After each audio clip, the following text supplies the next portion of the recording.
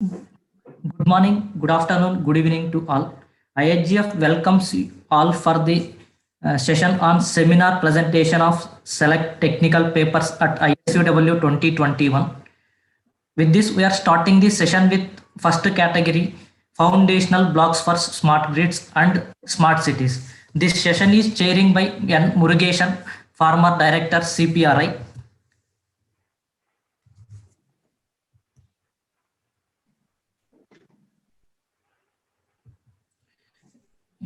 N. Murugesan holds for the MSc Engineering and MBA.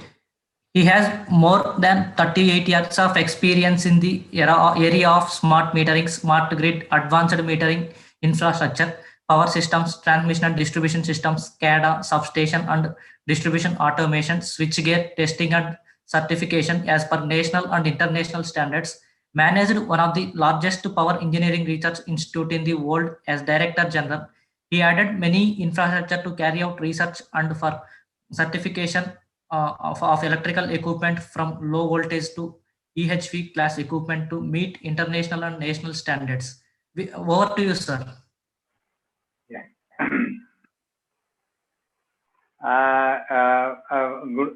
Good afternoon, friends. It is my privilege to chair this session, and I welcome you to this annual event which is happening wonderfully for last 6 years, and it is my privilege and honor to once again welcome you. And sorry that it was delayed by more than 30 minutes because of small confusion. Kindly bear with us. So in that case, initially we thought we got around 6 papers, but finally we boiled down to 4 papers. So we have sufficient time to discuss, though we need to close at 3:30, but we can slightly extend it because of this delay. So friends, it can take at least 15 to 18 minutes of time for each presentation without any hurry-burry. So you can make a presentation in a balanced way, and we'll keep some 10 minutes at the end of this session for question answers. And so let us, without losing much time, I would invite the first speaker of this presentation, and I would request Mr. Bala to read out a brief bio about the first speaker. Over to Bala. Sir, we don't have author bios. Directly we can say name. Okay. First, institute. Yeah. First is that first paper is from Tata Power, no? Yes, sir. Yeah, it is from Tata Power. So we'll start, sir. We'll start the session. Yeah, I'll share. I think Mr. Hussain is available now. Mr. Hussain? Yes, sir. I am here. Mr. Hussain, you can just for a while you can start your video so that I can able to see you. Then you can switch off your video. Yeah. So can you see me now, sir? I'm not able to see that. Bala, could you able to see Mr. Hussain? Yes, sir. It is visual. Amir, we are able to see you. Then yeah. Okay, there is a bit of time delay, I think so. It will take a little time after he switches on his video. So I think Amir, you are visible now. Okay, thank you. Yeah, carry on. Mr. Hussain, your paper was well written, and it was very delighted to review your paper. Thank you very much. You can carry on this presentation. Okay. Thanks. Is my presentation visible? So can you see that? Presentation is visible. Okay. So first of all, I'd like to thank ISGA for giving us an opportunity to present our paper here.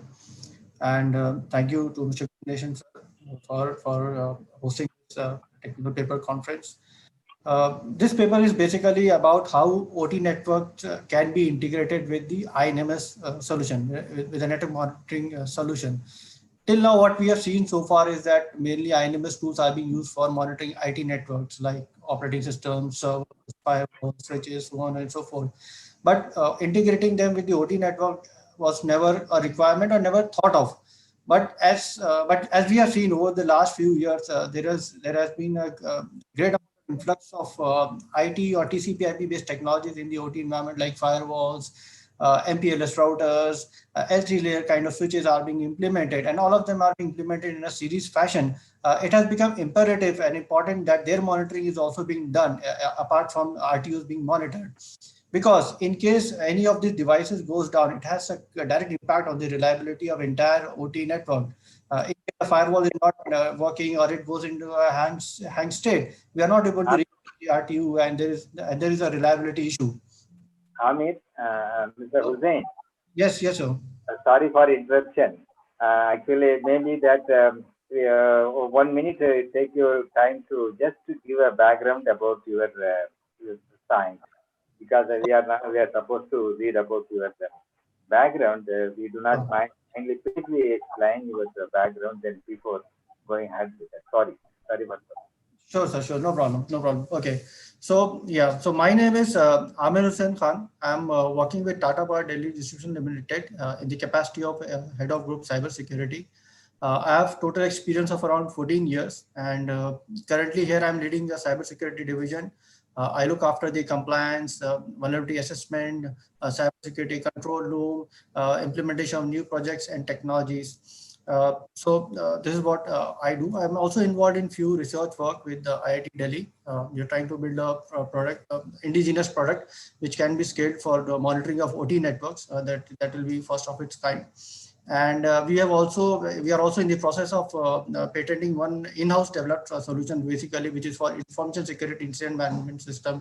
So this is what this is a brief overview of the kind of activities that I am looking after here at Tata Power Delhi Distribution Limited.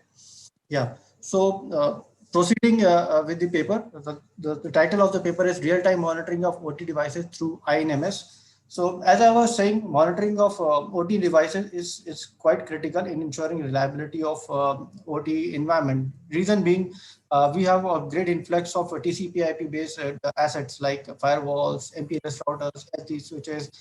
Since we need to improve the security, we need to have performance related data as well with the control room team. So what we have done here is that we have tried to implement a solution known as network management system, which can integrate with these devices. So far, network management kind of a solutions were basically used for monitoring devices which are at the IT end, but nothing at the OT side. Mostly the OT side was, was being monitored at the SCADA level. And for the availability parameter, the parameter was only availability, but not related to basically CPU utilization or memory utilization. But monitoring these parameters is equally important, because these parameters also have an impact on the reliability. If one of the devices has a high CPU utilization, it will stop responding, and it will have an impact how these devices are basically communicating with the backend control room system. So yeah. So going to the next slide. So the objective here is to basically develop a high amount of visibility, basically with respect to the topology, health, and configuration of OT assets in the grid environment.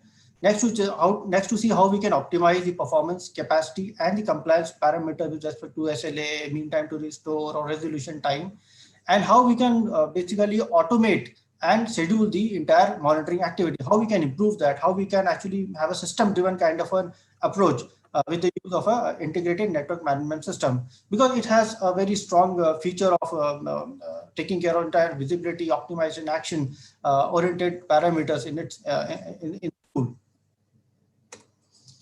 Current scenario, if we talk about the current scenario, is that we are not able to monitor all the OT related devices. The monitoring is basically limited to RTO only.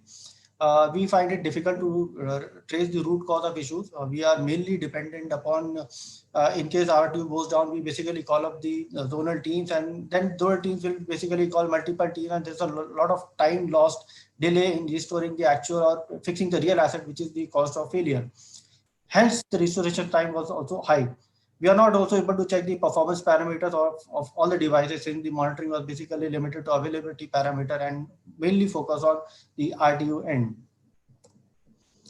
Other challenges, as I've mentioned, in case something goes wrong, the control room guy has to call up multiple teams, either the grid in charge or the WAN team guy, which SCADA ports they're working or not, or they have to check the RTU, the grid RTUs are working properly or not, or they'll have to reach out to the local network team whether the switches or RTUs are communicating properly or not. So there was a lot of time lost in coordinating and communication, which was basically not automated previously. So what we are proposing here is a solution, is an integrated network management solution, which can basically take data from multiple sources, data related to media breakdown, or whether port related issues there, or some issues related to IP, or device that actually units have gone unresponsive. So these are few of the use cases we feel that which can be integrated into a network management. These parameters can be configured in a single console, and any issue which arises in any of the assets can give a good visibility to the control operator has gone wrong and which stream is required to be addressed to fix the problem.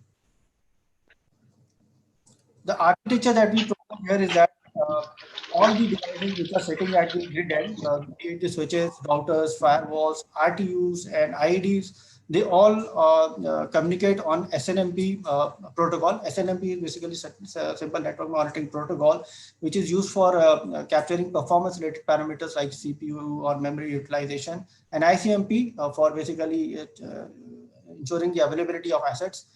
This SNMP protocol will help us in dumping the data to a centralized control room system, control room server. From there on, the INMS tool will consume the data and present the information on a real-time basis to the control room guys. So with this, they can basically track which grid, the health parameters of grid, the health parameter of devices at grid location, and take the correct call, which device is gone down, of what reason, and which team has to be called upon to fix that asset. So this is the kind of approach that we are suggesting. One of the things that utilities will have to take care of, that we have also faced while implementing, is that most of the devices in the grid were basically bought not considering SNMP based integration. So firmware upgrade would be required, and that is kind of a challenging task. But since it is a learning, and in case we are going for procuring new assets, SNMP based integration can be made as part of the requirements, and devices will be supplied with the proper SNMP protocol in place so that they are easily integrated with the backend system. The methodology here is, the first step here is to install, basically get the agent configured for each asset. For each asset which is required to be integrated, we need to have the agent configured for that asset. That agent needs to be configured in the INMS team. All parameters which are required to be captured needs to be configured in the SNMP string, followed by creation of groups. The groups would be basically the teams who would be taking care of those parameters. For example, if there's an availability based issue, there is an X team which will take care of it. If there is an issue related to health parameter, there will be a different team. Or if there's a device firewall is going down, is giving some issue, it will go to a different group who will be addressing that problem. In case RTUs are going down, it will be a different team which will be addressing the issue. So that will give us a good insight and good information to the, or better clarity to the control room team, which team is required to be called upon to address a particular issue. That is the first step, basically configuring the SNMP parameters and identifying the right groups. Next is the topology discovery. It is very important. This day we don't have clear information on the topology. Once we are able to configure devices with the SNMP string, there will be an automated topology which will be generated in the network monitoring tool, that will give us the hierarchy of how devices are communicating with each other, how different devices are communicating, and what is the basically segmentation being followed, whether segmentation is being followed properly or not. And this also is a security requirement, ensuring segmentation between assets which are based out of different layers. A lot of times we have seen, although the assets are being configured and communicating, but the segmentation and the hierarchy is not well maintained and well monitored also, because there was no such automated tool and there was no such no such solution which could give us that kind of visibility. This is one of the very strong features, and something which can help us build a very clean and a proper segmented network of which device needs to be at which layer and how it is supposed to communicate with the backend system. So we were able to ensure that as well by implementing this kind of a solution, having a proper topology being discovered and implemented. Next stage was that once the devices were configured in the solution, topology was built properly, then it was time to basically start consuming the alerts. Now we are getting alerts. We need to now have these alerts configured in a fashion that all alerts are not important. Some of them have to be configured with their severity. Some of them are critical. Let's say if there is a firewall in place and the utilization of the firewall goes beyond 95%, CPU utilization goes beyond 95%, or the memory utilization goes beyond 95%, there's a high possibility that that firewall might stop functioning. So we need to take a corrective action. We need to immediately clear the logs or see why the utilization is going high. And have proper severity based parameters being configured in the system so that action is taken on actual issues. Otherwise, we'll be flooded with so many alerts and the team would basically not be able to function properly. So this is a very critical, I would say one of the most critical steps of configuring the devices in the INMS solution. Whenever we are talking about configuring any asset in the INMS solution, severity has to be defined properly and action has to be taken on what kind of alerts. At what threshold breach is something that we need to sit down and work with the local teams, the system admin teams, and then define these parameters in the system. Finally, alerts are being generated. We need to forward these alerts to a ticket management solution, and then these tickets are supposed to be assigned to a particular team. Once the tickets are assigned, there should be an SLA which needs to be triggered and for each of those teams. In case the SLA is getting breached, there has to be a proper escalation mechanism in place so that the escalated matters being taken care by the senior authorities, why the issues are not resolved on time, because it has a direct impact on the reliability of the operations. It is very important that incidents are being logged properly, assigned, and there's a proper SLA in place for each of the incidents based on the severity. So this is the workflow broad level on how these assets will basically, how the system works.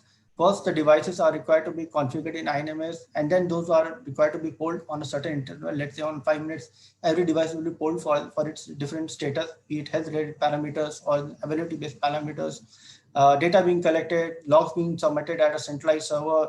Then alarms are being created based on the severity. These are then being pushed to a tool for generation of tickets so that they can be assigned to concerned teams. Once teams receive those tickets, the SLA is triggered immediately. If the issue is resolved within time, they have to be closed with the proper RCA. Without RCA, the tickets are not supposed to be closed. And if they are not closed within time, then they must be immediately escalated to proper teams, L2 or L3 level teams, so that proper action can be taken and issue can be resolved before being escalated or before being turning into a major disaster. These are few of the results. Once we are able to successfully configure different devices with the INMS system, we were able to track the CPU utilization, which of the devices, let's say we were able to track on a monthly basis, which of the devices basically had the highest CPU utilization for the last 1 month, or which of the devices had the highest memory utilization for the last 1 month. Followed by, we could also see which devices were going down or which group had the maximum number of tickets landing at their desk. We could also see that which devices were being affected of what reason for the last 1 month. So all of this data was available and it was all system generated. It gave us a great insight, not just to the team, but to the management, where to focus, which are the areas, which are the weak links, and we need to focus on them and how to fix them. So it gave us a great insight and help us in developing a good strategic roadmap on focusing or improving the reliability of grid operations. So this is one of the impact wherein initially prior to implementation of INMS, what we had was only the monitoring was only limited to RTUs, but now we are able to monitor RTUs, IDs, switches, firewalls, gateways, So the number of devices which could be monitored has also increased, including the parameters. Initially, it was only availability. Now we have got CPU utilization, memory utilization, and the response time also of the asset, which can be easily tracked and shared with the concerned teams for proper action. Some of the benefits that we could withdraw with the help of this solution is that we had a proper root cause identification.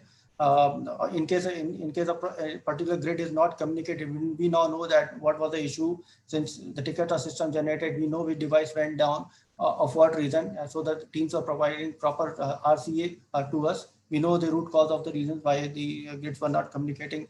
There's a great amount of reduction in the response time. Initially, we used to inform the local teams. Now we are informing the exact team which is supposed to take action to fix the issue. There's a faster restoration time followed by that, of course. And it has also improved the efficiency of the staff, since the tickets are being automated assigned to the teams. Hence there is an efficiency in the way the issues are being responded and addressed. Hence, overall, we see a win-win solution by implementing NMS solution.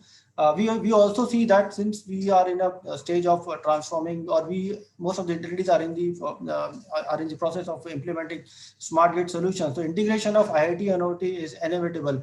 Hence, the control room teams have to transform their working to a smart grid control room teams. Thereby, we feel that solutions like INMS will play a greater role, and their capability must be taken towards OT assets as well, so that we have a proper smart grid command and control center kind of environment for the power utilities. So that was all from my end. Thank you.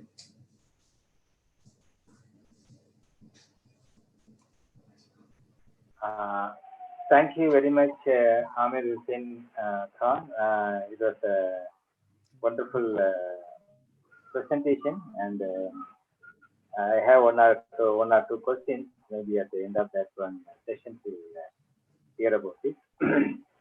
Sure, thank you very much once again. A wonderful presentation. Bala, next presentation is from Dr. Arup, no?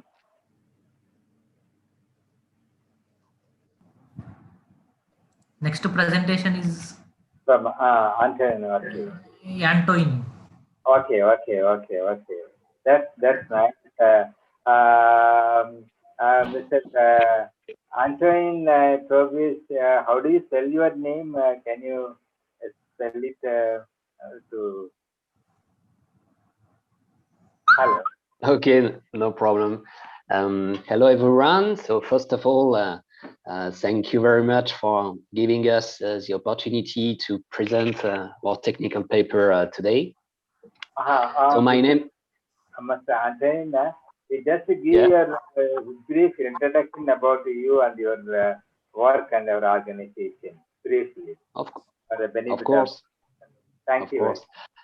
Yeah, you're welcome.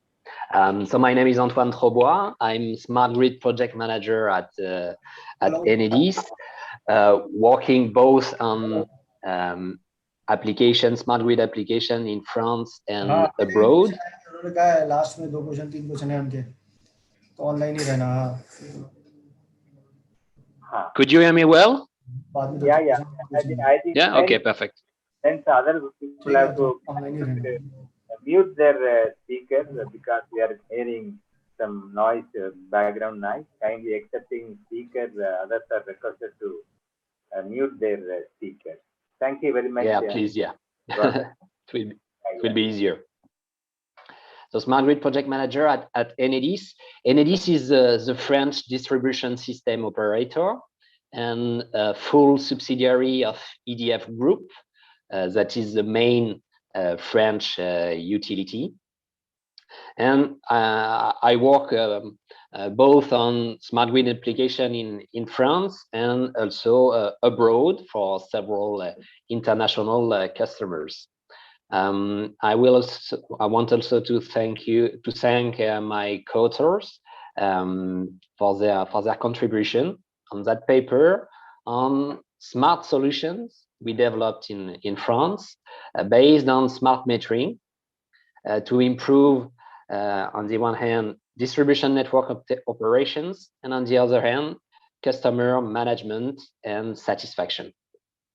So please, next slide, Bala.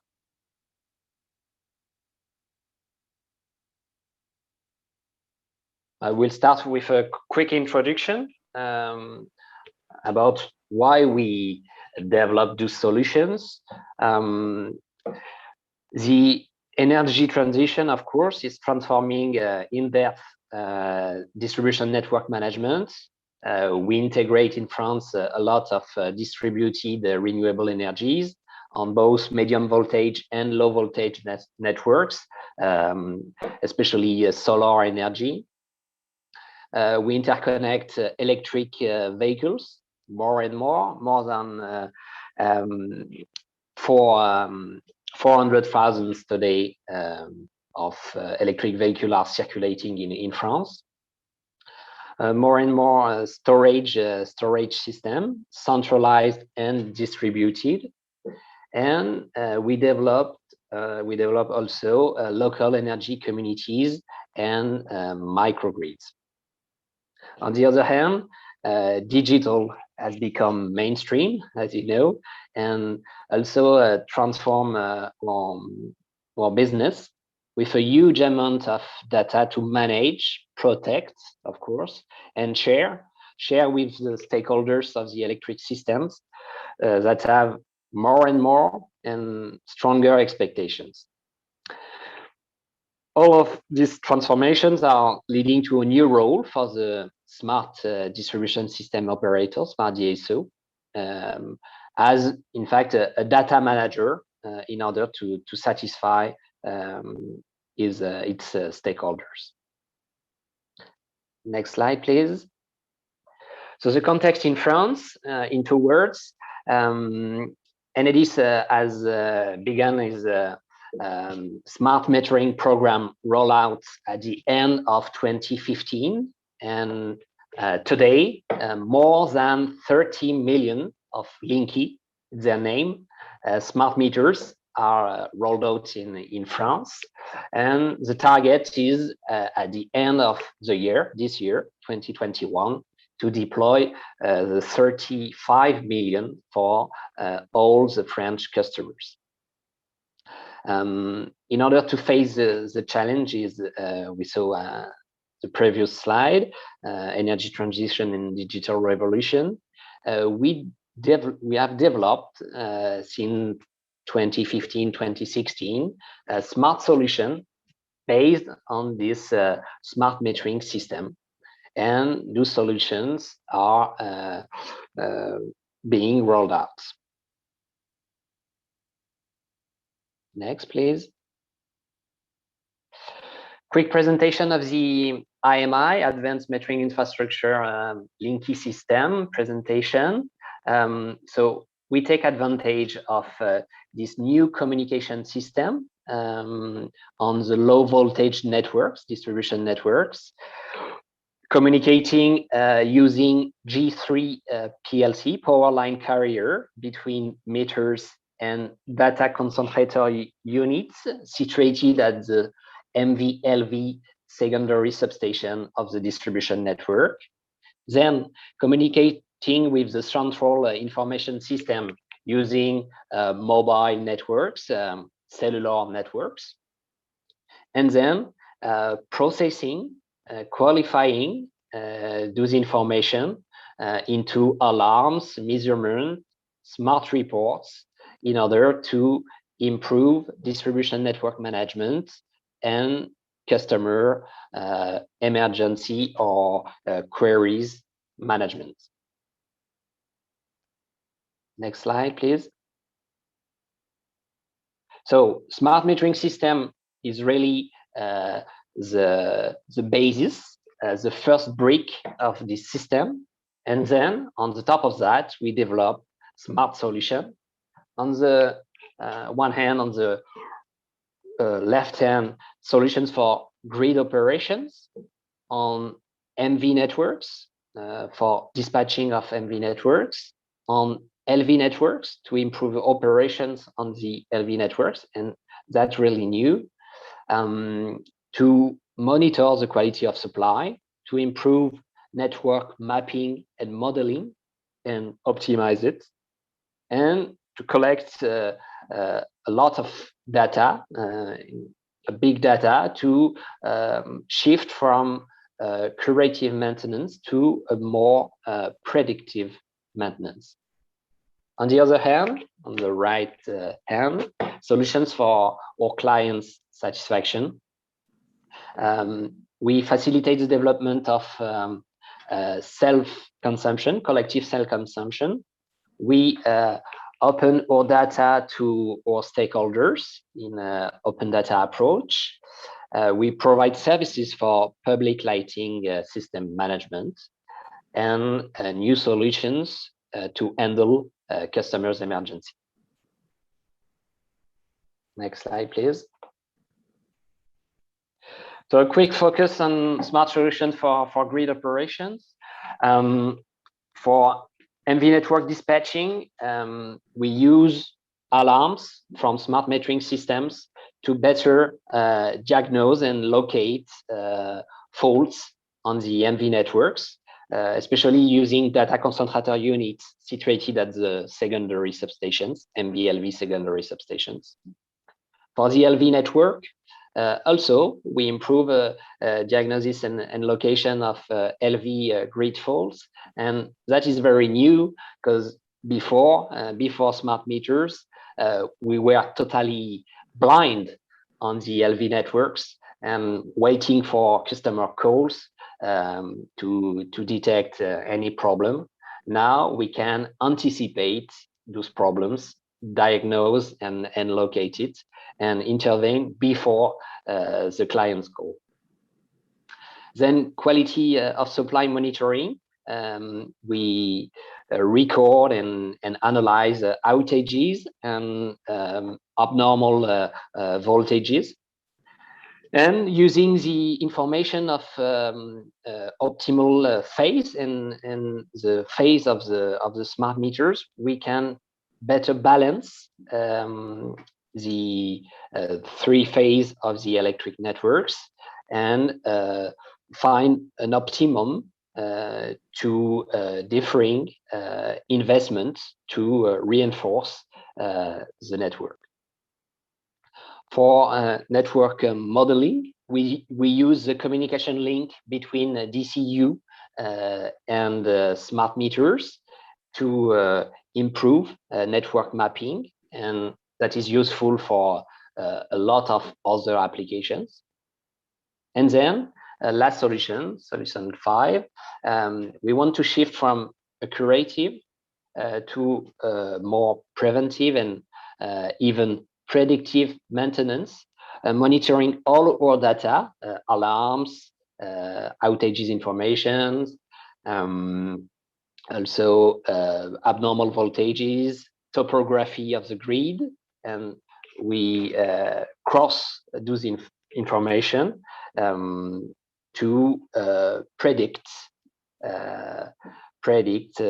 outages or incidents on the network. Next slide, please. On the client side, we facilitate the development of collective self-consumption. That means using renewable distributed energy like solar energy to produce locally and to exchange this energy between a collective community of customers. So the DSO is providing all the necessary data on generation and consumption to facilitate the organization of those initiatives. More globally, we open our data, network data, consumption data,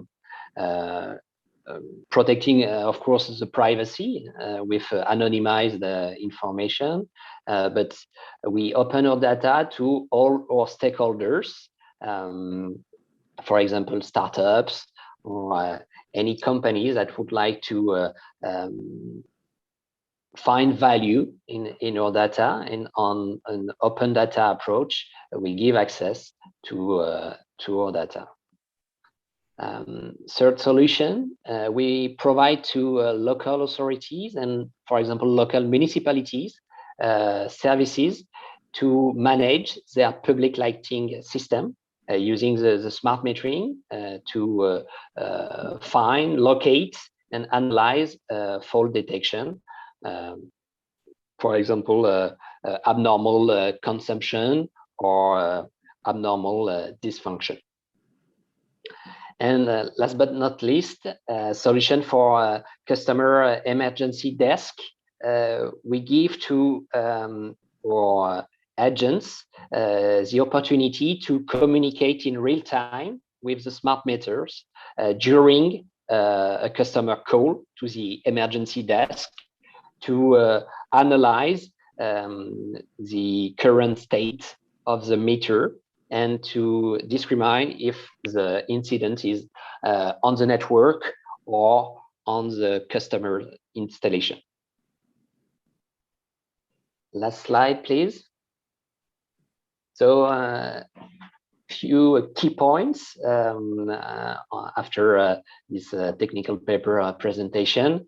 Of course, smart metering is a huge opportunity to develop smart solutions and to improve daily operations, and could be considered as the first pillar of a smart grid program. In France, we began the smart grid program 5 years ago in 2016. So 5 years is a quite long experience for smart grid journey in France. And we can also say that smart meter is a key evolution for the electric system and the opportunity to meet all the new challenges, energy transition challenges, and more and more, requirements and stakeholders' expectations. With no smart metering system, it could be very difficult to answer and to meet those expectations. Of course, smart metering solutions and smart grid solutions should be adapted to the context, specific context of a country, of customers' needs, the type of network and urban or rural networks, type of customers, commercial versus residential, and each country, each context, each municipality should find its own way in this smart metering and smart grid journey. Thank you very much for your attention, and feel free to ask questions in the chat, and we will answer to it after. Yes, thank you very much, Anton. It was a quite interesting presentation, and the implementation is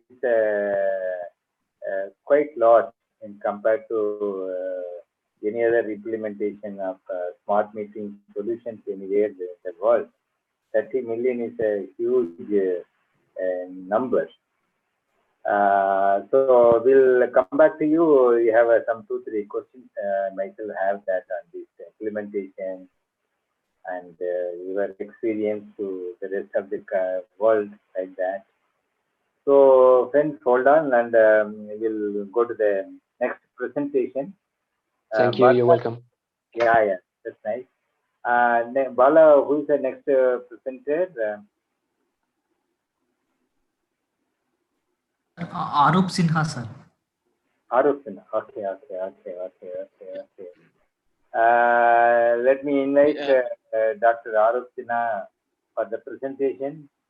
Though, friends, yes, I have reviewed these papers. and it was well written paper. I like it. I welcome Dr. Arup. Kindly give a small introduction about you and your consulting company. Yes. Yeah. Am I audible, sir? Yeah, you are audible. Okay. And friends, I request all of you to switch off accepting speaker. A lot of background noise. Let Thank me you share. very much, Dr. Arup. Yes, sir. Let me share my screen. So my screen is also visual, sir. Yes, we can able to see your. Okay. Okay. Thank you, sir. So good afternoon, all. I would also like to thanks ISGF to give me this opportunity to present my paper. So let me introduce myself. Dr. Arup Sinha. Basically, I am an electrical engineer. I am PhD in power system. I am having around 26 years of experience, and across that career, I am working with the utility industry. Initial 10 years, I worked in the core area of utility part, and last 15, 16 years, I am working on the more on the solutioning part in terms of that business consulting and IT solutioning for utility industry. And I mostly worked across all value chain of utility in terms of starting from the power generation, transmission, and distribution. And also now I also work focusing on that other area that for the conventional and non-conventional part also, especially that microgrid, that renewable energy sources, solar, wind, all this part. So that's the all motivation to bring this paper. So this paper is basically yet to be tested in Indian market scenario. That's the whole concept that see that Indian market, if you look into the market, microgrid perspective, it is just developing the thing. So in microgrid, it is just like as compared to the conventional grid. You know that in the conventional grid, it mix of that many generators of different sources like coal, like nuclear, like hydel, like gas, all kind of different source of generator on one side, and there is a similar kind of there are that the customer also that may be the distribution supply company, and then the large customer, those are the textile industry, steel industry. So there is also, you know, that in the Indian market, it is being gradually moving from regulation to deregulation, and the pricing is being decided on the spot market basis in the conventional grade. So keeping this concept, my motivation to bring similar kind of things for that microgrid area. And since that microgrid is being developed now, and see that especially those who are the remote area, even if you look into the India, although power supply have reached many area, but still many area has left. There is not at all it is feasible also to lay down that electricity network. Technically not feasible, and sometimes it is partially not viable. So that case also, it is very much a requirement of the microgrid. And once that you tap that local all the resources and build a microgrid there, then of course that it is not the free of services kind of thing to make that system sustainable. So it should be there should be some commercial thing will be there, and those are the people will be supplied through this supply. So definitely they has to pay some charges against those sources, but how will be charged and what should be the price? So that is the concept behind that. So that's why I tell more details gradually.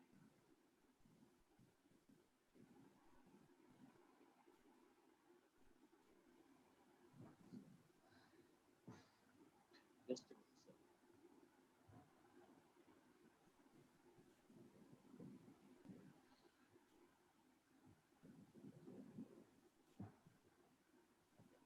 Uh, so as you know that microgrid basically nothing is a interconnection of the low voltage side. So there are different sources, and those are the distributed generator, and that will be some of the renewable kind of things, some of the non-renewable kind, non-conventional kind of thing. So renewable energy such that those are the solar, wind, all kind of things. Non-conventional energy like a DG set and all kind of turbines. Those are the things available in the locally. So whole objective to tap all these kind of sources and connect it in the electrical circuit and make it a grid, such the microgrid. So whole idea is to bring a build up a conventional grid, definitely this grid may be connected to the conventional grid, may not be connected to the conventional grid, but depending upon that geography, depending upon the situation. So let's assume time being that this work independently as a grid, and it will all that thing will be required to control all this part as a grid, the way it will operate.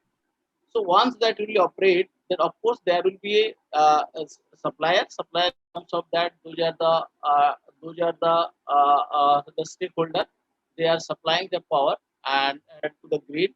And of course that whole idea is to that when they are supplying to the power grid, that price should be the competitive one. Competitive ones where there should not be monopolistic one. So because it will help to that consumer to serve on that the reduced price, because if bring the competition, then only the price can be reduced. Otherwise, it will be monopolistic kind of thing. Yeah. So that's why this paper is objective to build some kind of mechanism within this microgrid that not only control that individual sources, those are the wind, solar, or what kind of sources they are mini hydel. Also, there should be a centralized kind of thing. The way that today SLDC, RLDC, those are the things work, control across that all the generator. Same kind of that micro control center will be there. It will control all the resources and also connect and disconnect that all the resources based on some economics and also some technical feasibility. Technical feasibility means that availability point of view. See that those are the sources, kind of that solar and wind. Their biggest challenge is their consistency. The solar may not be that every day it is the same consistent, same efficient, and similar kind of wind also. You say that there are a lot of changes the consistency of power supply.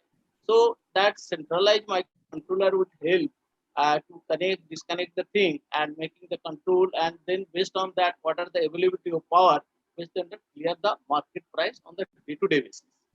So this is the concept, and then of course that the way used to do in the today also in the conventional grid, similar concept that day and real-time basis. Real-time is nothing in the spot pricing basis.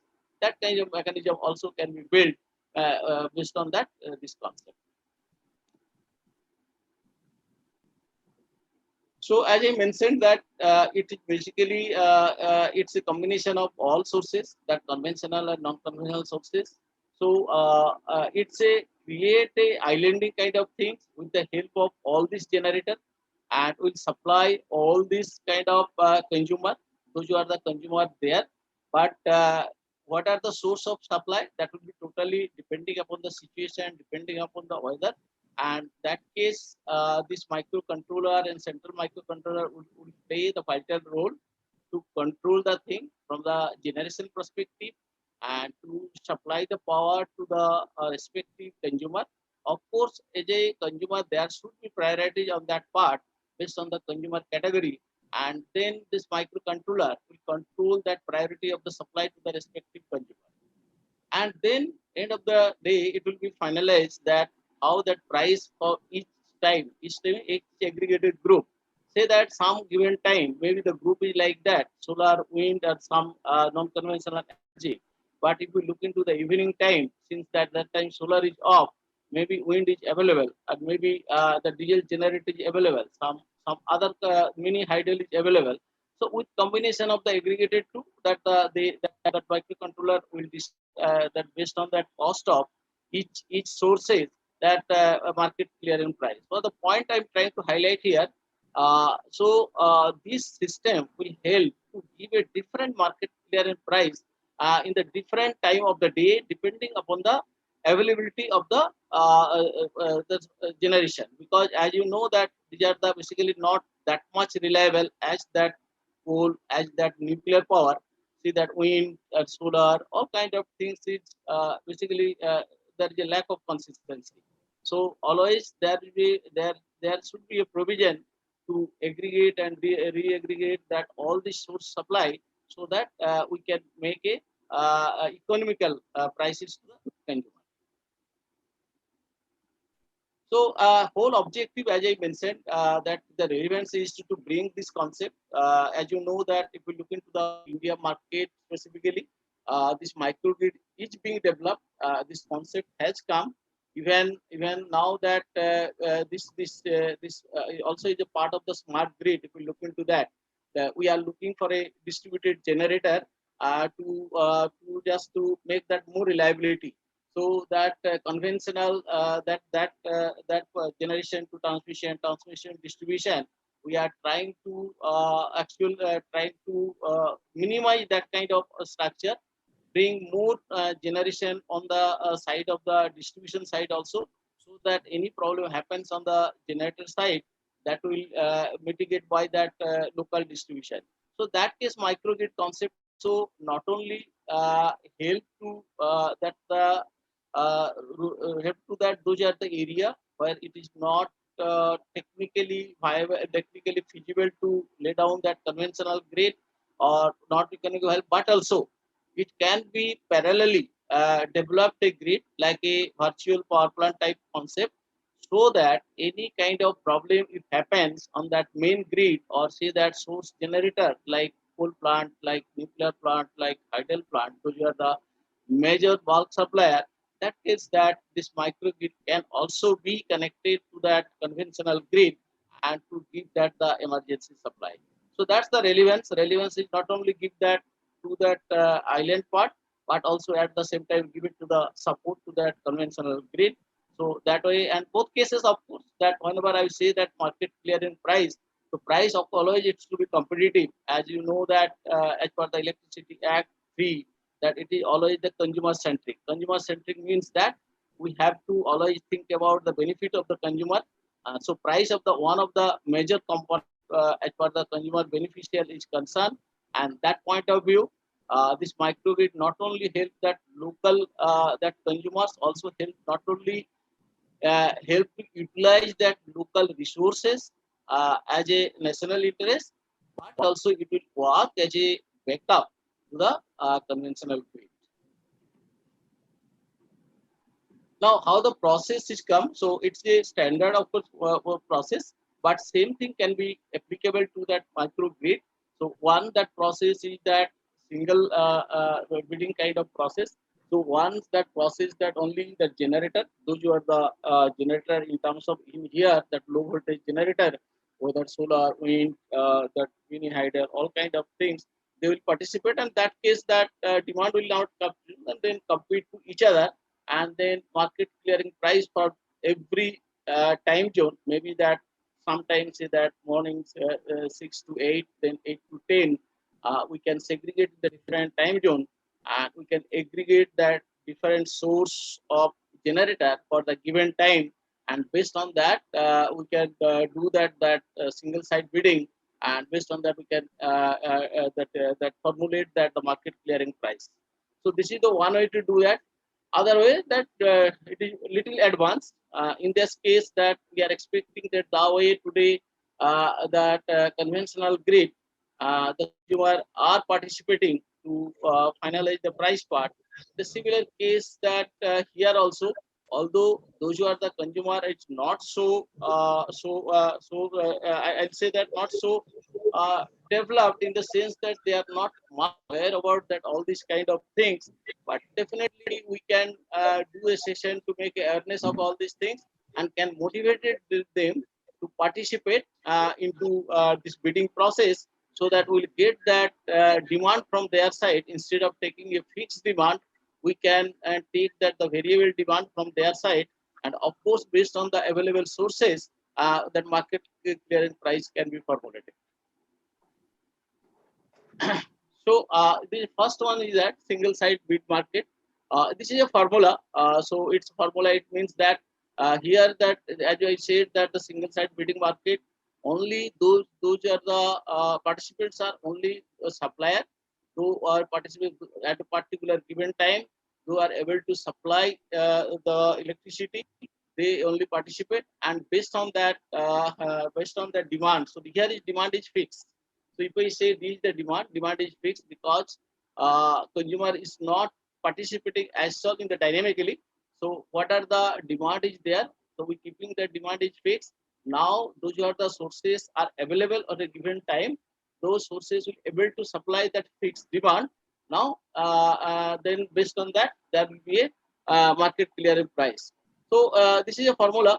So we need to calculate all these things, that price at each level for, and based on their that available supply, End of the day, we need to calculate that how much is the clearing price based on that against that demand.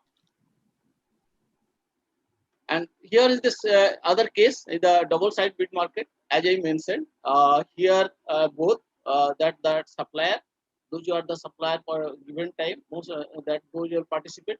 At the same time, consumer say that if we identify a particular day and particular time, and consumer case is not much, may vary throughout the day, but let's assume that we can segregate into 3 zone, 4 zone, time zone in during the day and in night kind of things. And one side will say that what are the variable demand from the consumer side, and at the same time we need to calculate that what are the variable sources and the particular given time from the those are the renewable and conventional sources. And based on that, that pricing mechanism will develop. And if you see that graph, so that one graph that that demand prices start with high, then gradually low, and supply prices start with zero, and some of that cross section, it's again the formula. So that when it is crossed that, then we assume that this is the market clearing price based on the variable demand and based on the variable sorry generation. And this is the final price to reach that is the point that is crossing the demand curve and supply curve, and through that we can derive that what are the market clearing price for a particular time zone with a variable demand with the variable generation. So now, so finally, this is the point I mentioned. This is the concept we are trying to apply in the microgrid, and so that there should be a rationale of the pricing. And similar, since that it is this microgrid is little more challenging, although it is a low voltage, low capacity, but as compared to if we look into that variation, see that the cost factor and this investment, and then dependability in terms of that environment, in terms of climate, there are many things are there. Looking into many cost factor, say that it is little complex. So whenever we do that market clearing price, so we have to consider all these things for analysis to give a pricing part. So this is one part, but always it will be little difficult, because see that we will not always get all this data on the actual basis, because there are many things are there in terms of say that solar, that throughout the day maybe that the efficiency is different, and the similar wind, that efficiency is different. So it is little difficult to do that, but most of the cases we try to some kind of formulate the thing, and then maybe that short term basis it may problem, but long term basis hopefully it will give a solution. And then definitely this thing will give a direction to those who are the people is more doing on the research part, that how we can implement this microgrid for as a virtual power plant concept for that rural area, not only rural but also urban area. The rural area definitely supply where the power supply is not possible, but give a reduced price, reasonable price, and of course a predetermined price. It is not should be monopolistic price. So this is one part. Second part, at the same time, this microgrid can be developed in urban, semi-urban area in parallel to the this conventional grid, and of course try to give optimized price as a customer satisfaction. So that's all from my side. So I'll stop here.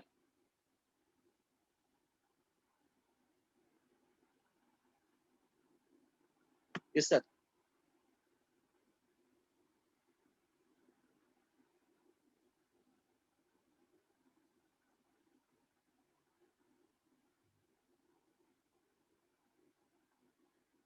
Hello.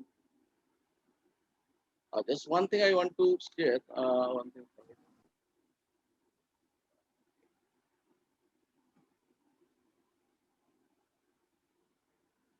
This is my contact details. So anybody wants to contact, somebody is working, want to work on future that part. So I can share more data, more information on this part, and also I can help. Okay, to take it further if somebody wants to take it further. So that is the thing. So thank you very much, sir. So that's all from my side. Thank you, Dr. Arup. It was a quite interesting presentation. We'll come back to this question at the end of the last session. Okay, sir. Thank you very much, Dr. Okay, thank you, sir. Bala, last presentation. From Next, our sir, colleague, next presentation is Narendra Singh, sir. It is my privilege to introduce Sada Saab. I know we worked together in the contemporary. When he was in Power Grid, I was in the Central Power Research Institute. Contributed a lot to this the transition system. Sada Saab, though I know something, maybe some more thing you can add before introducing the important topic of security. Go ahead with that, Saab. Thank you, Mr. Murugesan. It is nice to, for the introduction, and thank you, ISGF, for giving me this opportunity. I would request Bala to kindly share my presentation from his end. Well, friends, I think I have spent about 45 years in the Indian power sector, serving with companies like HBB, which is currently ABB, and then NTPC, and then, of course, Power Grid, 25 years. And I was responsible for, the first 4 kV system in India, Obra Sultanpur Kanpur, Obra Sultanpur Lucknow. And then, of course, I have seen that complete transformation from the electromechanical era, from the manual control of the grid to the current, digital system and the control systems. I also take credit for the India Smart Grid Task Force, which I started in 2010. And Mr. Murugesan and Raji Kumar, I think we are all contemporaries. Raji is doing very well with the ISGF as president and also GSGF president. We are happy to see that Raji is really taken this smart grid into a big shape in India and abroad and made ISGF a world-known phenomena. Well, friends, this present Indian power grid system, which is operating, in fact, all the control centers for the RLDCs, NLDC, as well as the SLDCs, all this engineering and execution was done during my time from 2010 to 2014. And of course, the next revision is due now. What I want to share with you is that there was a time when we never considered cyber security to be important to us. But today, in the last 5 to 7 years, it has really become very, very important. I think many of you would have seen that article or maybe the news regarding China, telling that Indian lights can go off. And they claim to have done it in Mumbai in October 2020. Of course, the Indian government is refuting it, but well, such claims and such counterclaims can be questionable when we come to the cybersecurity angle. So, Bala, give me the first slide, please. Well, the Indian power system is a very large power system. We have around 375 gigawatts of the generation capacity, and our peak load has already touched around 185 gigawatts. And the renewable, which is ever increasing, has already reached around 87 gigawatts. And the present contribution of renewables in the total energy comes to around 27% or around 25%. Of course, it is variable, so we cannot take them as the firm power. But I think lots of renewable energy is getting added at distant locations. Distributed energy resources and microgrids are now adding to the, the system. And also the solar rooftops are getting, momentum in the cities as well as in the official buildings. So I think the coming future is going to be more of renewables. But I think, my friends, you all know that renewables has really given us green energy, but I think renewables has added lots of problems with respect to integration as far as their intermittency. Now, with such a large footprint of the Indian grid, and we boast of one nation, one grid, which is a proud moment for us. Even our Prime Minister spoke of one nation, one grid on Independence Day.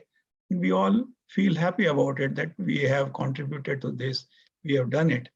But you imagine the type of, threats we are living in today. We have seen the American, shutdown or the blackout in Texas area some few days ago. Can you imagine a country like America unable to? Why? Because their systems are not interconnected as we have. And when the need was there in Texas, they were unable to supply power from the neighboring grids, although they had the HVDC link. Similar situation in India, when it is a one nation, one grid, appeared somewhere in 2012 and twice, where I think the northern region, eastern region, and northeastern region were separated, and the southern region and western region survived, islanding themselves. So when you have an interconnected grid, you have the option of transferring power from one region to the other region, and certainly the grids can sustain on islanded mode later, and the regions can sustain or the states can sustain. We can talk about in detail, but the subject today is, of course, cybersecurity. So let's go to the next slide, please. In the earlier days, if you see the left side of the slide, you can see we had a traditional power system which supplied power from the generators to the customer with the transmission system in between, and it was used to be unidirectional and ultimately passing to the consumer at 440 volts or 215 volts. And hardly there were any communication between the consumer and the generator or any, except in the distribution by ordinary phones and all. But over the years, in last 10 or 15 years, we have seen a complete transformation of introduction of the information and communication technology into the power system. And this, I have been part of this, transformation myself. We feel very proud that we were able to integrate all the OT systems into the IT systems, and the IT people were never seen in a power company. Today, IT people are playing very important role, and certainly the cybersecurity has shown its face on us. So, well, we have made our system automated. We have digitalized our system. We have made ease of operation by interconnecting, by making different layers and multi-directional, power flow and communication flow. We're adding lots of distributed energy resources. Electric vehicles are going to come now in big way. We have the solar and wind getting added at different distant locations. Microgrids just now talked about, I think, are adding further dimension rate. So when in a large grid like this, thousands and millions of IoTs are getting added, small communication ports or the edge devices are getting added. And each edge device has capability where it can be, intervened, it can be tampered with, and a problem can be created either in the full system or maybe in the part of the system, depending upon where the entry is weak or where the system is weak. Next, please. Next slide. The challenges which face today is increasingly integrated nature of the power system covering generation, transmission, and distribution makes them more vulnerable to large-scale cyber attacks and hence damages. I just stressed this point. Renewable energy and distributed generation to be integrated into the grid and controlled by the smart grid applications. Yes, this is adding problems. Large-scale EV infrastructure will further add cyber-related challenges. Moving to open standards such as Ethernet, TCP, IP, and web technologies leading to improvements and increased vulnerabilities and simultaneously. What I need to say is that for the ease of operation, for the ease of communication, ease of data handling, controls, and fleet management, and reducing their losses and putting more and more smart appliances or smart grids into the grid, smart meters into the grid. Automation has gone into the digital systems. So we feel that there are lots of areas where attack possibilities are there. Next slide, please. The challenges which the smart grid or the power grid faces is there is a 24/7 availability demand. We need to keep that system running all the time. There is a time criticality. If there is an outage, we need to attend it immediately. So availability and restoring the fault back and is very, very time critical. Constrained computational resources on the edge devices. The edge devices which we are putting, be it a smart meter, be it a temperature recorder or an oil level indicator on a transformer, they are all edge devices where there are constraints of computational resources.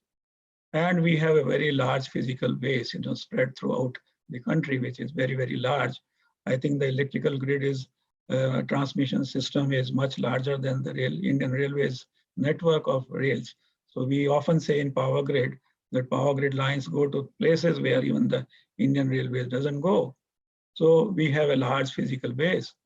Wide interference between digital and analog signals. Well, the systems which were age old, which are commissioned somewhere in 60s or 80s, they have undergone, they are all old systems, they need to be changed.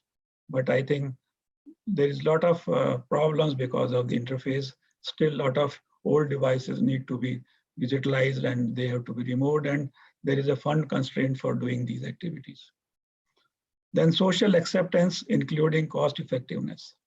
Well, we all know that the distribution companies in India are not financially doing well, and certainly for them to invest lots of money for making everything smart will further burden the customers, and cost effectiveness vis-a-vis the technical gains and the benefits accrued have to be properly balanced.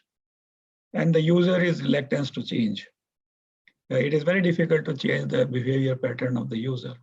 There are, of course, legacy issues. Older systems needs to be revived, or they have to be done renovation, modernization, and we need to really change them. Next, please. Next slide, please. Yeah. Now let's come to the cybersecurity threats. Basically, the attackers can be classified as internal disgruntled employees. This has been one of the major challenges for the companies, because there can be people within the company who can really create problems. Of course, biometric access control, CCTV system, password authentications can reduce or minimize these internal disgruntled employees created problems. There can be cyber hackers. They are targeted cyber attacks. There can be sniffing packets as an ISP and manipulating the packets in network to achieve expected results. There can be flood-based cyber attacks in which denial of service mechanisms and others that spread through the virus and worms cause traffic avalanche in short duration and hence bring down the system. There can be communication hijacking, that is the man in the middle. False messages are sent to the operator and could take the form of a false negative or a false positive. So the communication hijacking is very, very vulnerable area. Next, please.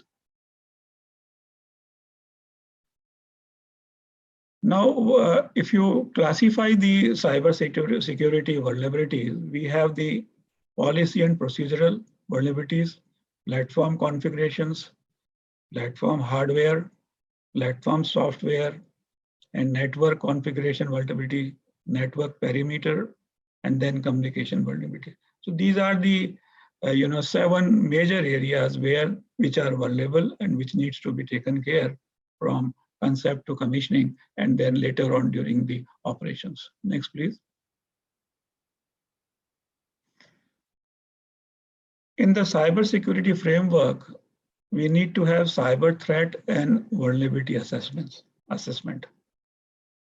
What type of cyber threats can come and whether our system is strong enough to face such cyber threats. So we need to have assessment of that, cyber platform or the cyber scenario. Cybersecurity framework, including policy, defense mechanisms, and their deployment strategies and best security practices need to be adopted. Then integrated modeling of the attacks and their impacts. In fact, of late, I think in the last 4 or 5 years, suddenly each major company has deployed people who are made aware about the cyber threats, and they are, locating the problems which are coming because of the, phishing that is being done by the neighboring countries, or maybe the enemies who are interested to steal our information or create problems. And validation of the defense mechanisms, both quantitatively and qualitatively, by developing SCADA testbed cost-benefit analysis. Next, please. So in the network architecture, I think Mr. Ansari, Amir Hussain already talked about it. On the firewalls, routers, there has to be an intrusion detection system, intrusion prevention system. There has to be VPN, ISEC, IPsec. There have to be DMZs. And all the network architecture components have to be compliant with updated certain guidelines to enhance the security posture of the system. See, I think most of us have heard that there are a few countries who have, they put the malware in the communication equipment or the relays or in routers or in other, systems. And at the time of supplying, these malwares are never tested. They are not into our protocols. They are not into our quality assurance or inspection procedures. So those needs to be checked now. And we have the threat of, these malwares being, made activated at a later date for their personal gain, or maybe destabilizing country, as we are noticing today. Next.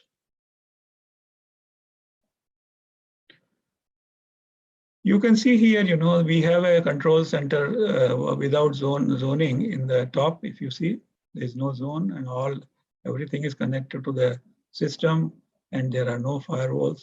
Whereas the control center with 4 zones, you can see that internet and routers are connected to the firewall. Then it goes to the first layer, and then there is another firewall to connect to the next GMG LAN, and then firewall again to connect to the PDS and training LAN, and then there's another firewall to connect to the control system and LAN, and then it gets connected to the control centers. See, we have tried all this in our control systems, or the SCADA EMS systems that we have put in the RLDCs, NLDC, and the SLDCs. And they are all, so far, touch wood, they are, secure from the cyber angle. Touch wood, in the last, renovation, modernization, and doing the, new renewal of all the state SLDCs as well as RLDCs. We did not use any component or any equipment coming from such countries whose credentials are doubtful, and we used very reliable components. And we could do it in Power Grid.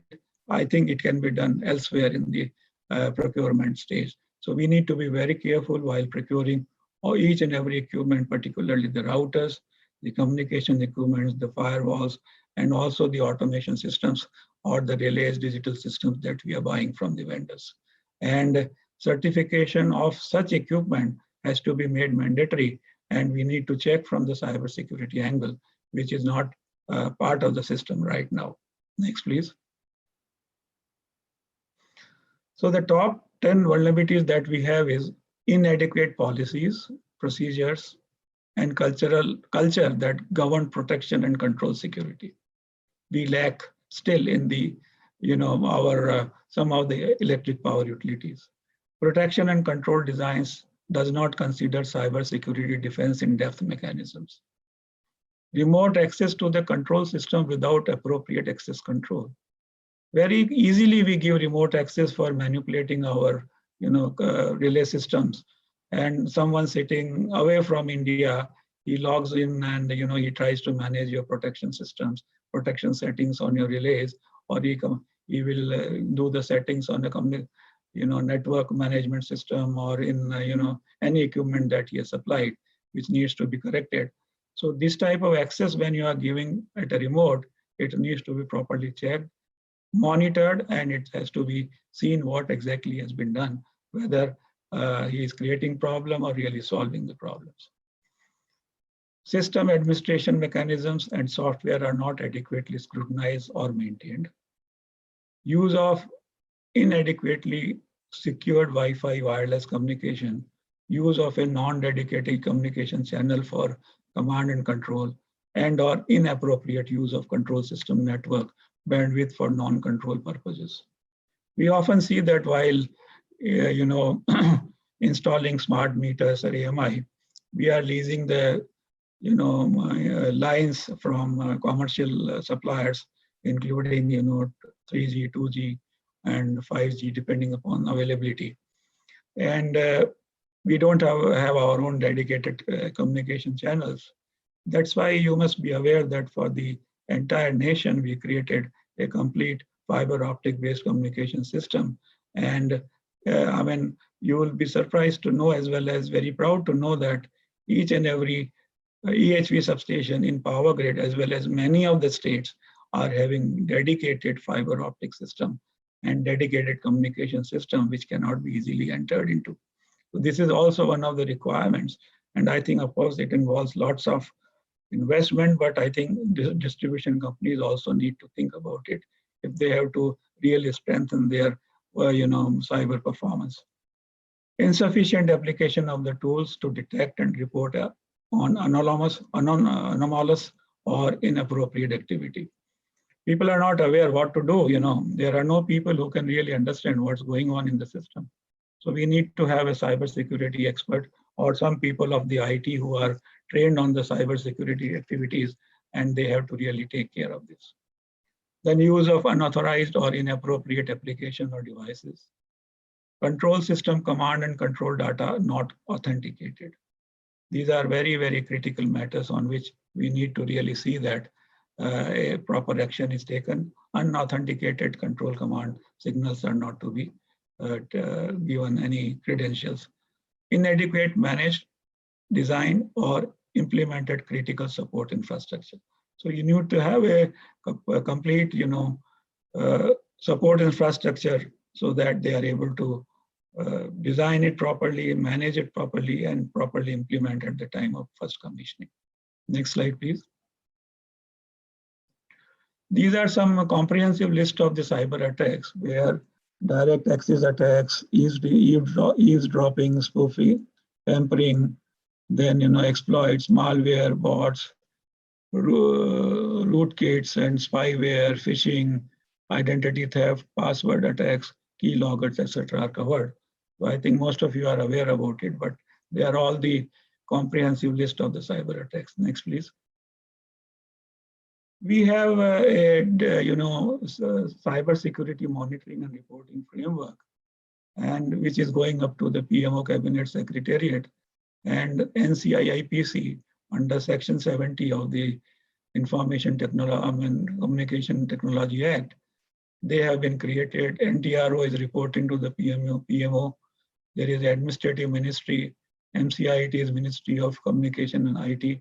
There is a CERT-in for each transmission, generation, distribution, as well as hydro. And within the organization, there is a dedicated officer who is called CISO, and sectorial cert is there. And then, of course, there is a Chief Information Security Officer.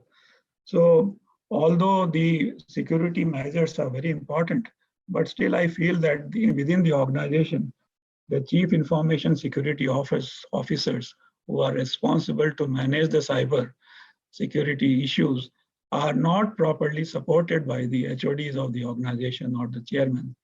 And they need to be really strengthened, and they have to be given proper, support in terms of the cyber security angle. I have few more points to add. In fact, the hackers and the criminals are smarter than the designer. So they hack the system, we redesign the system, we supply the patch, then the patches work for some times, attackers again do that, and we do design the upgrades and all. This is how the patchwork is going on in most of the softwares. And of course, it is a learning process, but we cannot say that everything is not possible to be hacked. Then another problem with the system is that there is no segregation. What we need to do is that the customer who has got a smart meter in his home, he has got smart appliances at home, he has a rooftop solar, and he is connected to the LT system, which is connected to the 11 kV grid. To me, it appears that there has to be a segregation, how long or how far one customer can, enter into the system.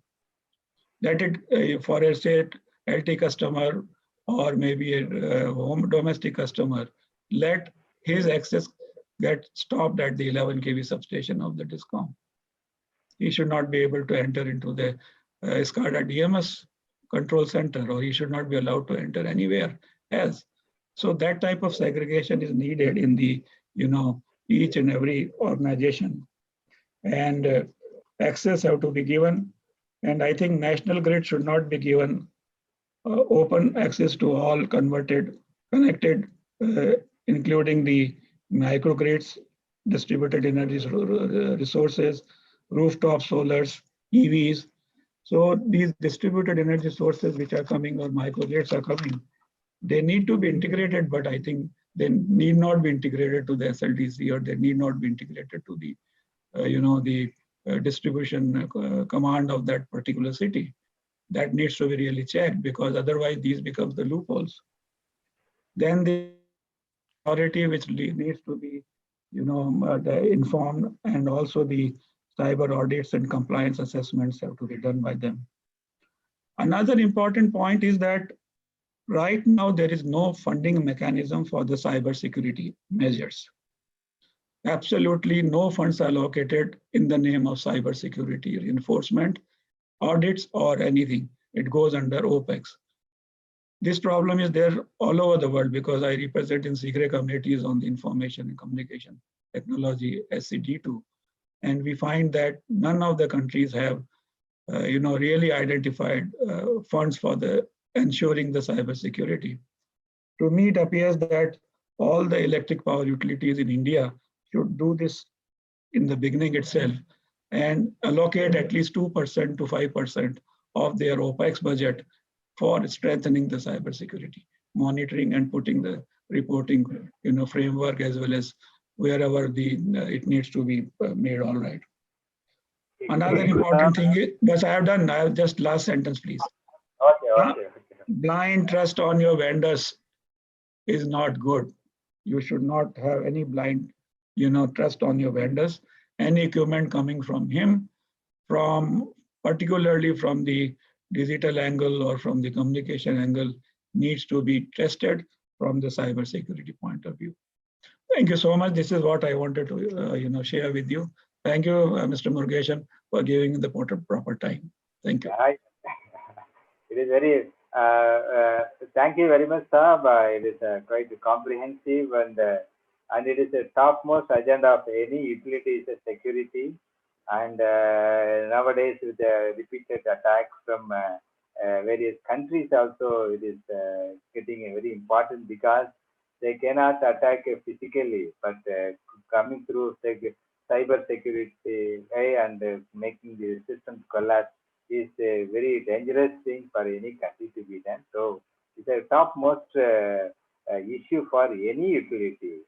So you have rightly pointed out that the devices coming through that many even well-known vendors also to be checked, because blindly getting the equipment, putting the whole system into trouble is a very clear thing. And with the integration of various smart grid systems like smart meters or renewable, it all again complicates the systems and again compromise the system for people to enter through various backdoor entry. And so, as you rightly said, it is a very important topic, and utility CEO, CEO has to say at most topmost important things to security, because it is very, very important, very easy to make the system to collapse and country to come to their knees.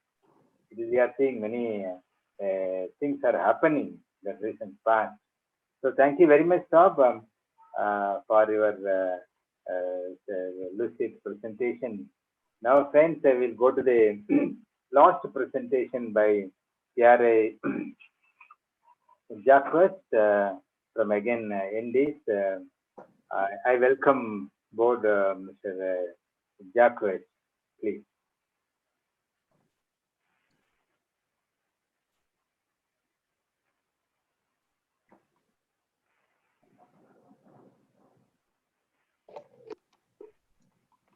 Hello, Murugesh. Yeah. Is it audible now? Now the next presentation can be. Yeah, instead of Jacques, sir, Tongyu Chone is presenting his presentation. No problem. Yes, sir. Um, Over to you. Thank you, sir. okay. Hi, can you hear me? Yes. Yes, so I don't know if you can see me. It should be good now. Yes. Can you please present my presentation? Yeah, Mr. Thank you. You can spell your name for the benefit of audience. Yeah, and my name is, yeah. Tell about your background briefly for the benefit of audience. Yes, so hi everyone, thanks for being here today. So I am Tanguy Chaunet from, I am a project engineer from Audity, which is a startup based in France, in Grenoble. And is part of a consortium of many companies within the iElectrics project. So I will talk today about this iElectrics project and more specifically about demand response. So yes, so demand response, as you may know, is a process that allows consumers to adapt their consumption in response to the grid's needs in real time. So that's the topic of today. Can you please move on to the next slide? Thank you. So to give you a bit more context and background on this project. So iElectrics is a big project of 42-month duration. This demonstrator is based in India, in New Delhi. And it involves Enedis, Tata Power, Gecko Global, Schneider Electric, and Audity. The main objectives of the iElectrics project is to maximize the penetration of local energy in the low voltage grid, to increase the local consumption of renewable energy, and finally to improve the resilience of the local energy system. So next slide, please. So it can be easier for you to understand the context of the project. I showed you here the architecture of the pilot. So as you can see, there are two main CBs. Well, one main CB on the right of the scheme. When it's closed, it's switched to on-grid mode, which is the normal operation of the low voltage network. And then when the BESS, so the battery energy storage system circuit breaker is closed, we switch to an off-grid mode, also called islanding mode, which is an emergency mode, for example, in case of outage on the MV grid, for example. And so in both of those modes, flexibilities will be activated, but today I will talk more about the DR program that is activated when we are in the on-grid mode. So this program will manage voltage constraints and especially voltage excursions. So to give you more numbers on this pilot, there are 38 final loads and 198 kilowatt peak PV capacity. Thank you. So why DR program, demand response programs will become necessary in the future for DSOs? First of all, because it's a financial reason, because it will optimize the operation of low voltage networks, and this way it will how to say reduce the cost for the DSOs because the needs for reinforcements will be reduced. The second point is that more PV production will be integrated on the low voltage grid. It will be done more easily. And finally, because it's also a way to engage community, so I will also talk about that in the presentation later. Next slide, please. So how does this DR program work? First of all, the first point is to collect data from smart meters. So this data is collected on one side by TPDDL, which is the local DSO in Delhi.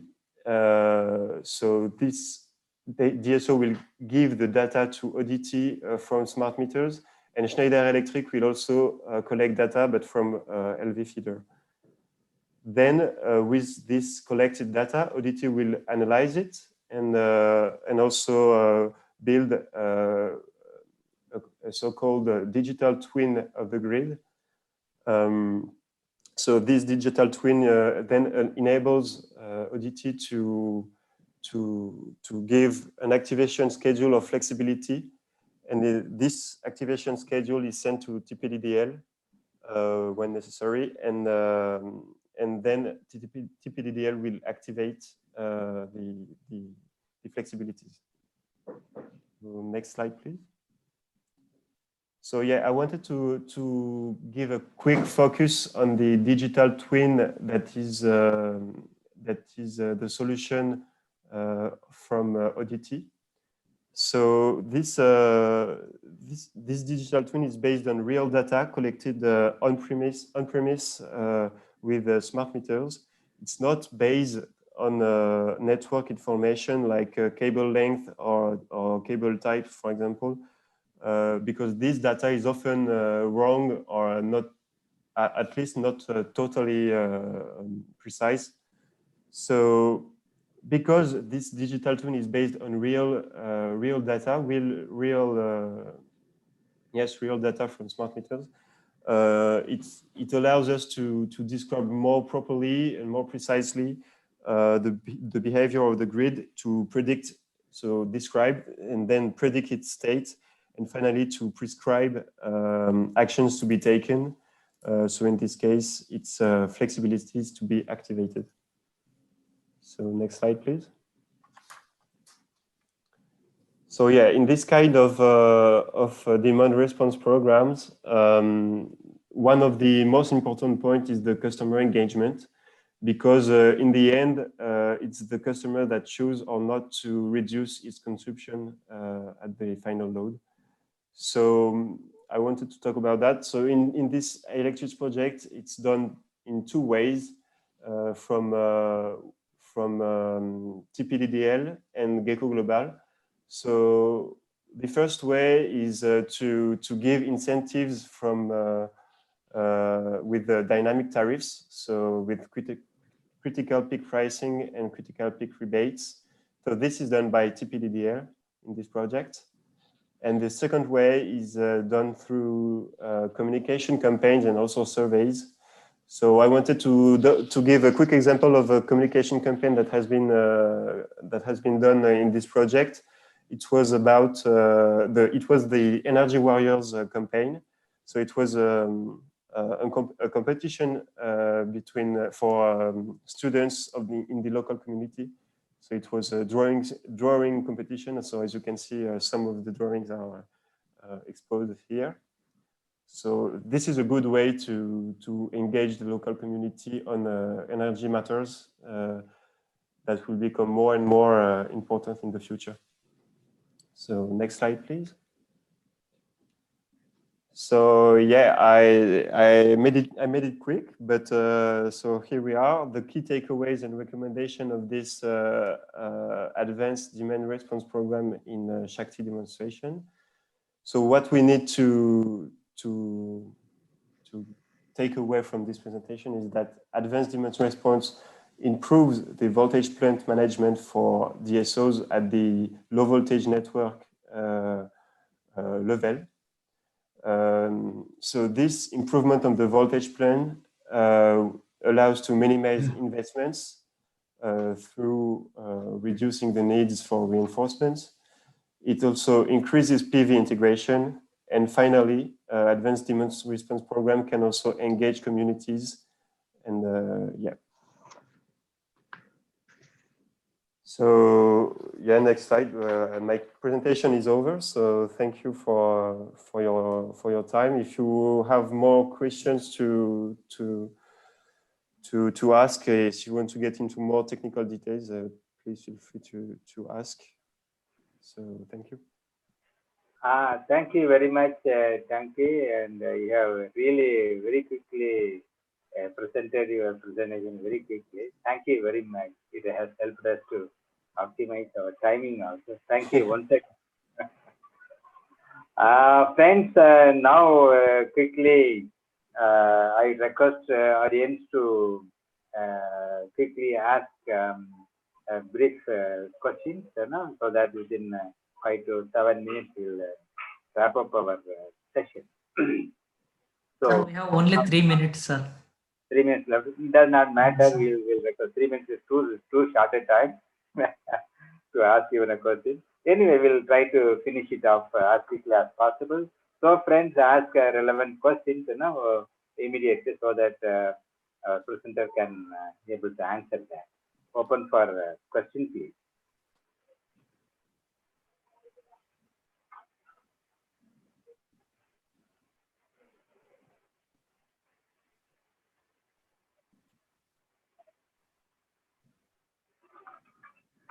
If no question is coming, I have 1 or 2 questions to the presenter.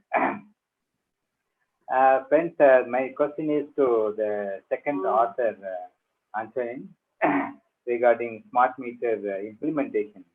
Friends, 30 million meter smart meter integration is a huge number. So, friend, can you able to tell us, because in India we adopt international standard like IEC 62056, and again we modified without much modification on the standard, excepting that tampering details have been built in exhaustively in our standard 16444 or 15949. So can you tell me what is that protocol implementation done in the Linky smart meter? The question is to the second author, the smart meter implementation in France. Andy.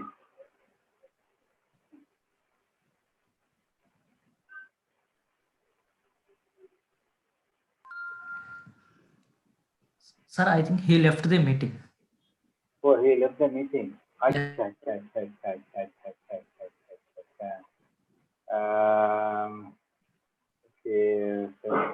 media, I think that's all. Okay.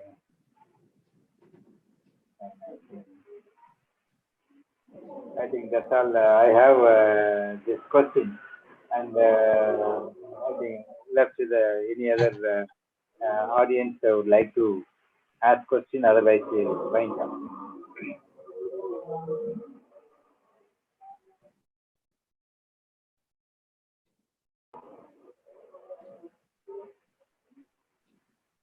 Maybe, and I'll make a small statement.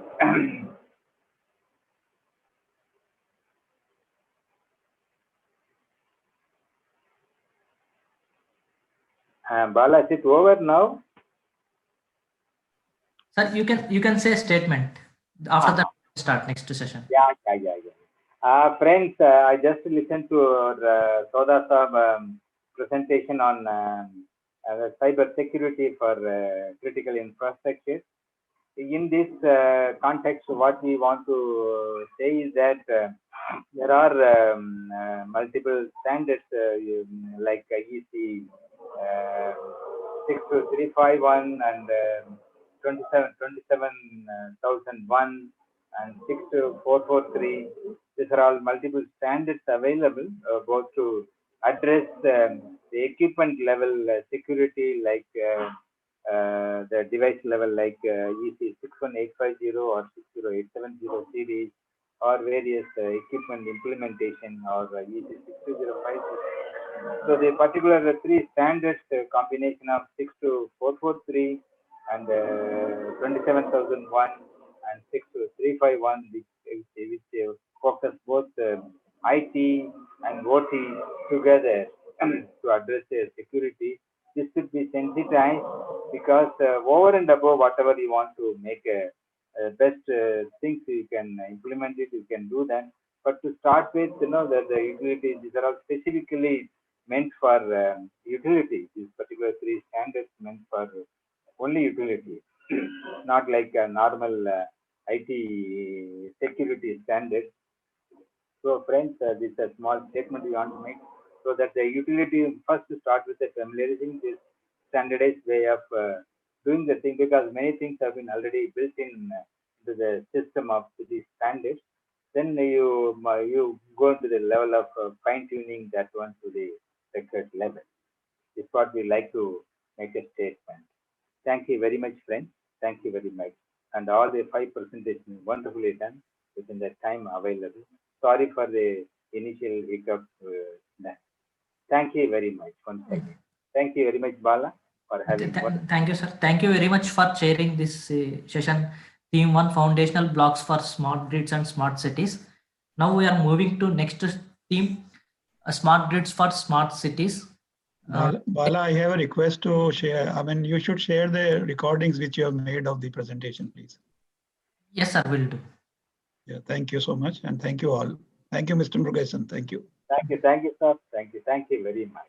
Now we are moving to next theme: Smart Grids for Smart Cities, chairing by Mr. Suhas Dapre. He is the advisor in India Smart Grid Forum. Welcome you, warm welcome you, sir. Thank you very much. Good afternoon to everybody. 1 minute, sir. I will introduce. He is a core power sector professional with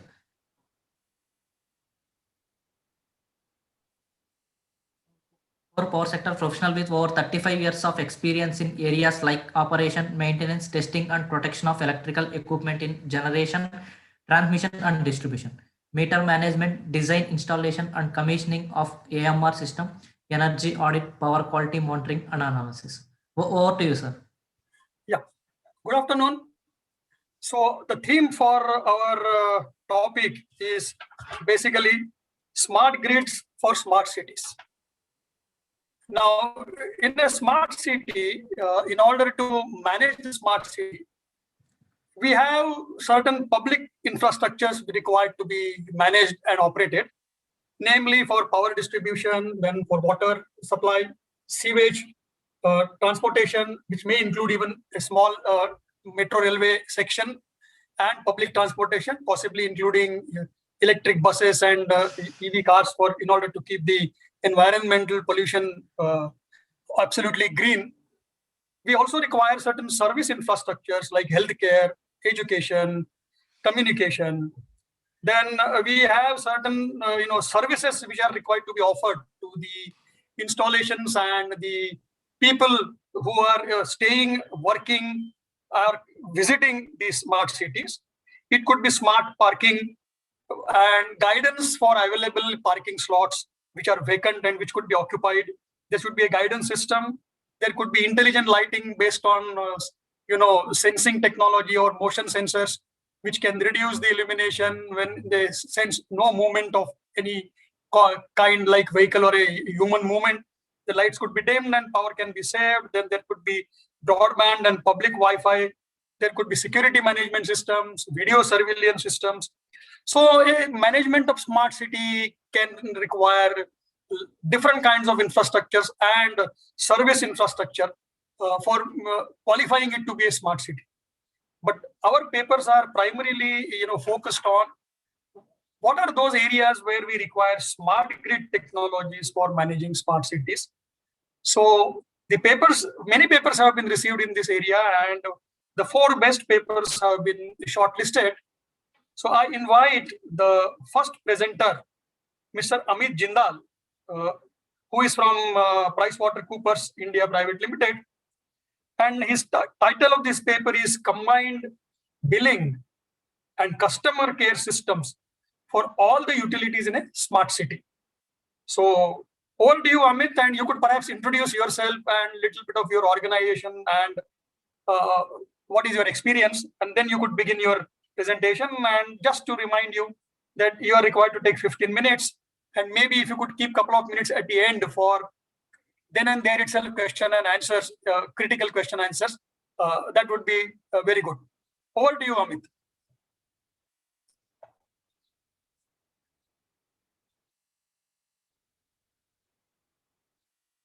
Is Amit there? Yeah.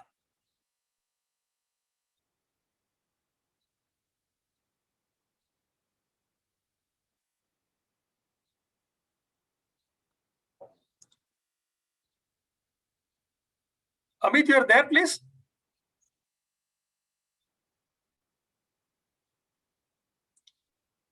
Balu, could you find out whether he is logged in?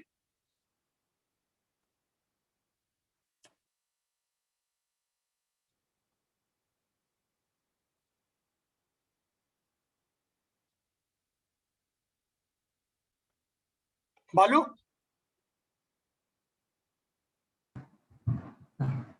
Is Amit logged in? Yes, sir. Amit Jindal is here. Yeah. So why is he not speaking? I think he's mute. You have to unmute him. Yes, sir. I will do. After, can you unmute Amit? Okay.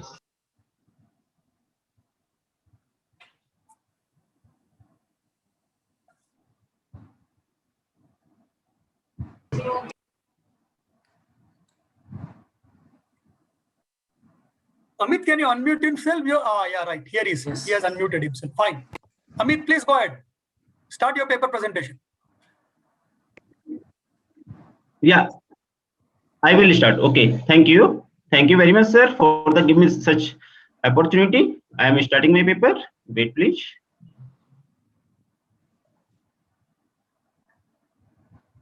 I think so. There is some problem. Bala, can you please share this presentation? Yes, will do.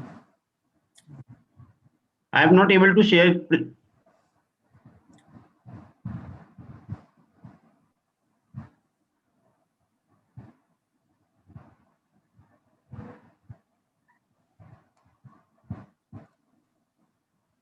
Is it visible now? Yes. Yes, it is visible. Amit, I just request you to first introduce yourself and then start. Yeah. Good afternoon, everybody. Myself, Amit Jindal from PricewaterhouseCoopers. I am part of GRID team under the energy and utility vertical. Here, I am giving the presentation about the combined billing and customer care systems for all utilities in the smart cities. The basic concept about it, that in the current scenario, all of the utilities, different utilities are available in the particular city, which are providing different type of service pertaining to electricity, water, gas, etc. So I am here. I want to give the concept paper pertaining to that. Yeah, billing and customer care service can be combined under the single entity. So that is the theme of this technical presentation. So as I mentioned that collective will of the different utilities under, I will start. Okay, thanks. Opportunity. I am still some problem. Not able to share. Yeah, pertaining. So I am here. I want to get to that billing and customer entity. So that is the theme of mention that collective will of the different will handle meter to calculation. Customer will receive only single bill, and that single bill will be consumer needs to pay only single bill amount the respective entity with the respective utilities. This service will be bifurcated in the two part. One is the billing related services, other is the basic services.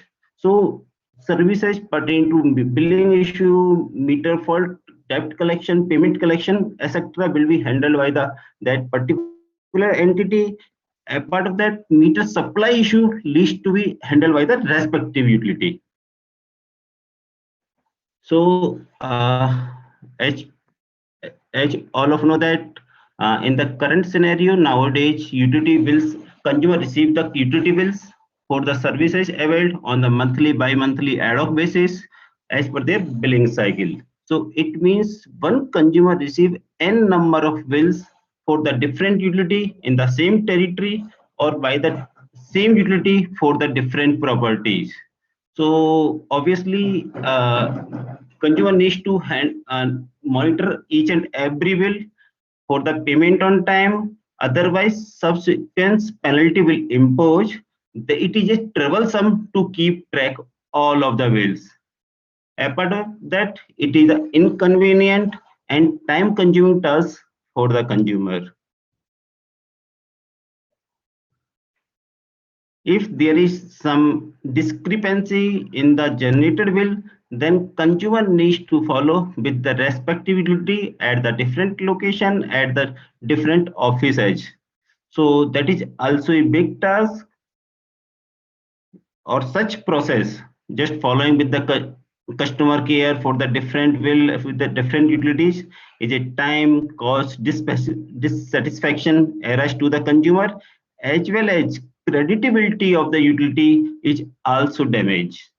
So across the globe, I have analyzed the few data available in the public domain that around 59% is the consumer billing related problems come to the customer care, which can be handled easily by the separate entity.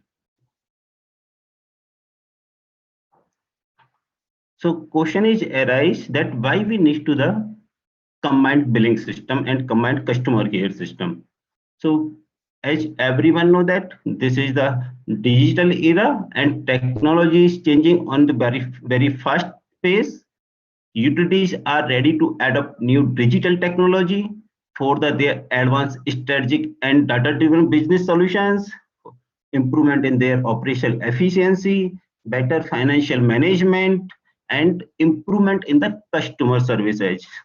A part of this, customers are more demanding for the accurate and transparent bill, and they want to control their consumption on the real-time basis. So combined bill system will mass mailing system, multiple bills in the different billing cycles, different payment timelines, and provide the system, improve the billing and payment collection system. And a part of this, consumer bills dispute can be rectified at only one place.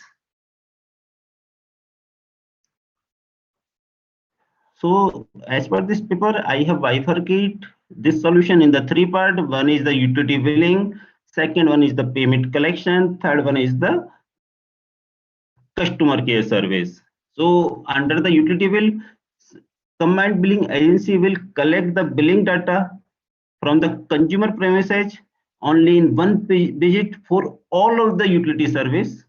They will send this billing data to the respective utility for the calculation of the bill amount and send back to the combined billing agency for the further validation and distribution perspective. Agency will collect, validate of that billing data and compute the combined bill with the suitable payment timelines. So it means all of the utility no need to visit at the consumer premises. So there is the less manpower is required to the with the utility. Secondly, there is no disturbance to the consumer for the frequent visit of the distribution utility peoples. For the payment collection perspective, combined billing agency will collect the payment from the consumers against the combined bill and settle that bill to the respective utility as per their agreement. Amit, just one request to you, sorry for intermittent. Whenever you want to go for the next slide, please tell Balu to go to the next slide. Oh, so sure. What you're talking and the slide are not sometimes matching it. Okay. So when you want the next slide to come, just ask Balu to change the slide. Okay. Yeah, please go ahead.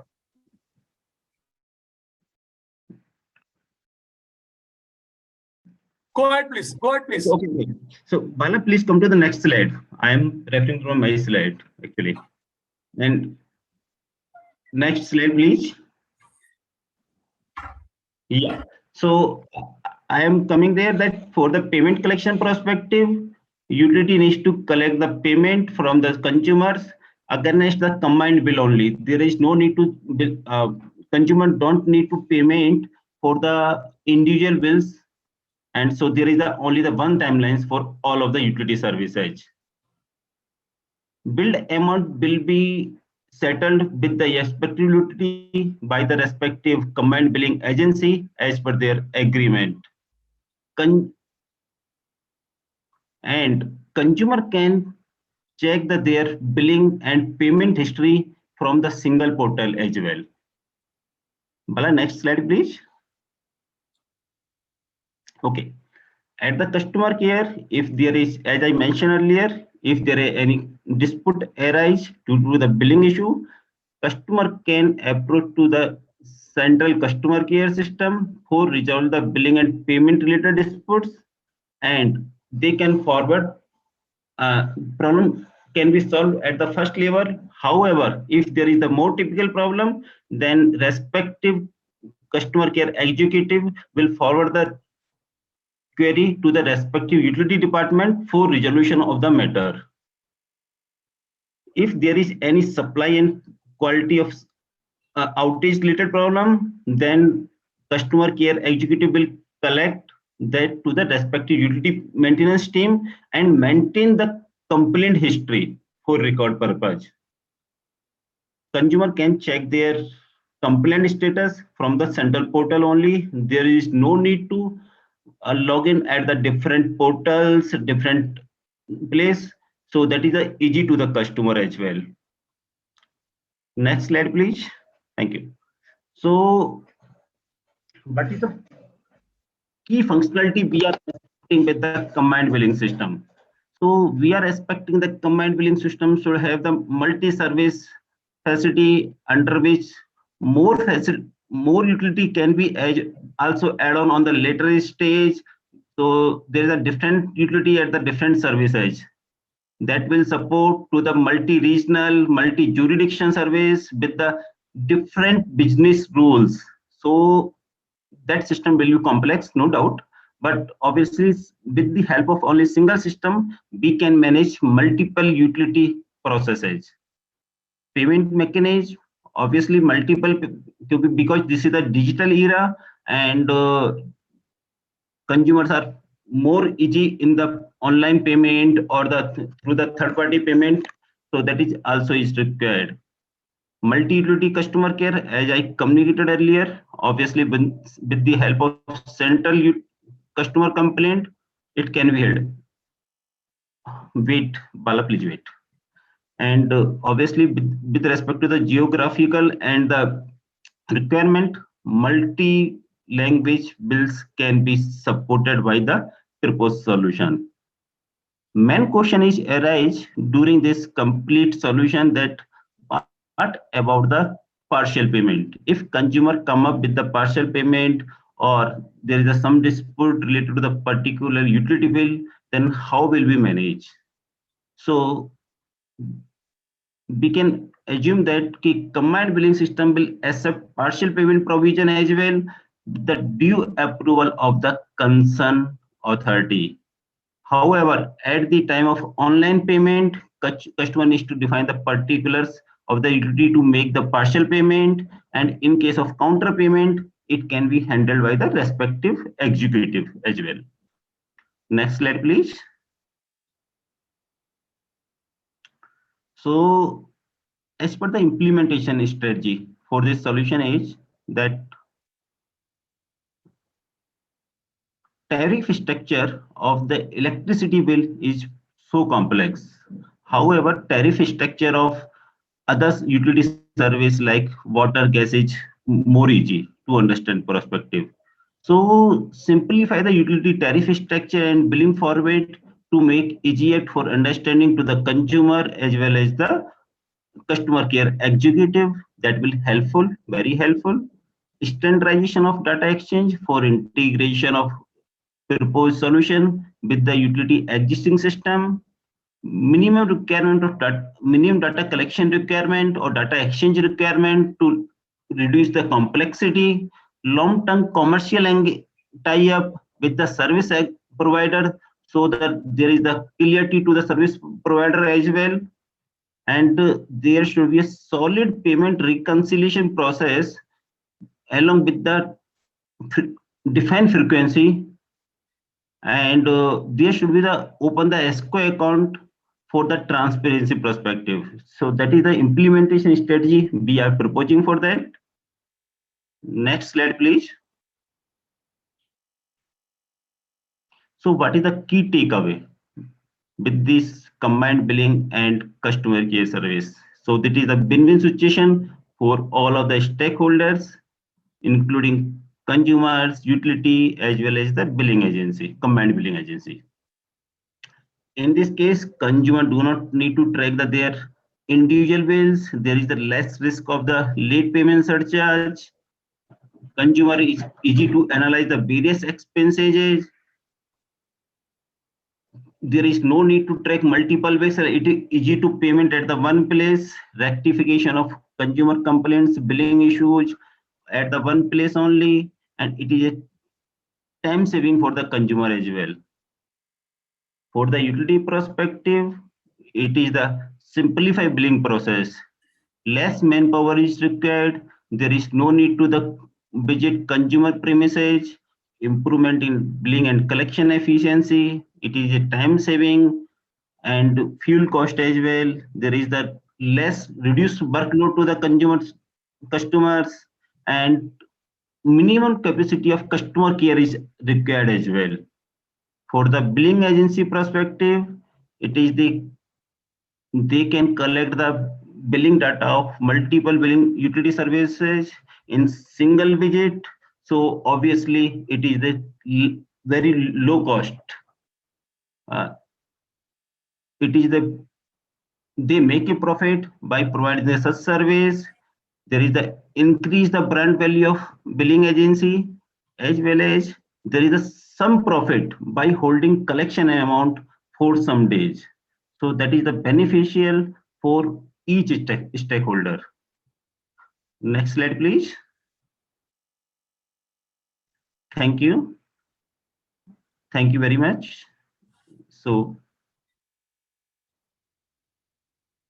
Amit, good presentation, and I like your idea. The idea is very innovative, that if you have multiple utilities, and very rightly pointed out by you that if the billing cycles are different, then customer has to remember his last date of payment, and many times he might miss it and then end up into paying late charges and all that. So the very concept is quite novel. And with the smart metering technologies now available, at least in electricity metering and gas metering, they are certainly available. Water meters also, they are deployed to a large extent in many countries, may not be in our country so far. But if the smart metering technologies are deployed, then even the readings will be available to the common agency at one point. And it's not apparently that difficult to implement this common billing system. However, simplification of tariff and having common simple tariffs for electricity has been the requirement from customers of electricity for a very, very long time. I used to go to public hearings of the Regulatory Commission, and a common complaint of most electricity consumer is hardly anybody understands the components of electricity bill actually, and the losses and energy charge and various other components like fuel adjustment charge. People find it difficult to understand. So simplification of electricity bill particularly is certainly a very laudable objective. But I want just to understand that partial payment you were mentioning, and if some customer pays a partial bill, then which utility he is making partial payment and for which utility is making full payment? How do you propose to handle that part? I am proposing that suppose billing agency have that contract with the three agencies, just electricity, water, and gas. Okay. And consumer don't want to pay half payment for the gas service. Suppose for that, okay. So there is some check provision should be provided in the application. So at the time of payment, they can check, okay, we are providing the full payment, the particular utility bill, we are providing the half payment for the particular utility bill, and we have to place some business rules with the due approval, or at the time of pilot, it can be decided with the discussion of the respective utility, how to handle such situation. Because obviously it is I think so it is the first time discussion about it, and we have to go in the more depth, so it can be handled anyhow in such a way. Yeah, I appreciate that. And in a smart city, the number of agencies which will be managing these services will certainly be less. So Yeah. apparently it looks possible. Any questions from anybody else for Amit? You can always ask at the end of the session, but if there is any prominent question you could ask just now, so that, you know, while the topic is fresh in your mind, you could shoot that question right away. Okay, if there is no question, thank you very much, Amit. Good presentation and very novel idea. I appreciate that. So our next speaker is Mr. Jignesh, and he's going to talk about communicable and remotely operated 11 kV air brake switch with the Earth's blades and fault passage indicator facility. A smart operation switch is what he's calling. So over to you, Jignesh.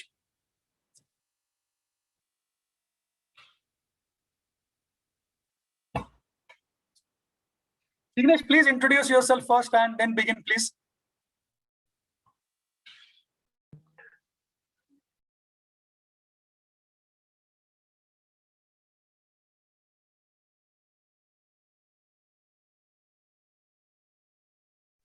Jignesh, you unmute yourself. You are muted. Hello.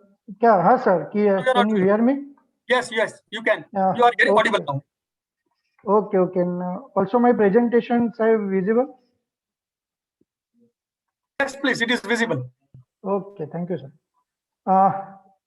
Thank you for ISUW for giving the good opportunity to me for the presenting the smart switch operation.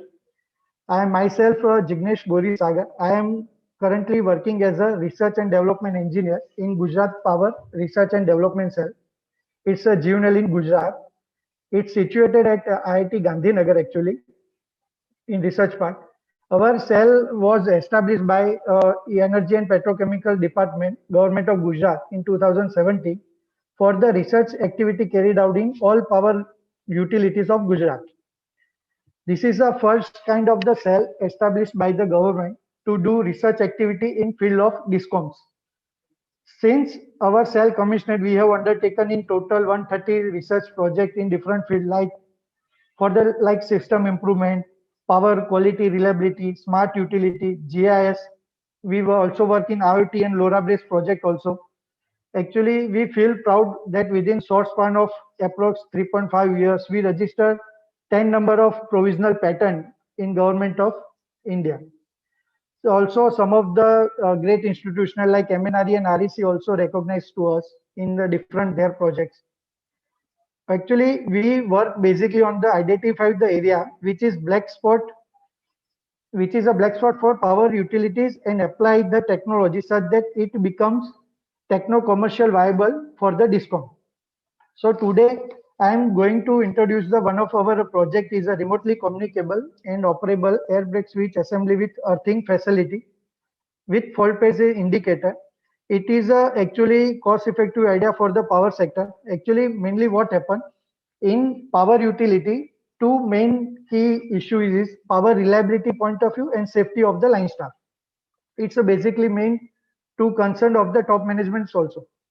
When feeder means power line or goals are interrupted, then line staff in the field are practically use the traditional method like go at the location and operate the switch by manually one by one. It's and use the trial error method, and after that the start the power. So it's take the lots of time, also huge main power, and it's a one kind of the revenue loss of the utility also. It's also called the nation loss also. Also, second is the safety point of view when I talk about that. Okay, during the interruption of the power supply, nowadays no one can live without the power supply. So the phone calls are started, the management call started, okay, you go and restore the power supply quickly. So sometimes they are not using the earthing activity at the field level.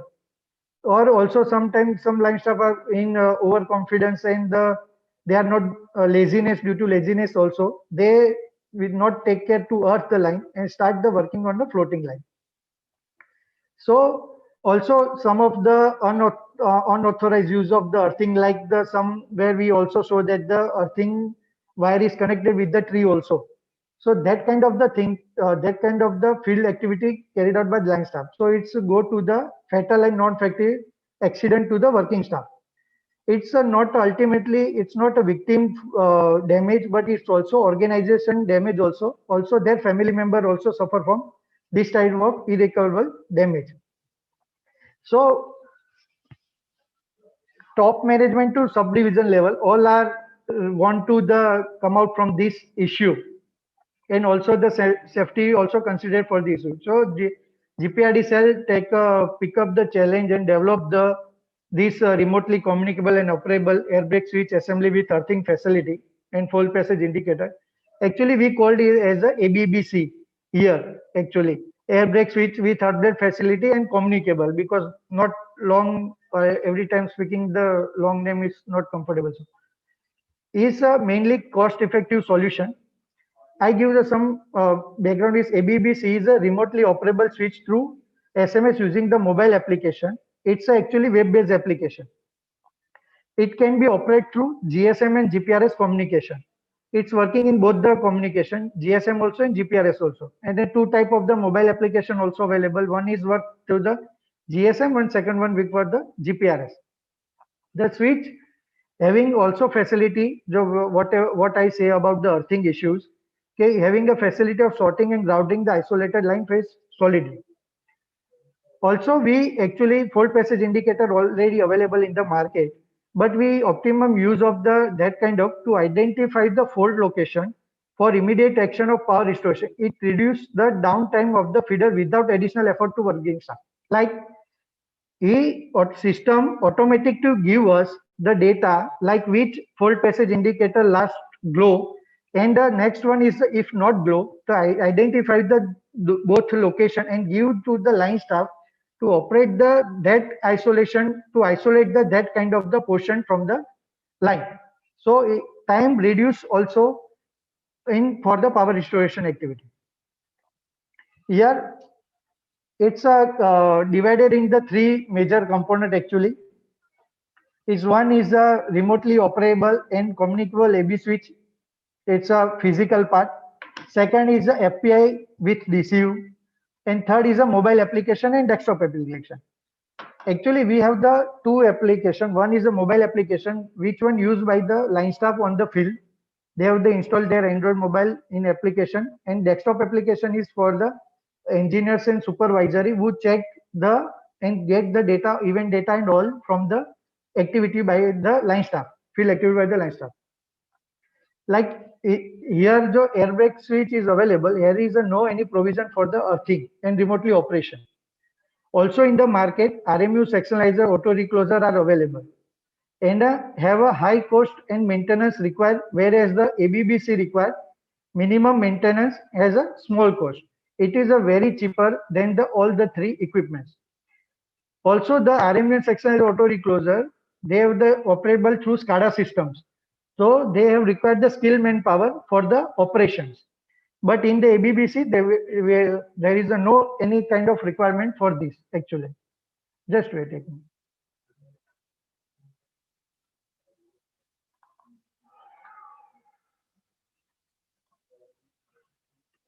Sorry, 2 minutes.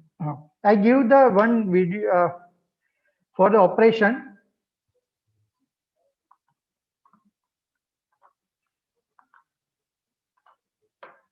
Okay, not.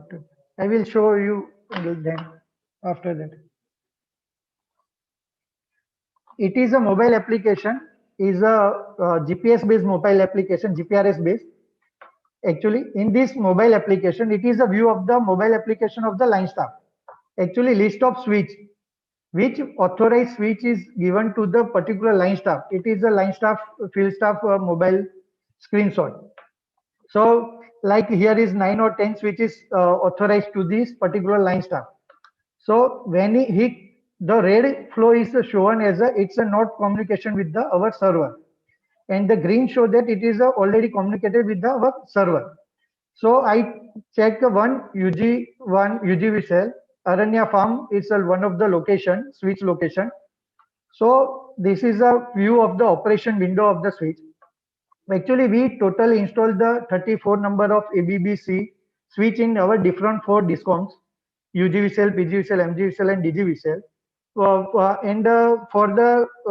all have this mobile application and desktop application. So I first give some explanation in the mobile application. Like, it is shown the last synchronization time with the server. Like when I give the presentation submit at 26 Feb. So at that time I take the screenshot. So 26 Feb is the last synchronization. Last operation. If any operation done by any of the line staff, so it's shown here the last operation date and time. Also, we take the last event, whichever we identify the some of the event which required to the show, like switch operate or not operate. On off condition means battery charger on off condition, and earthing on off condition. So we take the 6 or 7 signal as an event from here the mobile application. But in dashboard, the other kind of all the items is shown in the dashboard. Like battery voltage, what is the battery voltage? Battery charger on and off condition. It is a communication strength shown. 70% is a communication strength shown. Also the condition of earthing, like it's open condition or closed condition, it's shown. Charge current means when the battery charger on, at that time the charging current what taken by the battery, it's also shown here. It's a total operation. Okay, after the installation of the switch at the field, how many operation done? It's like 73 operation done in the Aranya farm. It is a last motor current. Like when I click on the button for this and operate the switch, at that time what kind of the current taken by the motor for the operation, it is come here, like here 10.60 ampere you show. Okay, it's a mass maintenance switch for off is given particularly for the field staff. Actually, it is a very basic thing when mass maintenance work carried out, lots of person are working in the lines. So if by defaultly, if anybody do switch on and off condition, so it creates the safety issue. So when we operate mass maintenance button on, at that time the push button off switch is disabled, like here in 4th page. Okay, the operation button on off button is invisible. So nobody can open or close the switch. Okay, so it is here like mass maintenance on, so nobody can operate it. After all the peoples who on the mass maintenance, he close the mass maintenance, then the displays start. His page is the on condition page, is a off condition page. Also the one event is also shown, like feedback system. Like I try to switch open and close, but it's not occur. So it's also give the event as a event. It's a not occur, operation not done. Okay, so that kind of the it's a mobile application actually, particularly. Now it's a GPRS based mobile application. This one is a GSM based application because we not get the more data through GSM operation. So we only provision 3 things in this mobile application, like switch on condition, switch off condition, and switch status. Actually, when we click switch status, so it gives the exact switch status is on condition or off condition. Also, we give the provision of the password when we click on the both side in GPRS also and GSM also. When we click on the push button here or switch on condition, off condition, they asking us what reason you do the switch on and operation, like maintenance and other things.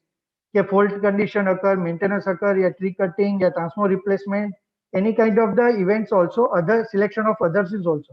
Also the ask the password, it's a one type of password, like when we any transaction in any banking sector, Axis Bank, SBI, so they asking for the 4-digit or 6-digit password to us for the confirmation as a operation. So that's also asking by them. So nobody in randomly clicked it anybody, then it's a field level, it's a occur or not. Second, 2 and this one is a dashboard portion. It's it is a PGVCL page, Paschim Gujarat વીજ Company Limited page. That is a total 9 number of switch installed. 8 number is live data coming. 41 count means number of operation of the switch at that time 41. It is a company of 4 UGVCL, MGVCL, PGVCL, and it is a manager. We decide the who operate the switches. It's called as the manager, and the line staff also consider it. Also, the page is what I already checked. All the when we go the switches, like here in click on live switches, then we get the switches data here. Like switch is open condition or closed condition, voltage, charging current, on condition, earthing on, and number of operation, single stand, and all the events. We already been available in the mobile application also and here also. Also, we facilitate one thing as a pilot project like battery voltage and motor current for identification of the actually 1 or 2 year. It is a mainly issue of the battery. कि battery diet हो जाती है or if not usable after the 2 and 3 years or how many means current value क्या है उसकी और कैसे उसकी life कितनी बढ़ा सकते हैं operation life and ABBC how many operation after the power shutdown. So all the life of battery and the for the selection of future battery in the ABBC project, we give this and identify the which type of the battery, which level of capacity of battery we needed in the project. So key takeaway and recommendation like through this minimization of the fault restoration time, obviously the time identify FPI through and we remotely already know the isolated portion in our system. So we know and operate the switch. So fault restoration time is already reduced. Improve the power system reliability. Always promote identification faulty section. Yes, through API. Electric accident to the utility shaft shall be eliminated almost. Yes, chances of less to go to the line and activity without any already consider the faulty portion. So also the earthing facility given. So ultimately staff shall be eliminated almost. Accident. Customer satisfaction increase by improve the power system reliability. Main thing is no need to establish the SCADA control room additional staff setup. Like here is the main issue of the staff setup in the all the utilities to engage the extra staff for these particular activities. Like SCADA control room also, what happens in SCADA control room also, when any issue occurs in the field, they call to the SCADA control room and a SCADA control room take the initiative and the operate the switch RMU or acceleration auto recloser. But the time taken by the all the communication are sometimes the take a huge time. So if any emergency condition in the field like wire broken and all the things happen in accident occur, so at that time the quick power on off required. So at that time the mobile application through line staff is individually at the place he do. So time is very much reduced in the this, and also the main thing is it's a cost effective solution. No extra cost is required to the burden to the utility for setting the SCADA control room and additional staff setup. Second thing is livestock substation and breaker will also increase. Like number of operation is a less trial error method to manually. So already life of and breaker is also increased. Pinpointed precise maintenance can be done. Like if my switch is operated, I check, I have all the switches counted. Also, I have the put the reason why they operate the switch. So identify the each and every location. Okay, why are these switches required more to operate in the faulty section? So I easily recommend to line staff as an engineer, okay, you go and the maintain particular first this line. So the chances of number of fault is reduced and also power reliability increase. Increase the confidence of the utility working staff. It is mainly main issue. Like in RMU, sectionalizer, auto recloser and other products, they have the contactor is inside the mounted. So it's not visible to anybody. But it's on condition, off condition. It's not visible to anybody. But in this switch, it is open or close contact. It's visible to everyone.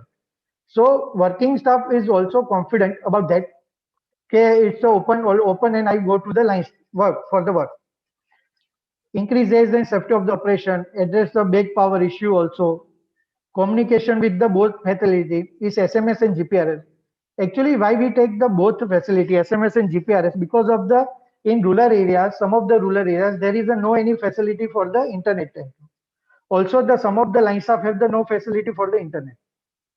So at that time, they are using the GSM modem and SMS system.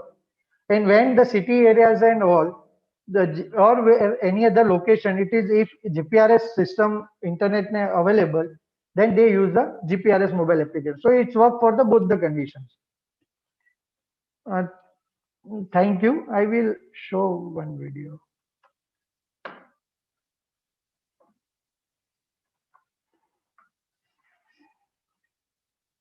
It is a one video I take a ABBC switch actually.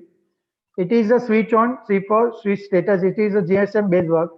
I already told you. Then select the various option like for faulty carrier testing, line shifting, new line extension, transformer replacement, STLT pole broken, emergency shutdown.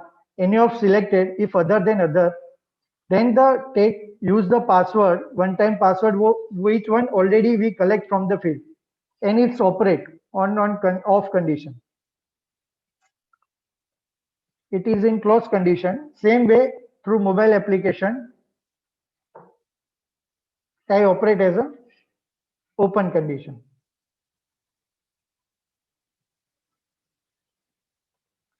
So actually we developed the three kind of the first we developed actually GSM based application ABBC switch. Then we go for the offload GPRS base, and third version is the onload switches actually. So that's why we have the onload and offload both condition operable switch with remotely operation. Thank you. Thank you, Jignesh. It was a nice presentation. Thank you, sir. Good work. I just want to ask you a couple of questions. What are the field devices required at the location where this air brake switch is installed? Apart from the switch itself, what field devices would be required? Means what for kind of the receiving your field devices? command and for ensuring that communication equipment, what kind of communication equipment required to meet the auxiliary supply required for that devices? Yeah, actually we give the provision for the four-way through LTE supply nearby transformer centers supply. Like LTE supply nearby, if any transformer available in here, then use the LTE power in the actually urban area and some of the villages. But second is a weak provision for the PT. Through PT we give the supply for that 11 by 1.110 volt PT use. Or third is use the solar system also. Okay. Solar panel through. So what is the auxiliary power requirement? What kind of power requirement is there? 230 volt. 230 volt. Okay. And this is what? You have data concentrator or DCU or what kind of device is there?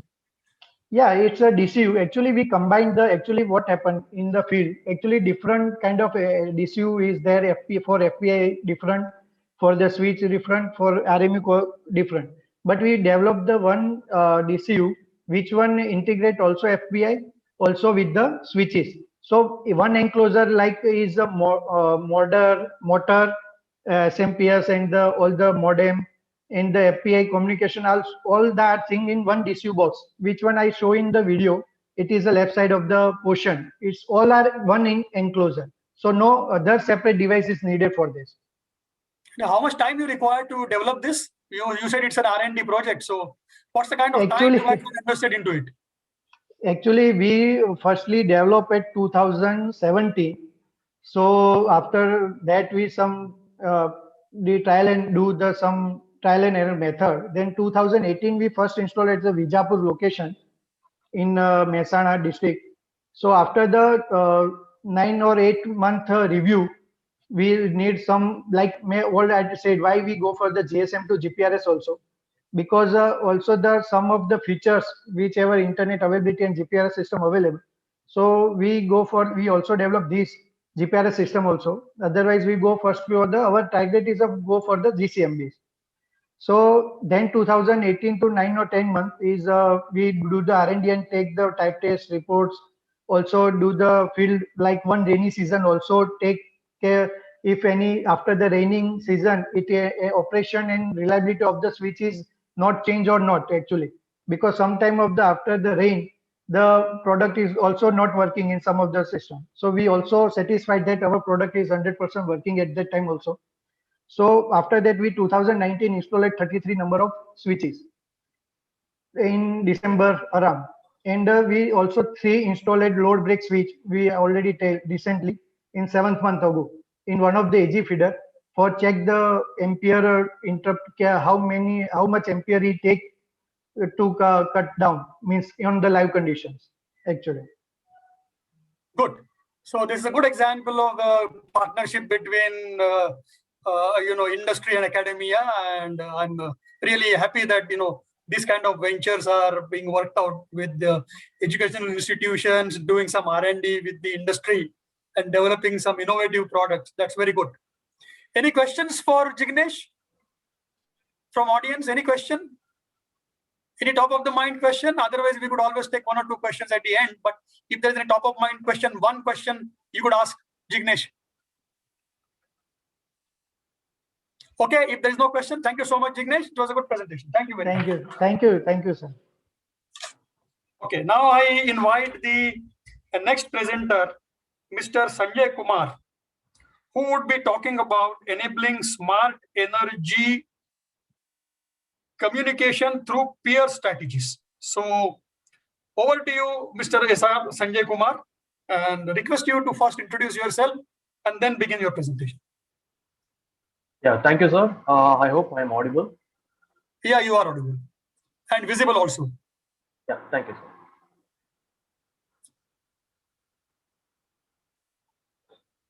Balu, can you show his presentation? Yeah, I am just sharing my screen. I hope you can see the screen, right? Yeah, we can. Can you go into full presentation mode? Yeah. Okay, fine. Yes, sir. So good evening, everyone. This is Sanjay Kumar from Green Business Certification Institute, India. And I am working as technical specialist for the past 2 years with them. And I'm currently engaged in the enhancement of electric grid reliability, resiliency, and sustainability through the evaluation of power system performance of major infrastructures across the globe with GBCI's peer certification program, which I will be introducing to you shortly. So I'm really glad to present to you all about enabling smart energy communities through peer strategies.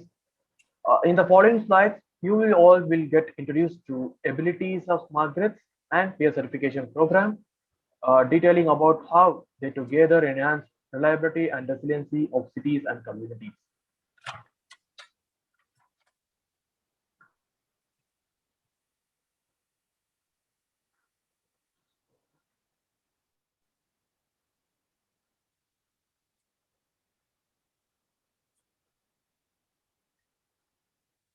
Is the slide not changing? Yes, sir. Balu, can you help him? Sir, hello. Yes, sir. Otherwise, I can share your presentation. Okay.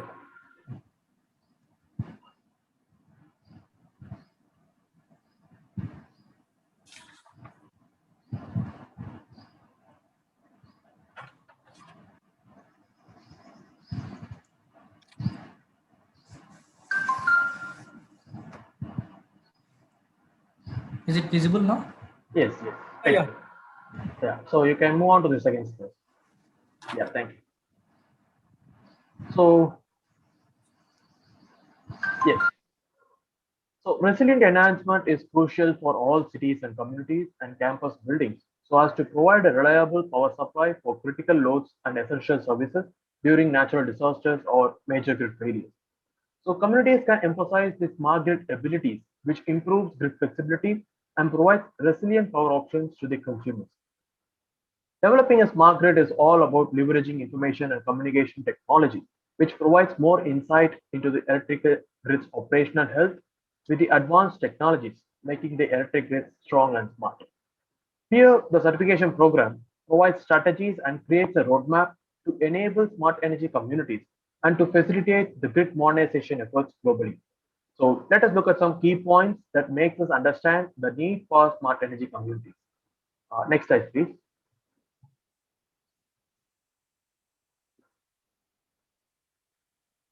Yeah. So over the last several years, we are experiencing different type of disasters, both natural and man-made, such as storms, floods, wildfires, cyber or physical attacks.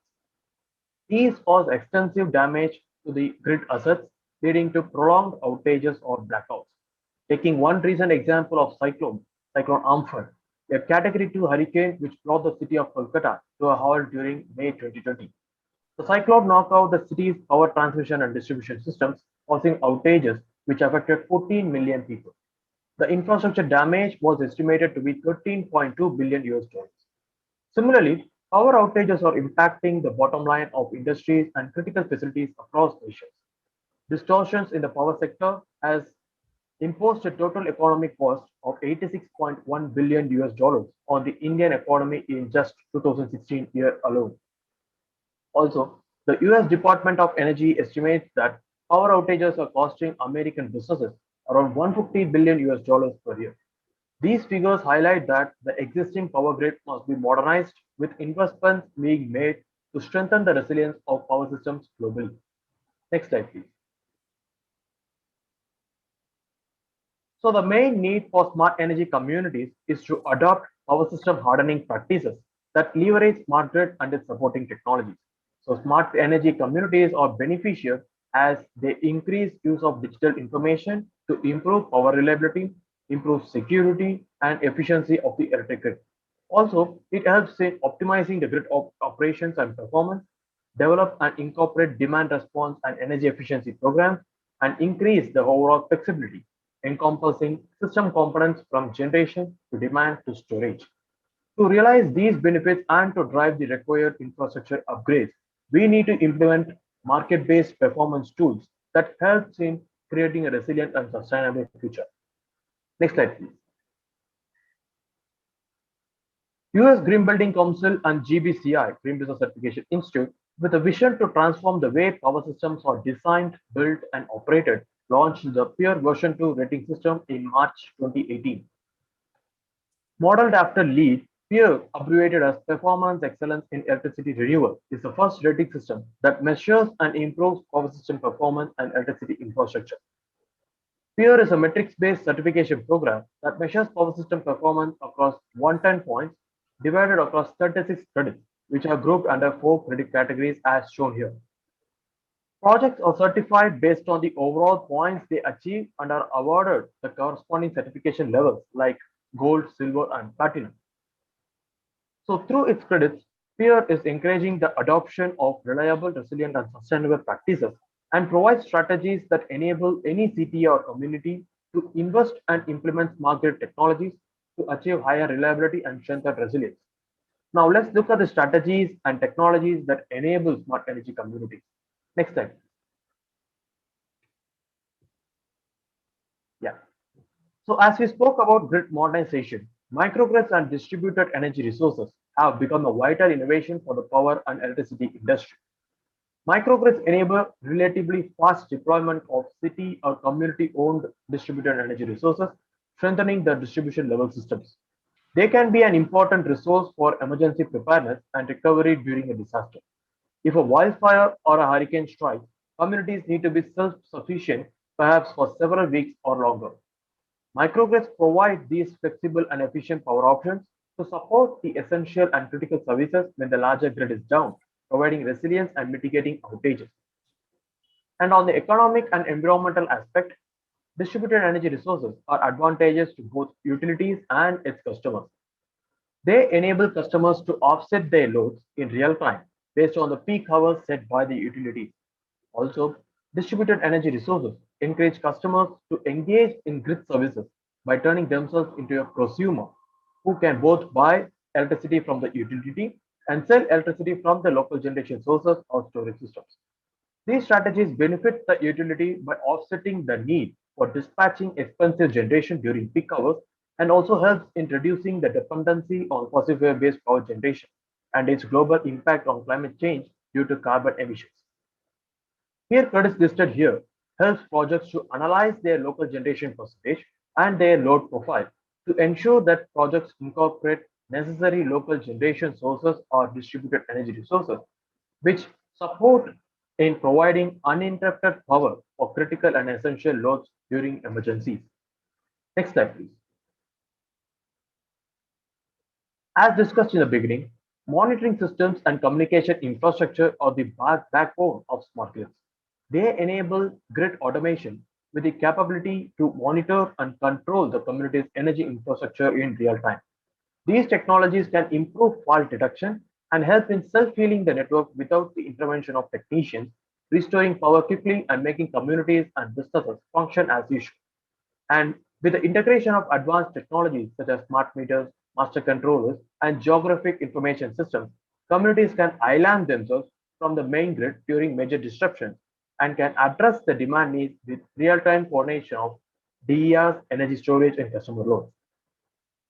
Through Clear Credit's advanced metering infrastructure and master controller, cities and community projects are advised to permanently install advanced meters for all the customers and master controller to optimize and control the electricity system in real time. Among the power system design strategies, through distribution redundancy and auto restoration credit, Peer makes projects to ensure that grid power can be supplied via multiple distribution pathways to the project boundary, and if the circuits can be automatically re-energized during any fault. Apart from natural disasters, smart energy infrastructure needs to be protected from cyber attacks as they are connected to internet and are more dependent on cyber physical systems such as SCADA and industrial control systems. Peer also provides projects with a framework to ensure secure network operation by developing cybersecurity policies, thus building public confidence in grid modernization. Thus, these smart grid strategies and abilities enhance the overall grid performance, improving the power system's resiliency and reliability. Next slide, please.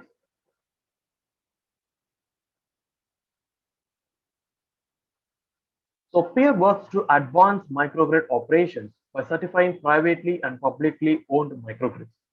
A Peer Gold certified microgrid in Illinois is one of the most technologically advanced microgrids in the world. With live customer loads and having seamless transition capability, this microgrid became the first in North America to have such advanced functionalities.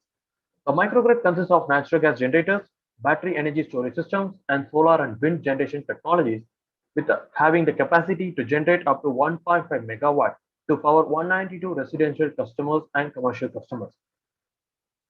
89% of the project boundary is supported by advanced meters with bidirectional communication system enabling customer engagement in grid services. This microgrid is the first utility to install a military-grade cyber-secure microgrid controller, which enhances the resiliency of the overall energy infrastructure by eliminating every cause of cyber attacks. Also, 100% of the project loads are provided with an alternate power supply, strengthening the power system reliability. Separate backup sources are also in place for their technological application control center, which controls the microgrid. With these implementations, they were able to minimize their outages, and Peer helped in analyzing their power interruption for their project boundary, and we came with a result that they have less than 2 minutes of sustained interruptions per year. So as a microgrid utility, it demonstrates that decentralization can help tackle the energy challenges of the 21st century by creating an optimized way to access reliable, green, and resilient grid system. Next slide, please. So to conclude, 3 global trends that are turning the energy sector upside down are decarbonization, decentralization, and digitization. These together comprise what is called as the smart grids. With the right combinations of smart energy technologies, communities have the ability to boost their energy resilience while also lowering costs and emissions. Through peer certification, cities and communities can assess their whole electrical infrastructure based on a comprehensive, balanced scorecard of sustainable performance criteria and can invest in the right technology that can help in transforming or enabling themselves into a smart energy community. With a main mission to deliver sustainable, reliable, and resilient power systems, Peer is helping communities demonstrate leadership in designing and operating an energy infrastructure that adapts to the realities of human needs, finite resources, and changing climate. Next slide. So with this, I thank ISGF and the organizing team of ISUW 2021 for giving me this opportunity to discuss about peer and the grid modernization strategies with all these energy experts. So if you need to peer certify the power system of your community or campus, you can reach out to us by these email IDs or through our website peer.gbci.org. Have a nice day, everyone. Thank you. Oh. Thanks a lot, Mr. Sanjay Kumar. Thanks, sir. So peer is primarily a certifying body? Yes. And is it mandatory or how? I mean, what's the process? Somebody has to approach you and you do the audit, or what? I mean, can you just tell us in a couple of minutes? I mean, how does it work? Sure. So peer is a private certification body administered by Green Business Certification Institute. So you might have learned about LEED certification for green building. So similar to that, peer certification was launched, and it is not mandatory, but we promote ourselves like if you peer certify your campus or community, so we can tell you that your power system is much more reliable, resilient, and also your project has incorporated all the advanced technologies. So even if some project hasn't thought of investing and implementing the advanced technologies like smart meters or energy management systems, etc., we provide them the strategies, but we are not the consultants. So we provide just the strategies and the benefits that the project can achieve through the implementation of all these advanced technologies. Also, we promote renewable energy technologies also. So one can identify and analyze their the benefits through which they can achieve through the implementation of renewable energy technologies, like the cost savings, the energy savings, and the amount of emissions that they are going to mitigate. Okay.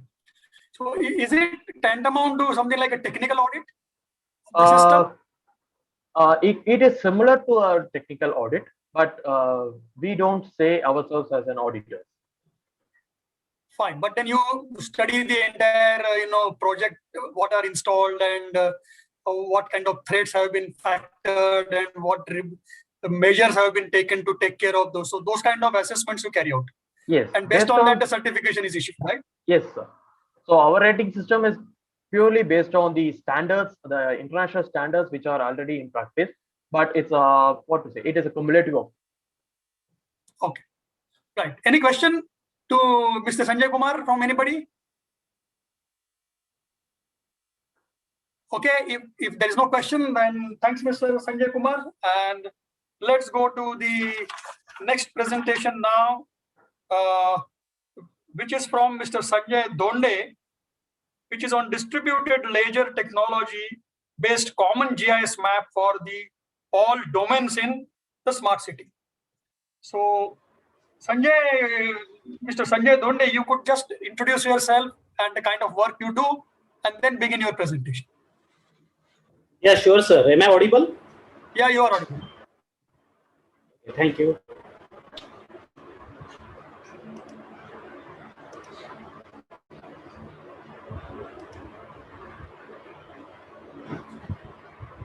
Okay, so good afternoon, everyone.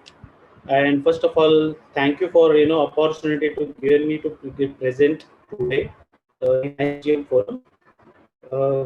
Myself, Sanjay Donde, from Orange Current Technology. So Orange Current Technology is a startup. It's a Mumbai-based startup. Focus on developing blockchain technology solutions in energy and utilities sector.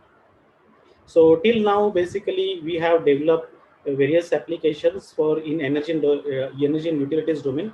For example, peer-to-peer trading, then RTS monitoring, and so like currently, like our distribution implementation like MACDSL and all, those are facing lots of challenges in their financial challenges. So we are also working on to resolve the challenges. For example, we are working on developing a solution to collect a payment in remote areas. So all these applications are basically on blockchain technology based. So that is what about myself and my organization. So if you permit, I think I can start today's topic, today's presentation. Please go ahead, Sanjay. Okay, thank you. I hope my title slide is visible to everyone. No, it's not visible. We are only seeing you. Okay. We are not seeing your presentation. Okay, just a minute.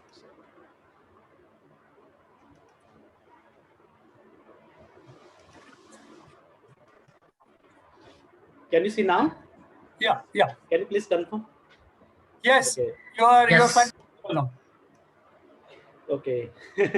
Thank you. So basically, my today's topic name is distributed ledger technology based common GS map for all domains in the smart city. Myself, Sanjay Donde, and along with me, co-author Inzam Ansari is also joined this presentation.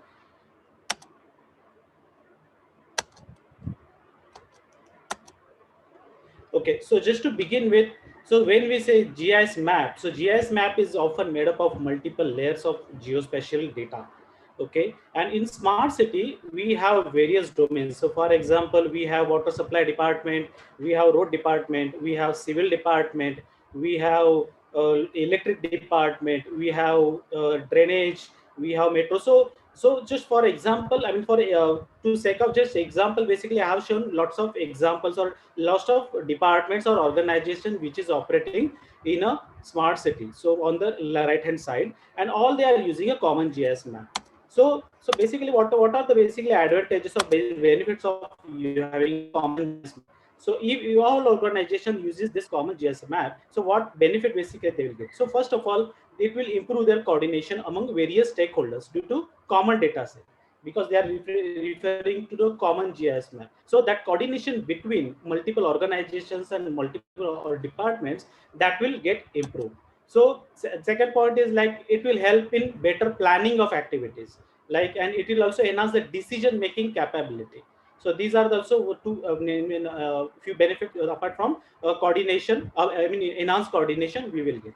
Okay.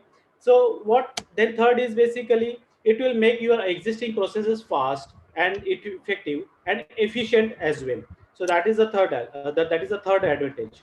Then it will also help in disseminating information for benefit of the public at large. For example, land plot report, zone confirmation report available to the public quickly and efficiently. So just to give you example, we apart from blockchain, basically we have developed a land information system for one of the organization, and we found that our experiences, like if someone wants to have this land plot report, so then basically that person used to visit that utility, that department, he used to make the offline application, and then basically and then there I think then he has to pay the fees, offline fees, and then I think it used to take around 7 or 8 days or 10 days, and then basically then he used to get those reports, that is a land plot report and zone confirmation report.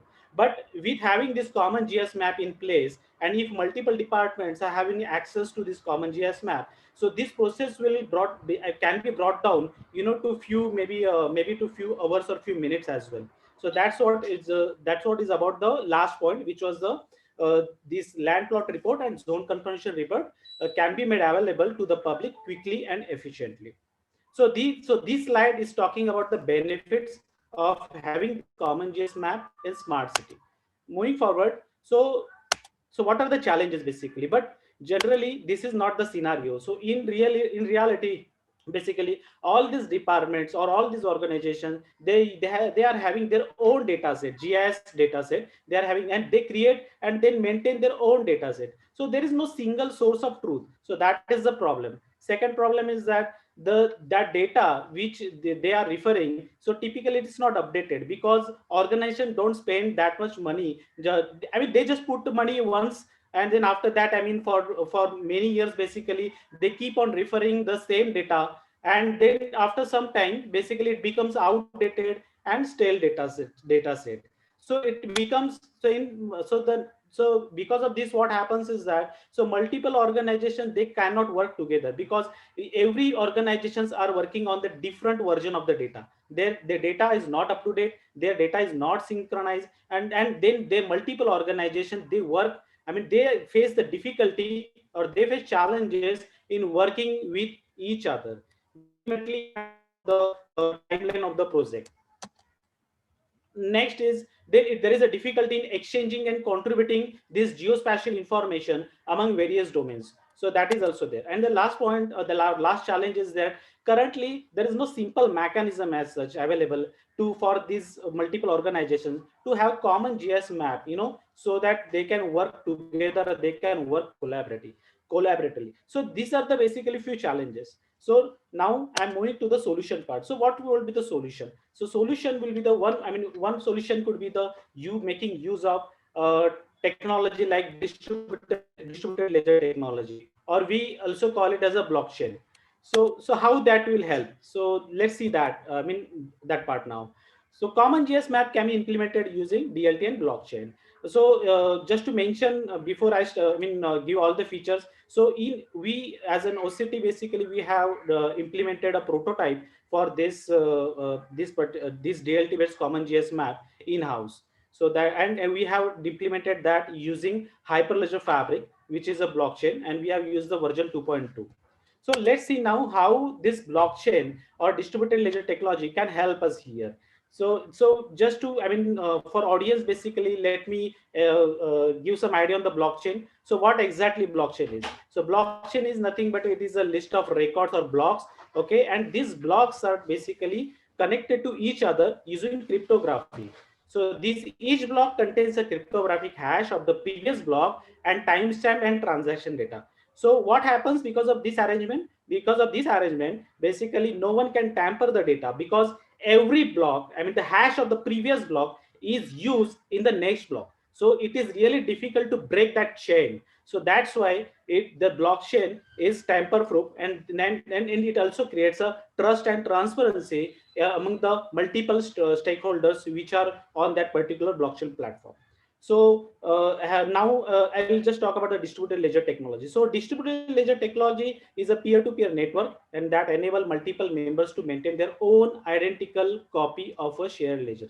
So what I meant by that is basically, if I have multiple stakeholders on my blockchain, so every stakeholder or every organization will have their own shared ledger. So every organization will have their own identical copy of that shared ledger. So everyone will have the node on the blockchain, and they will have the exact same copy of the data. So now just to move, so now I just talked about the blockchain and DLT, that is distributed ledger technology. Now I'll just brief you the various features, right, of this particular technology. So first is multiple stakeholders. So it allows multiple stakeholders to come together and work together on this platform, that is a blockchain platform. Second feature is a shared ledger. So that means, every stakeholder is having their own ledger. So every participant of this blockchain network will have one copy of the ledger, and they will use this, that particular ledger is shared among other stakeholders. That was the second feature. Then consensus protocol is there. Then data integrity is there. Then smart contract is a core feature of the blockchain. High security is there, and immutability and timestamp. Now what I'll do is basically on the next slide, I'll walk you through these various features one by one. So multiple stakeholders, as I mentioned previously on previous slide, so it permits multiple stakeholders to own, manage, and share geospatial data with other stakeholders. So why I'm talking about these features? Because all these features, these features basically is going to help me build a common GIS map.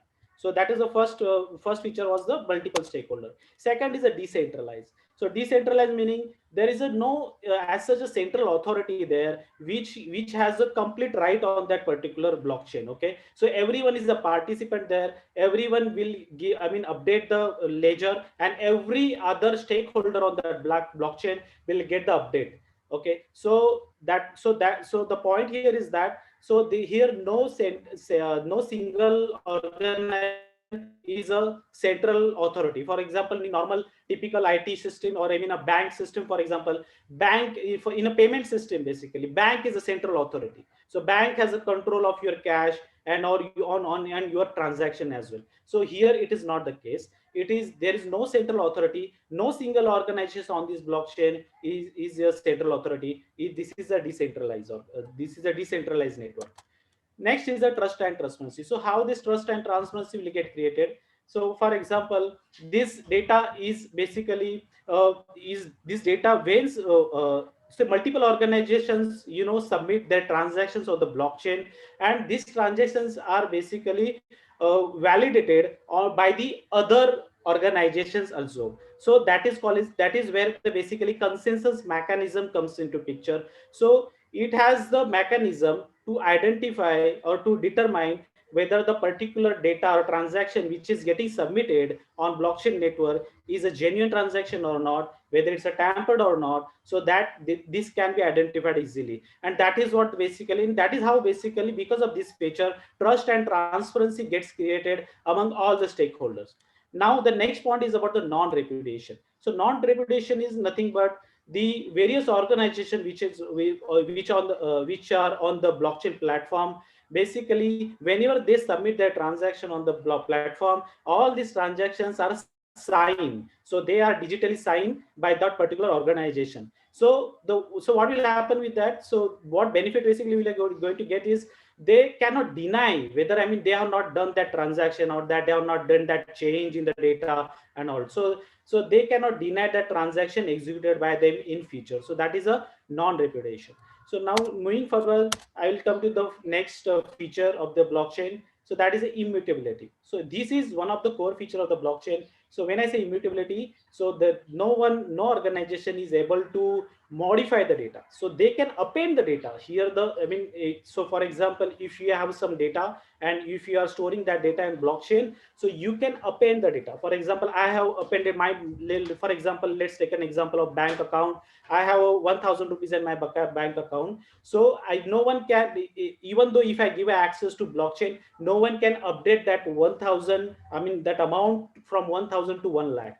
Okay, here what organizations will be able to do is they will able to update that data. For example, if I add 500 more, so that will get updated. So it maintains basically the version of each asset or each data basically. So initially it was 1,000 rupees, and then I added a 500. So it keeps a record, it keeps a version. So that helps, and no one basically replace that 1,000. It is not possible. As I told you previously, so this data is storing in the form of chain, in the form of block, and these blocks are basically are tied to each other. So no one can replace just one block in the between in this chain, in blockchain. So now next is auditable. So auditable, this is also a very good feature, which which helps for the for example, in utility also we can see that utilities spend lots of money on just doing the audit feature and just doing the audit part. But here basically all the transactions which are happening on the blockchain, we can track those transactions since inception. So that is a day one, we can track all those transactions, and that's the reason basically we can track and trace each and every transaction, and that's why it is becoming a auditable. So no external audit is as such is required if you're having a blockchain. So next thing is data security. So when I say it is more secure, why? Because every organization is having copy of shared ledger. So and basically, so that means it is not depend on just one system. If even though one organization or one peer gets crashed, it doesn't make any difference. They can sync with the other organization, and hence your data is secure. So basically that's how this particular feature is also that feature also helps us. The last and very important point here is that smart contract. So smart contract is a very core feature of the blockchain. So what is the smart contract? Just to mention, or just to give some, if I want to explain it in 1 or 2 lines, what I'll say is basically these smart contracts are basically programs or predetermined programmable logic basically, and they get executed when predetermined terms and conditions are met. This is one thing. And second thing is that it gets executed without any external organization's involvement, so without an intermediary's involvement. And third part which I would like to add here is that this smart contract, I mean, the code which is written in the smart contract is visible to all the organizations which are participating in on this blockchain network. So, and no one can simply just change the code or do the modification without the consent of other organizations. So that is what is the smart contract. So these are the basically features which helps us, okay, and preparing or in developing this common GS map. So as I mentioned on the first slide, we develop one prototype using blockchain, and as I mentioned, like we use the Hyperledger Fabric version 2.2 in this implementation. So I'll just go a bit. I just explain you about the how this architecture is and all about the major components of this architecture. So in the center part, you can see that the blockchain network is shown. Okay, if you can see my mouse, I'm hovering a mouse. Okay, so center part blockchain network is shown here, and these 4 blocks are nothing but a 4 organizations, and each organization is having their own node on this blockchain network. Okay, now this blockchain network, okay, then basically just to interface with this blockchain, we have an API mechanism. So if you want to interact with this the various nodes, then APIs are in place. We can, with the help of API, external clients can talk to these blockchain nodes.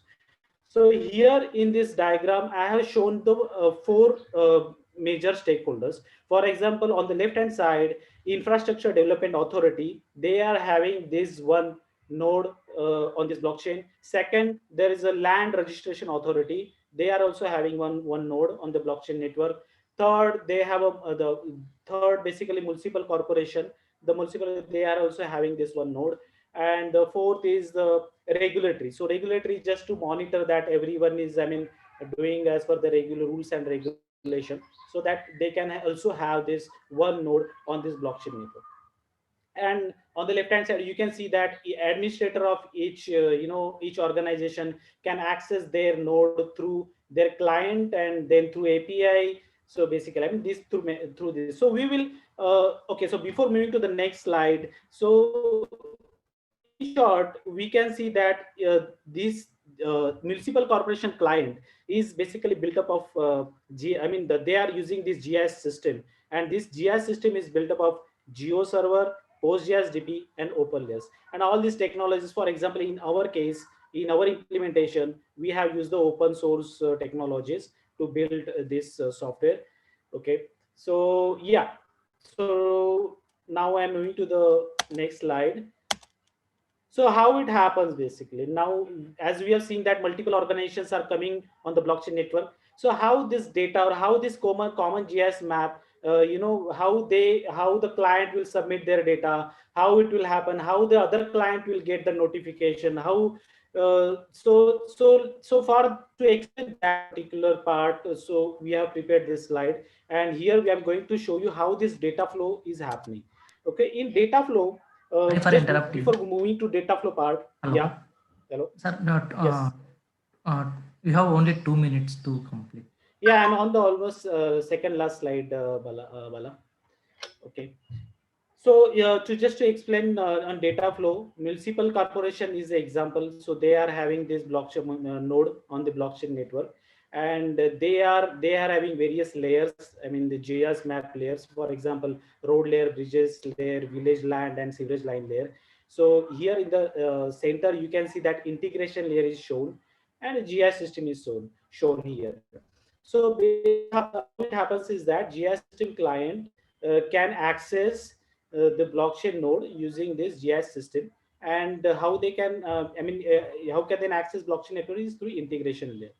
So in data flow, I'll just go one more time that also, for example, municipal corporation user edits some of the layers and submits updated data to blockchain using write transaction. So this is their system. This is the municipal corporation's client system.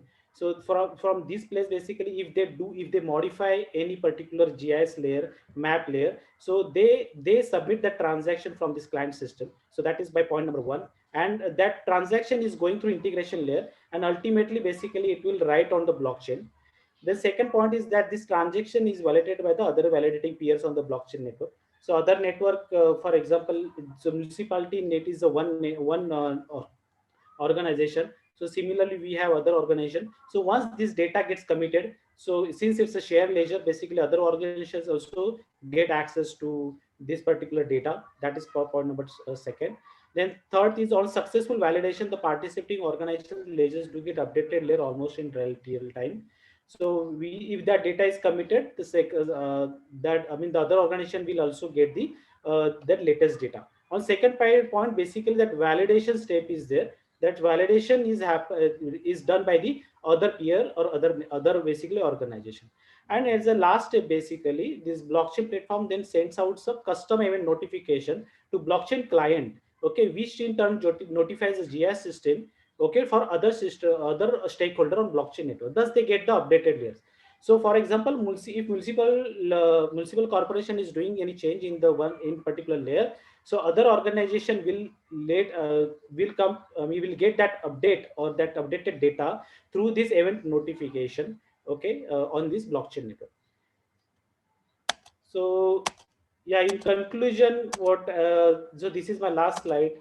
So basically, what we have seen is that, or basically DLT basically allows various domains in smart city to exchange and contribute geospatial data among themselves almost in real time. Then all domains always work on the latest and same version of data. This is the benefit which we get using this blockchain-based common GIS map. Then third point is it makes your work fast. Then it is effective and efficient as well. This result in faster work approval. So then it also helps in doing a better planning for activity in various activities. It also enhances decision making capability. It reduces overall time, effort, and cost spent by multiple organizations. And then all the changes with respect to spatial data can be tracked since inception. It can be enhanced to provide a one-stop shop access to all type of information reports. For example, I don't need to visit to multiple counter. I can just visit a single counter and get the zone confirmation report. Yeah, so in application, in smart city, so it helps in enhancing integrated planning purpose. It helps in preparation of DPR, payment of road installment charges, obtaining faster work permission. It helps in better coordination among different public utilities for related to electric cable, gas pipelines, water pipelines, telecom lines, and overall it reduces execution time and improve better coordination among various stakeholders. So yeah, that's all from my side, and thank you very much for listening. I mean, for showing the patience. Thank you very much. Sanjay, it was a very good presentation, and I would appreciate the very concept that you need coordination between various agencies, not only for smart city, even for the actual so-called non-smart cities. In fact, one of the major challenges most of the distribution utilities face, in which I worked for a long time, is this lack of coordination and one utility trying to carry out their repair work, damaging the asset of the other utility, and with so much infrastructural activities going on today in major cities like metros and major highways getting revamped, the damage of the cables by a utility who is attending a drainage problem or stormwater drain problem is very common. And it has been always a challenge of how to coordinate with each other and inform each other what is the activity that have been carried out. And one other challenge that you very rightly mentioned is probably the updation of the data. Most utilities, as you have very rightly said, do not update the data. Now, I was just trying to understand that if you don't update the data, how is blockchain going to be really useful to you? I'm sharing with you, but I'm not updating my data. So what am I sharing with you?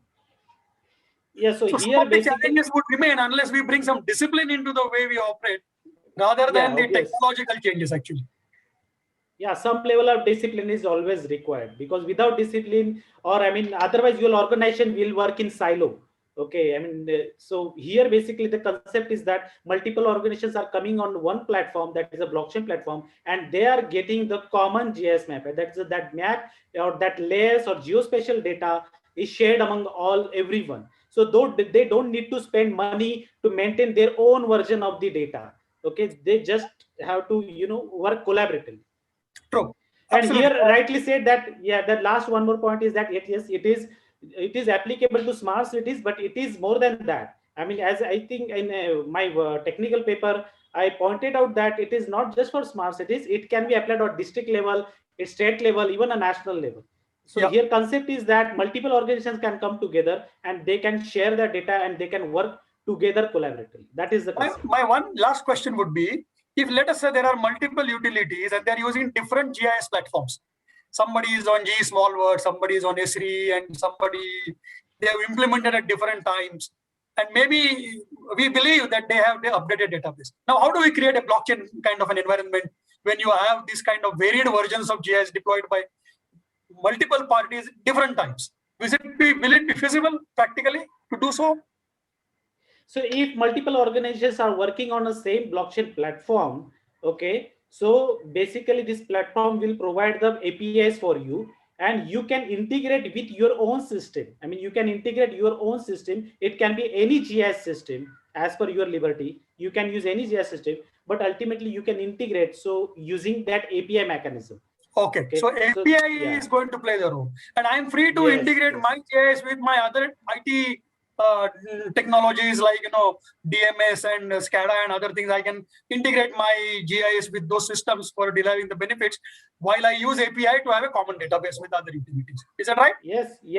You are free to do so. Okay. Thank you, Sanjay. I really find it very, very wonderful presentation. And are there any questions for Sanjay?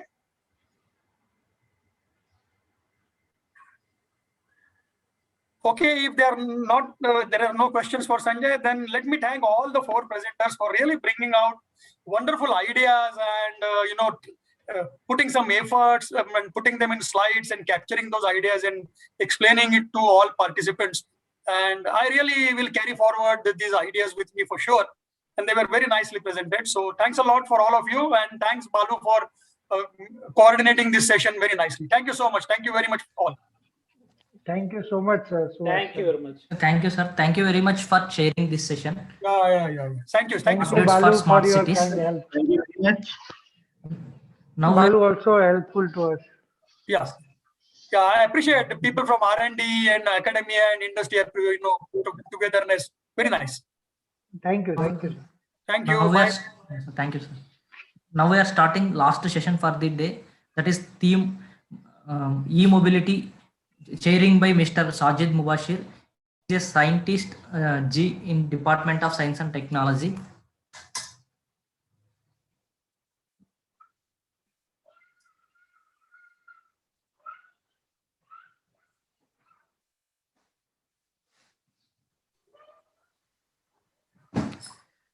Mr. Sajid Mubashir is scientist in Department of Science and Technology. He is member secretary for the new DHI DST technology platform for electric mobility, which will implement demand-driven R&D roadmap-based program to develop technologies in battery and charging infrastructure, vehicle system integration, electrical components, material and manufacturing. Over to you, sir. Yeah, I hope you can hear me. Yes, sir. I can hear. Okay, so I can see there are 16 participants, and some of it may be the ISGF people itself. So while welcoming the participants, I noticed there are about 4 women speakers. And then, so before I get to that, I remember, I'm audible, no, isn't it? Not sir. Bala? Yes, okay. sir. Yeah, sure. So in, I think 2013 or something, Secretary DST, he was telling me about electric mobility. He had at one time asked the students of Indian Institute of Science, why are you not buying this Reva car? I think 2011. So they told him, look, this is like Amit, can you be muted, please? So I'm cracking a joke here. अरे आपके नाम के भी bill हैं, मतलब कौन ने काटा है वो बिल आपके नाम को? That's it. So he said this is a lady's vehicle. नहीं the Reva E2O, हमारी दुकान को बिल है, earlier Revas. कौन ने काटा वो बिल है? दीना मैं तो काट दिया रेडी, देख लिया कौन से बिल का नाम है, चेक कर लो. Is there a way you can mute him, Bala? कितने रुपए का पेमेंट है? Please mute him. We don't want this when people are speaking here, you know, when my participants are here. Mr. General, he's muted. All right. So, so that got lost. In any case, I'm very happy to see that there are 4 women here, and the topics are all about V2G related things. So Chandana will talk about V2G. I think what we can say is you will get 15 minutes till 6:15. So nicely we can go, and after that Surekha till 6:30. That's about smart data analytics. There is a topic which I'm not understanding. Oh, the next one is grid. Shivani Sharma from Hitachi ABB will talk about capacity analysis, all related to grid integration. And then this topic, I haven't understood what that is. Hari Krishna from C-Step will talk about. Well, I'll hear him. He's got time till 6:45. And Tayyib from Tayyib Khanam from Aligarh Muslim University will speak till 7 p.m. And Mr. Mehta will talk about Tayyib will talk about data analytics again. So we are 2 people talking about data analytics, Surekha and Tayyib. And energy storage is the topic of Mr. Mehta, BB Mehta. So what I want to tell you is this: don't hurry when you speak. You don't have to finish all your slides or speak very fast, because we are going to listen to you anyway. I chair the BIS committee. I lead the BIS standards effort. I'm all over the place in this area in EV charging. I'll come back to you because I'm familiar with you. I like these topics. We are all going to come back to you and listen to you what you have to say. We will collect the presentation. So it's not just me, the committee, all of it. So don't have to hurry through your topics. Just say essential things, a few slides, show us what it's all about. That's about it. And so I'll call on Chandana to open the her first presentation. 15 minutes, everybody. Please look at your watch. It's very simple to notice. Till 6:15, it's Chandana. Thank you. Please go ahead. Hi, Bala. Can I share my screen or will you be sharing the slides? Hi, Sajid sir. Hello. Yes, ma'am. If possible, you can share. Yeah, so I'll go on mute, but I'm listening. Thank you. All right. I have shared my screen. I hope it is visible to everybody. Give me a heads up if it's visible. I hope it's visible. All right. Yes. Hi, everyone. I'm from AEEE, and this is our first work paper on vehicle-to-grid integration. We were thinking on vehicle-to-grid integration from the perspective of India. Without much ado, going ahead, we know that electric vehicle is pretty much a good news for DISCOMs, because every electric vehicle is a potential consumer for the DISCOMs who are in fear of loss of revenue because of other things such as rooftop solar. Whereas if the charging is unmanaged, then it will present a problem for the power system. And one of the problem is that DISCOMs can definitely expect an upward shift during their peak load. That is because of the additional leaving load. And this has been a reason for research for on electric vehicle charging for a longer version of the time. In India, what is happening is the electric vehicle transition is actually interlinked with the clean transition that is happening in the grid. Particularly, we are adding a large amount of rooftop solar.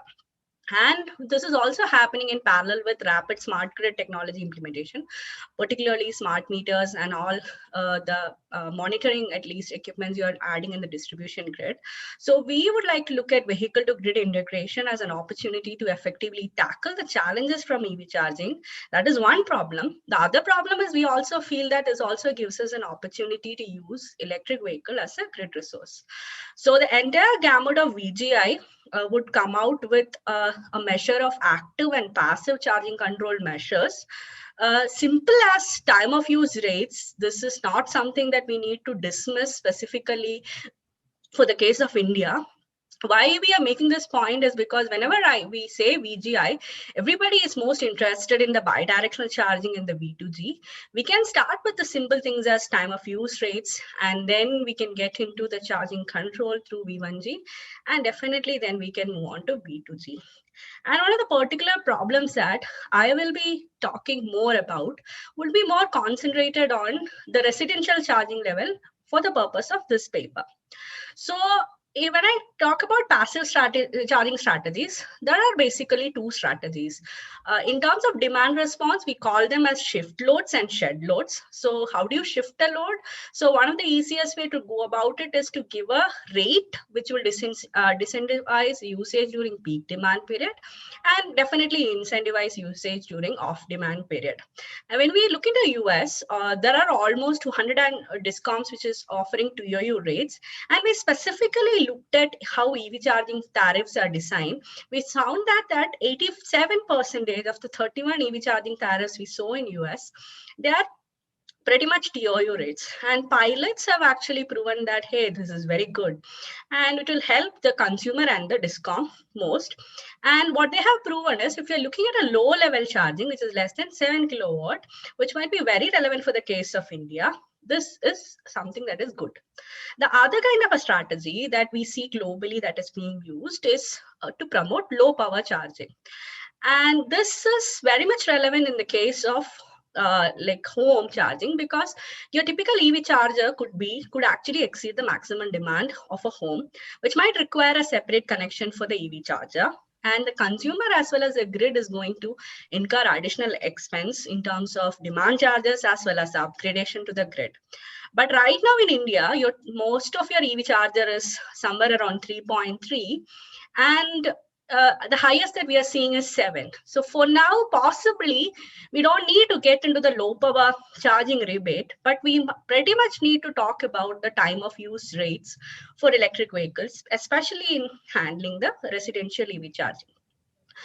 A little bit more on why, TOU, or why flat rate or block rate in charging, and what is the problem with residential charging. So the problem is that block rates are electricity rates designed in such a way that for any higher consumption, they kind of discourage.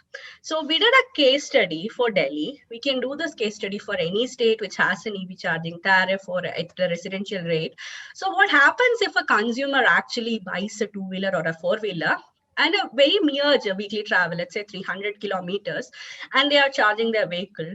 And what would happen is, as typically the increase that you would see with the block rate would be much, much higher than the increase if they would have been charging their EVs at flat rates. Why am I getting to this discussion is because when we looked at globally, we found that there are utilities who have taken this path wherein they would provide a separate connection to the house, even for EV charging, and that would be at a different rate. Now, this can be a time of rate even. And as you would expect it, the rate of increase would be higher if you are actually buying a two-wheeler. Now, we did this exercise, which you're seeing in this, for a consumer who has an average monthly consumption of 400 kWh. Now, I can go across the spectrum all over Delhi. What would happen? Actually, the consumer who's in the lower end of Delhi, he is the person who will definitely experience a significant rise in the electricity bill if he continues to be under the block rate. And you can actually see the level of difference that is existing between the block rate and the EV charging that is happening at the flat rate. There is a tariff that is available in Delhi. Now, right now, this is not a great case for application of a TOU, because we tried a TOU, which is actually as a 20% margin for a rebate and peak demand on the flat rate for EV charging tariff. But because the absolute value is too less, because the tariff is only 4.5, even if I were to give it a 20% increase or decrease, there is not much change in absolute value. That's why the TOU kind of rate typically follows. But definitely, if you are a Delhi consumer and you bought an electric vehicle and you are charging at your home and you are under a block rate tariff, you are going to get into a trouble. And my intention is to actually shift a load. So even if I make my residential rate to a flat rate, it is not going to solve the problem.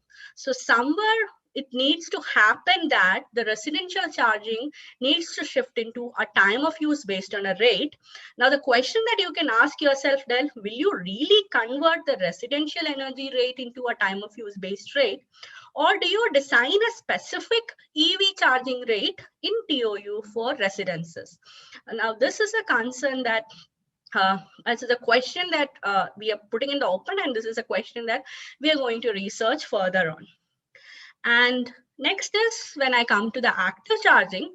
One of the major applications of active charging is in the cost saving, specifically for the consumer. And I wanted to show you how V1G and V2G would differ. Definitely in all of the cases that you are seeing here, which ranges from the price arbitrage opportunity to a peak shaving that is beneficial for the consumer as well as the DISCOM, supporting the uptake of renewable energy, as well as offering grid services. Let's take a use case which is on frequency response. V2G would definitely extend your value proposition from V1G. But we are a little bit far away in India from taking the advantages that both V1G and V2G can offer. So, but then again, one question that you will need to ask is, okay, you have passive charging strategies and active charging strategy. What strategy should I apply where? So, I'm going to run you through a case study that we did for different states in India, which has different load curves. So what we did is we modeled two-wheeler and four-wheeler residential charging case again on top of the load curve shape of UP, Maharashtra and Delhi. We have only preserved the shape to actually show you how different strategies are applicable in different cases.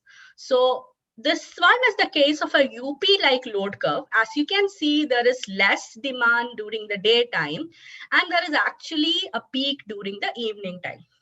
And in here, you can really see that the EV charging would complicate your problem. And so but after 2 p.m. in night, which I'm actually pointing out with you over the circle, you can actually, there is some window of opportunity for you to shift the load. So definitely your strategy should be that this evening ramping is already severe. You should reduce EV charging during the ramping. You have to shift your load after 2 a.m. And since you have very less daytime demand, it makes sense to shift the load during daytime, especially if the state is planning high RA. And all of this is possible within the passive strategy alone in the case of UP. If I go ahead and take the Delhi load shape, Delhi is a different case because Delhi has a daytime demand. And Delhi, actually the daytime demand comes down, then it goes down, then it comes up again. In the case of Delhi, you would expect that there should be no EV charging during the evening ramping, but that is actually not the case. The EV charging, if you can maintain some of it during this evening peak load period, it makes sense because it's actually filling a valley in the system, and it can bring down the ramping requirements that would come in the city. Whereas this block of charging that would happen is going to increase your peak demand. You still have some opportunity to shift your load in the 2 a.m. window. But for you to do this, because you cannot allow a lot of charging to happen at this period, and you need to shift it after 2 p.m. and there is a significant drop there. So this can definitely be managed with the time of use rates, which will provide lesser value for charging after 2 p.m. However, if you want to manage this portion, you will need advanced charging controls. This could be as simple as an on-off control that is needed. And as you can see, since the state actually has significant daytime load, it is not advised to shift the load during daytime until and unless you are planning for a high RA future. And even if you want to do it, there might be some values such as what is happening here, or some value which would actually see due to rooftop solar systems in Delhi, because Delhi is planning for a lot of them. But we would definitely recommend advanced charge control methods, because that is not a simple situation to handle. This is what a Maharashtra type of load curve would look like. There is no distinct peak or there is no distinct value. And this is an interesting load shape for us because in the evening, the load kind of actually reduces a little bit more than the daytime.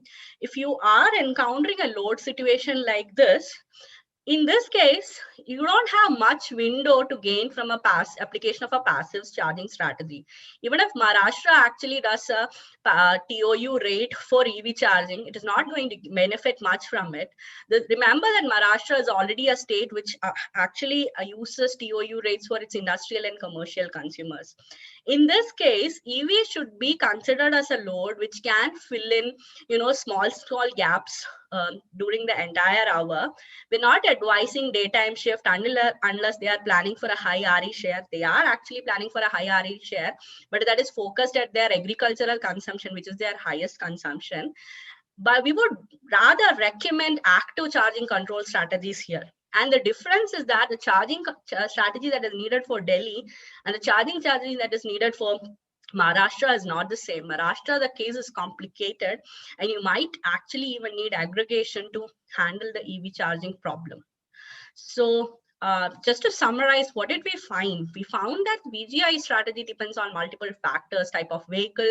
The strategy that you can apply to bus is not the same as the strategy that you can apply for a two-wheeler. There are definite concerns about battery health as well as charging technology. What are you using? If you are using CCS, it is not built for bidirectional charging, whereas CHAdeMO, by nature of it, comes with bidirectional arrangement. On the first go, even if I say all of these things, that is, technology is one limitation. The other major thing is, do you have a favorable regulatory ecosystem which will support all of this, what I'm talking about? First thing that you will have to bring in here, even if I want to enable active charging, is electricity, which is reflective of the true cost in itself. And time of sensitive tariffs should be the first step to encourage adoption of active control to begin with. Your next problem is you need to define what is your resource. Is EV your resource? Is the vehicle with battery your resource? Is the charging station or your resource? Or is it your resource very virtual like an aggregator, where in that case, even your metering also becomes a very virtual metering arrangement. Going ahead in India, if you want to handle localized problems, especially when you encounter load curves like Maharashtra, aggregation of electric vehicles would be a huge point there. But then again, even if you aggregate, the aggregators cannot actually participate in the retail energy market or ancillary market because those markets don't exist right now. If we look at the case globally, this is where all the EV aggregation is being used to provide grid services there. However, one of the major points that we want to make, even though we are at an initial phase of our assessment, is that India needs to go for a phase-wise VGI implementation. So you can look at different kind of strategies that we would recommend. So let's start with the time of use rate. It doesn't offer much strategy, but this is a prerequisite that you will have to go with. Then you go to the smart charging with on-off controls, go to aggregated smart charging and large-scale bidirectional charging. At the end result of it, you will definitely get a lot of flexibility. But the moral of the story is that we are decarbonizing our grid and we are going to rapid increase in electricity demand in near future. So you should not treat as EV as a leading cause of the increase in demand. EV needs to act as a flexible resource as we go ahead in India. And enabling smart charging could be the right pathway to it. I'm going to stop here, sir. I'm done. Thank you, ma'am. Thank you very much for your insightful presentation. Next, we are moving to next presentation with the author Surekha Deshmukh. Topic title is Development of Smart Data Analytics Module Enabling Access to Electric Vehicle Usage in Smart City. Bala, I think we could inquire if there is a question, because maybe one question maybe. Yes. Yeah, I think we can't take more than one, maybe, but let's see if people are interested. Request authors to, if any questions, please raise.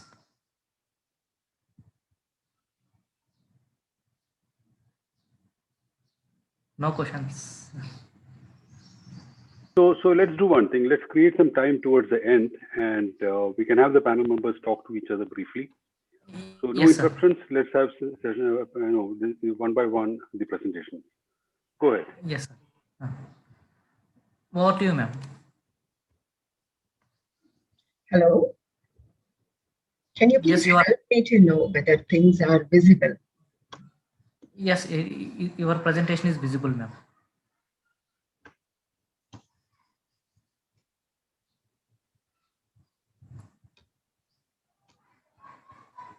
Go ahead, ma'am. Okay, fine. So good evening to one and all. This is Dr. Surekha, and idea which came in my mind, of course, along with my team, I tried to title it as development of smart analytics, data analytics module, enabling access to electric vehicle usage in smart city. Now the first presenter of this particular session falls completely in line with my domain of interest and my area of interest, where I really wanted to understand how this welcoming attitude and approach of citizens towards green technology, green initiatives, e-vehicles, solar PV generation at rooftop is ultimately going to get utilized by, say, city authorities. So keeping in mind this need of city authorities in making and leveraging this particular platform, we thought that let's go ahead with some kind of a proof of concept. So this paper written follows a proof of concept. So let me go ahead with this. Let me take your permission to rather switch off my video to save bandwidth.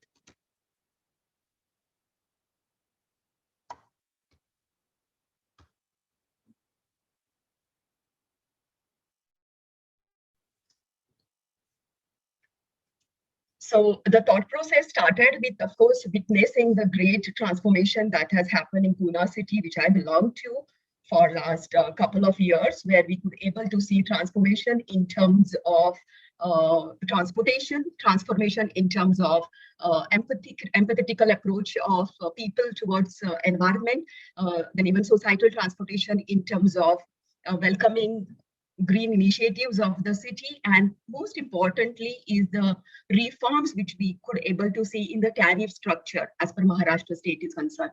So in Pune, we could able to witness for last 2 decades so many advancements that are happening at various stages, including health, finance, agri, road, engineering, science. So when I look back and just try to understand the adaptation of citizens towards electric vehicles and solar PV generation rooftop, then we do see very increasing trend of increased number of prosumers taking forward solar PV generation, as well as a large number of people are definitely coming forward for taking up two-wheelers, of course, going towards e-mobility, taking up two-wheelers, taking up four-wheelers. What I mean to say, buying up two-wheelers, buying up four-wheelers. So now the thing is like, when we say that, yes, it's a very good sign that a majority of the people from city are migrating towards e-mobility. And if I give you example of Pune Municipal Corporation, then Pune is one of those smart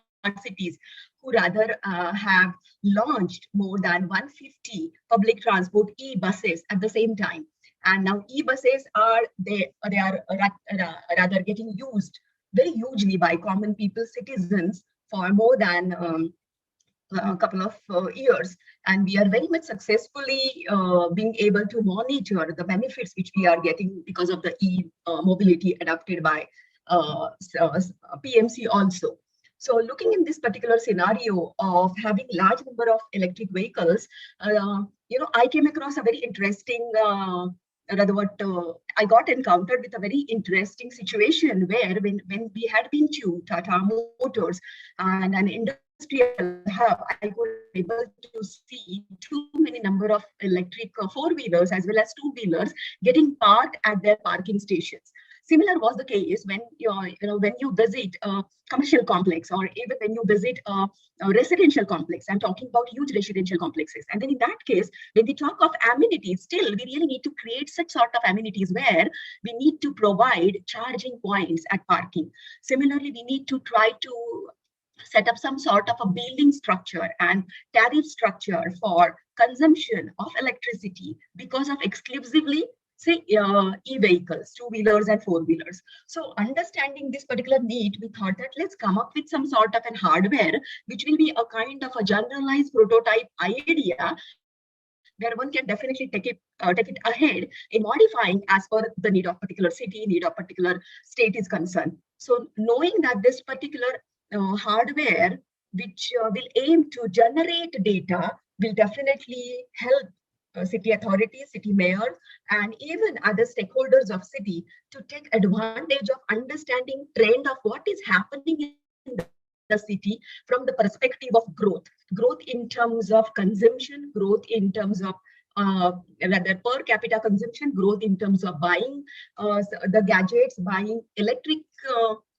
based gadgets, and then understanding how they should plan as per charging stations are concerned, how they should plan as per increasing distribution infrastructure is concerned. Say, for example, from the point of transformers and increasing the capacity of transformers, one can go for even buyback situations.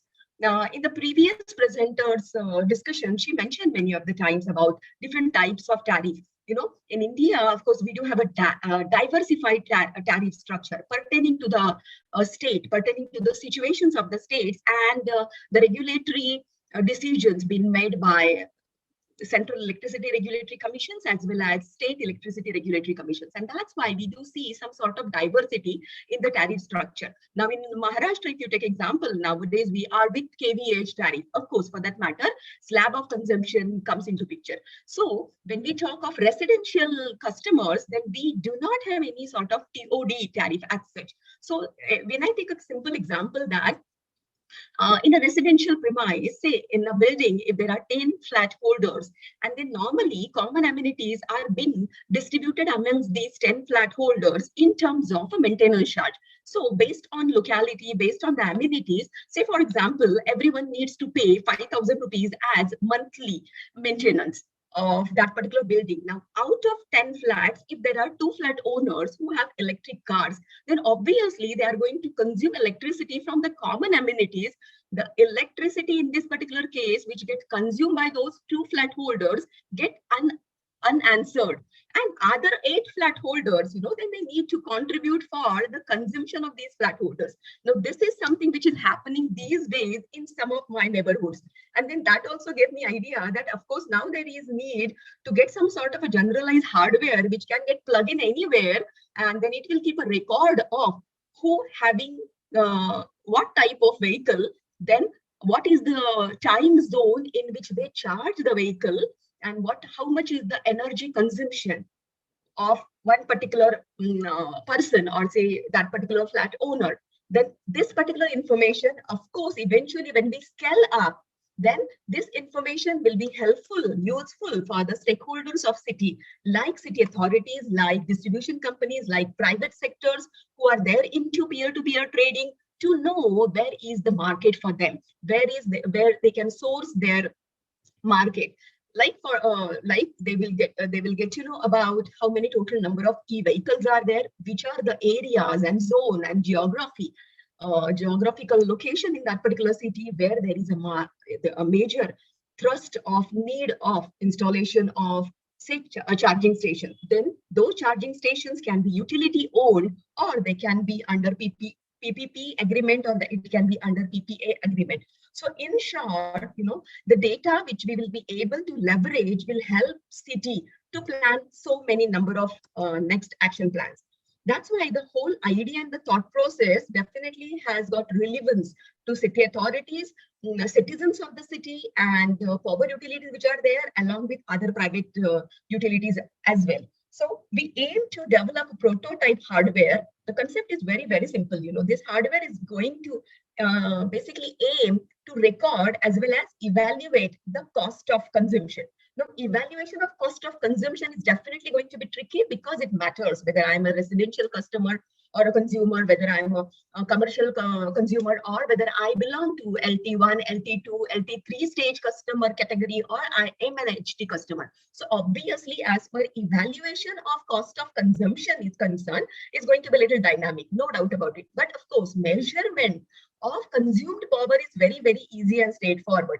But we need to do it in a decentralized manner. Why? Because when we talk of, say, industrial hub, when we talk of a corporate building, say, for example, if I give you example of Pune city itself, or even this is applicable to Bangalore city, when we have a huge IT infrastructure, a huge IT premises catering to the need of more than 4 lakh or more than lakhs of employees. Then in that case, out of lakhs of employees, of course, considerable percentage of employees may be coming with the electric vehicle. And then in that case, any XYZ company, they can definitely contribute towards charging of those particular vehicle as their own green initiative.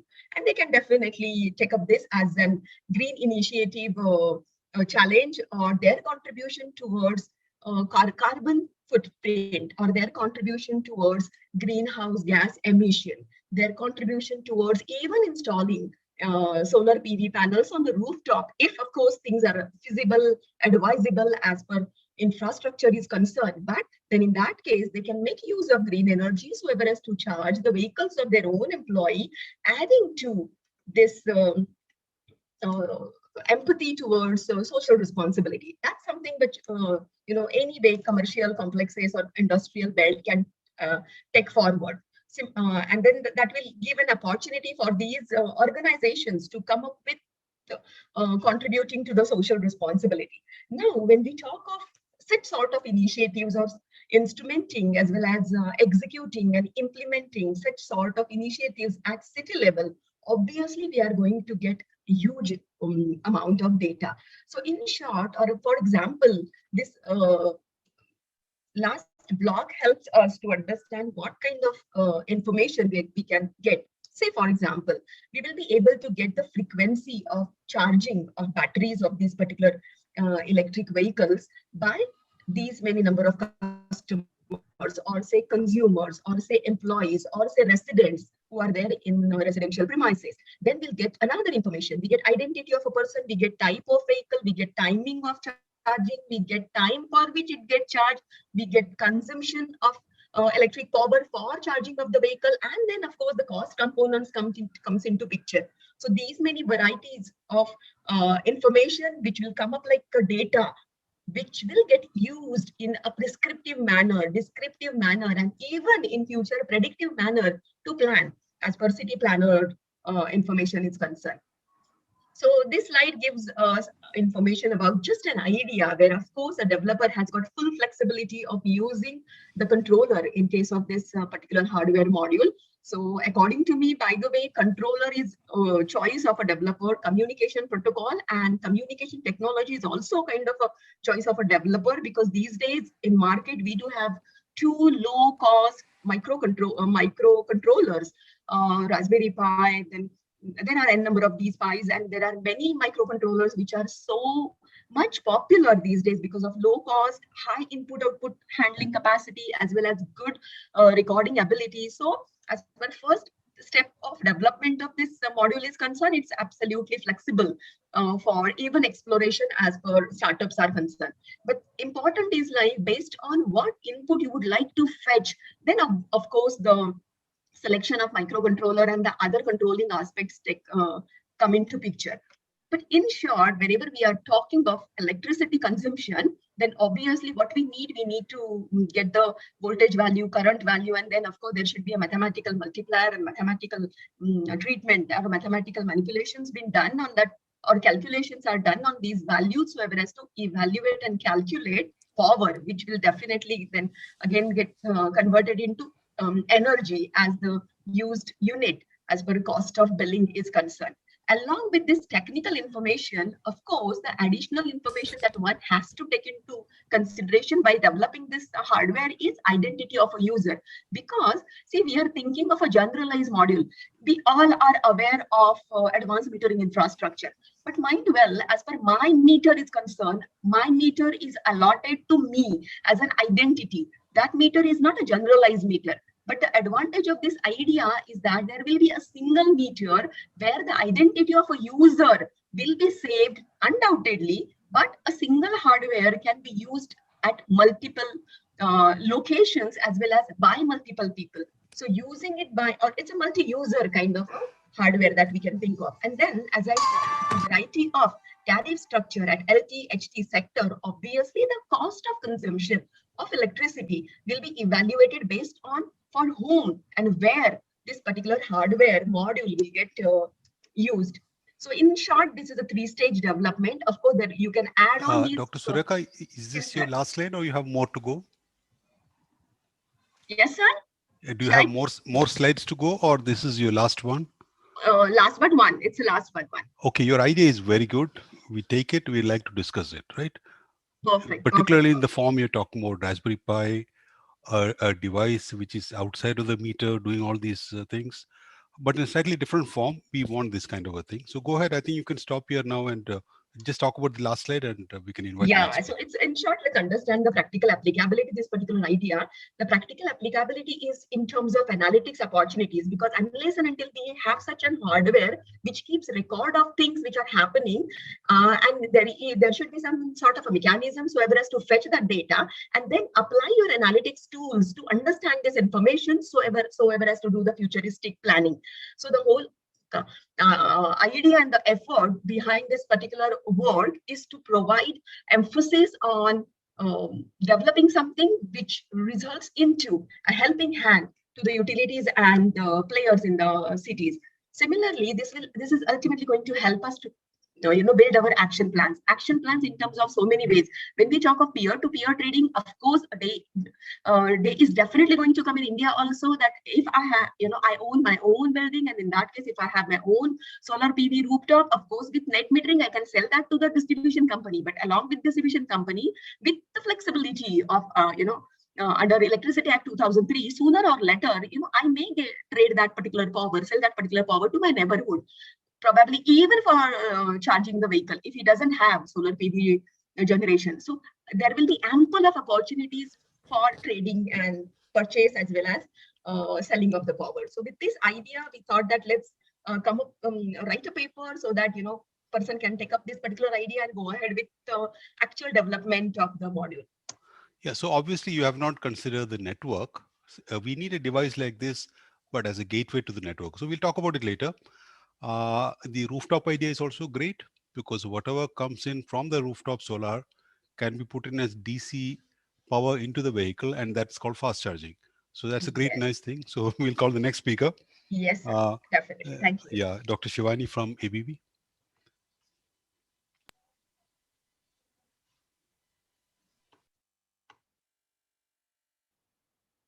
I have stopped sharing.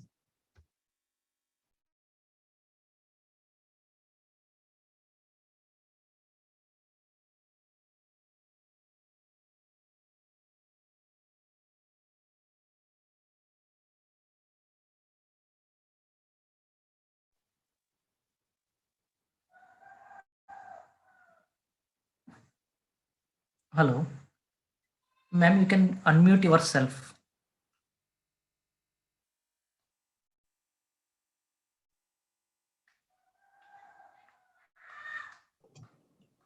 Hello, am I audible? Yes. Yeah, am I audible now? Yes, All right, fine. Thanks a lot. Very, very good evening to everybody. And I have to specially thank Sajid sir for, the initial comfort that he has given us, that, we are in no hurry. We can take our time and present. So actually with the schedule going on, I did assume that maybe we'll have to rush through. I hope my screen. I think, may I come in? What I'm saying is we'll give you more time later, because we'll get back to you. We are in this whole thing. So it's very nice to meet all of you, and we would certainly want to come back very soon. So right now, let's stick it to 15 minutes. So sure. we have some time to talk among each other. Yeah. I try to make it faster than that, sir. Thank you.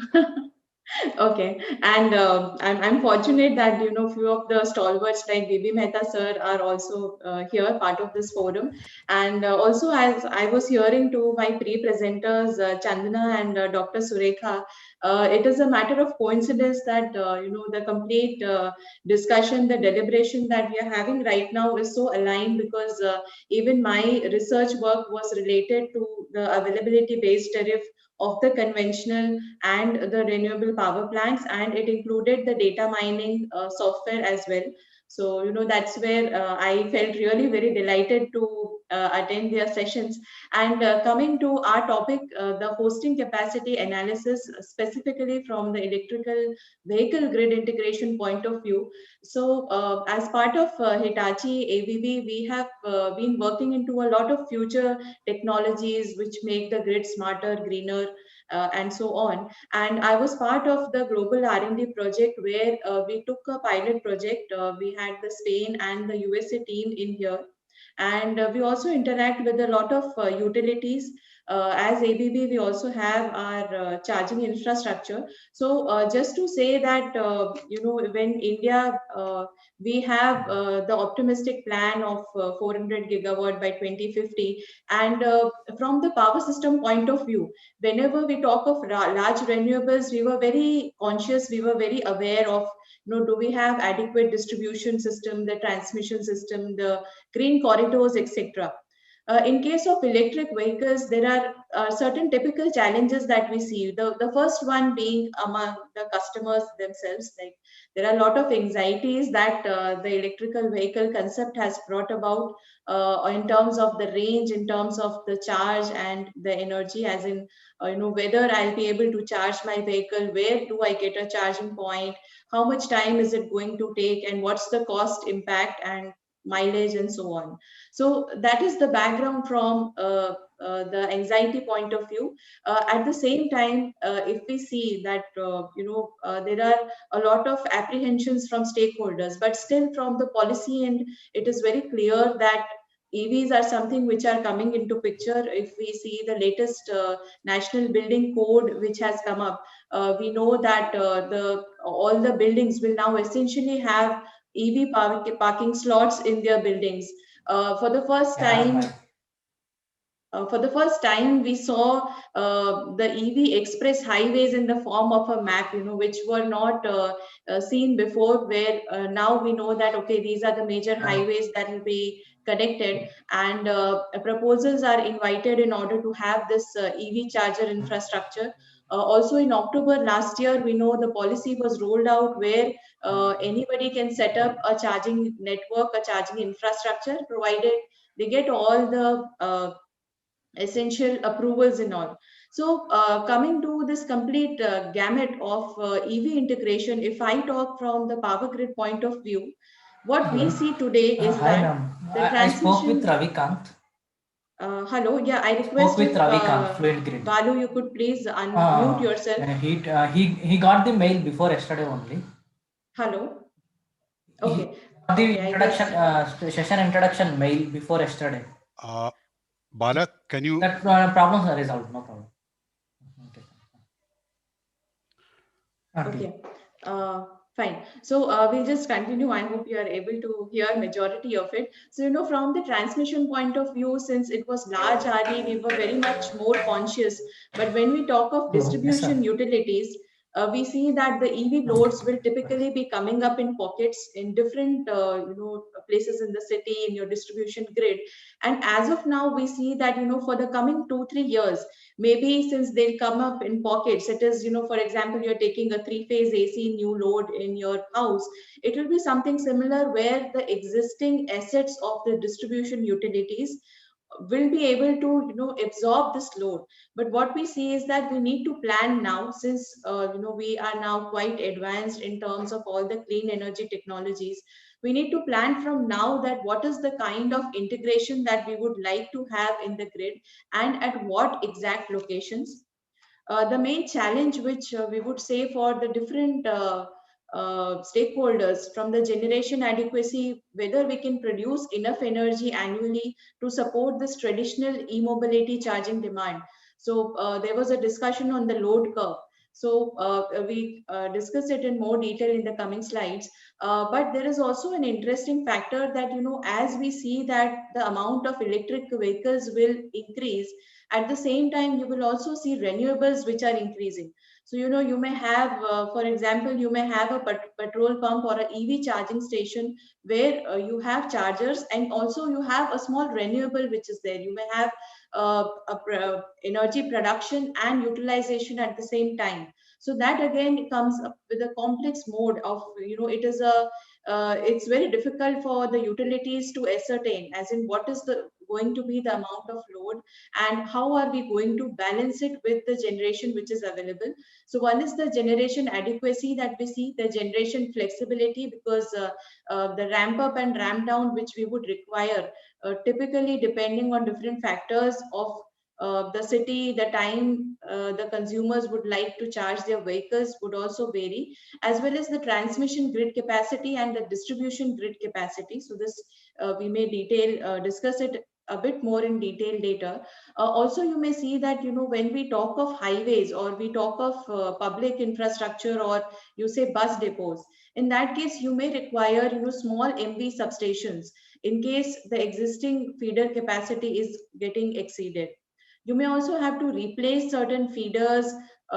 Then in case of system analysis, if we talk of power system analysis, if you talk of long distance cables, then the voltage limit violation also becomes a very, very serious concern. Also, for petrol pumps, you have very well defined hazardous area classifications which you have for refineries. But in a similar manner, if we talk of an EV charging infrastructure, then you will have to have certain safety parameters which are typical to the battery, which are typical for the cables. Say you may, there are guidelines that liquid cooled cables have to be used, and so on. So these are, the equipments of those substations that we will need in order to integrate the peak winter or summer demand heating and cooling. This, of course, we see with the kind of climate changes that are there. We see that these factors are becoming more and more important. We know of the Mumbai blackout, the very recent one, the Texas blackout, which has happened, almost 3 days of no power, and the reason were the freezing temperatures, the freezing of certain gas pipelines, and there is so much discussion that whether renewable is the correct thing to do, what do we do to increase the resilience of the grid, and so on. So coming to the kind of load curve, now as a system analysis engineer, the main challenge we face is forecasting of this load, which even Channa had shared, and Dr. Surekha had shared a few slides on what's the kind of load that is there. So, in the power system terms, we call it as the duck curve, the alligator curve, the different kind of load curves which keep on, emerging as and when the kind of loads change. But here, it is not the technical parameter where we can easily define that this would be the industrial load, the commercial load, and the residential load. In case of EV, when we forecast, we have to take other factors like the population, the kind of city that we are talking about. So it was mentioned Maharashtra and Delhi, it's very different. So, if you see the number of two-wheelers in Nagpur, they are much higher. And if you talk of Delhi, then the public transport utilization would be much higher. So these are the kind of demographics and their impact that we see. Also, if you see the population increase, we may say that in the next 10 years, it will be around 1.5% increase. But at the same time, we also have to relate it to the economic standard of living of the citizens. What amount of people would probably buy an electrical vehicle, and how does the load come out? So that load forecasting itself is, an extensive process where we put a number of permutations and combinations in there. And here we see certain challenges from the lack of regulation and policy point of view, as in this is one area which we feel is to be explored much further from the distribution and the charging infrastructure point of view. Because at the moment it's not causing a trouble, but few years down the line, it is something which is going to really become very important, and the better we plan, the better we have a productive output. And just to give an glimpse of where exactly do EVs plug into the grid. So if you see, there is an HV line which we talked about the highways where you may have ultra fast charging, which would be typically in 350 to 500 kilowatt range. So these are places which, it is defined that for expressways, for highways, at least 100 kilometers, there should be a charging station. So what is this kind of charging station is very important, because depending on the area that we are talking about, we may have certain types of two-wheelers, certain types of four-wheelers, and certain types of ultra-fast charging requirements as well. In India, we see it is going to be majority on the residential side, but however, when we talk of cities, like for example, we have to make Bangalore a smart city, Ahmedabad a smart city, then how do we go about it? Because there are a number of bus depots which are there. You need to see whether there's space available, whether there is the electrical power spare available, what is the frequency of buses that you see coming and going, what's the number of buses you would like to charge at the same point. You also have projects like data centers, sophisticated data centers. You may have refineries with their own dedicated townships and bus services. So places where you may have a large bulk amount of parking. You may also like to relate it to the time the people come to the office, the time the car will, or the vehicle keeps parked in the parking site, and whether there is any renewable generation in there or not. So ultimately, this again becomes a very interesting part. And when we talk of from the grid transformation view, I personally feel that this is one of the most interesting times that we are witnessing, where the complete power grid has transitioned. We knew of the generation, transmission, distribution grids previously. Now we have complete players in all the fields. You have microgrids, you have loads, generations at the distribution grid. We have bidirectional power flows. We also have the stringent power system protection requirements, because in case of conventional generators, you have a lot of inertia in the system. It's comparatively simpler to define how do you secure and give the relay coordinations. In case of EV, it becomes a bit typical. And coming to the grid integration analysis that is there. So typically, if we talk of EV grid integration analysis, there could be 2-3 methods which are possible. Here we have tried to indicate a certain calculation strategy where, for example, if we talk of Delhi, first we may like to we may like to have a load forecast, as in, complete Delhi. This is the amount of EV load that we see. Now, the amount of EV load will again have different factors hidden there, as in what's the kind of technology that we see, how many slow chargers, how many fast, how many ultra fast chargers, and so on. So the kind of technology, the probability of them being there, and what's the time of the day that we would have. And this again is clubbed with the kind of industrial load cycle, the kind of residential commercial load cycle that we see. So one would be seeing for Delhi as a whole, what's the total power requirement that could be there, which comes from the aggregated power strategy. The second is the connection point power, where you may like to trail down deeper into, say, different areas, different societies. What could be the power requirement present at that particular feeder, that particular location? Now, this again is very interesting, because we were discussing a case for Noida itself, where we thought of having a conceptual feasibility study, and at the same time the availability of data is something which is very critical, because we need these existing data to see that what's the current grid condition, which typically we see in India is not that readily available for majority of the states at the distribution level, at the lowest level. Of course, at the load dispatch center level, it's excellent. The kind of grid integration and the data that we have today is excellent. But when we go to certain distribution pockets, the data availability becomes a real major challenge. And somewhere it is also a fact that when we talk of our utilities, they are more than, say, 20, 30, 40 years old. And the existing equipments, the existing assets itself are loaded quite optimally. So, in between, we do hear certain cases. There was fire in one of the transformers. There was overloading in one of the transformers. So when we talk of critical, safety aspects like this, the existing transformer seems to be already overloaded. We really need an analysis. We really need an hosting capacity analysis before just connecting our EV loads there, where especially where the bulk power or bulk charging EV infrastructure is required. Because if the things go in different segments, like there is just I'm sorry for interrupting you. Yes. Only 1 minute. Only one Okay. minute left. Okay, yeah, thanks for that reminder. So these are the kind of calculation strategies that we see. We run a time statistical analysis where it is run for a number of time duration, a number of scenarios with different EV penetration there itself. We come to know that, what is the kind of load that is available, what is the kind of load that you may like to add. We also analyze that what are the bottleneck equipments. Say you may have 20 transformers in your system, but what is that one transformer which needs the most attention, or which is hampering the most distribution of EV integration into this power system. So these also, you can have options of defining the kind of renewable penetration you would like to have in the system.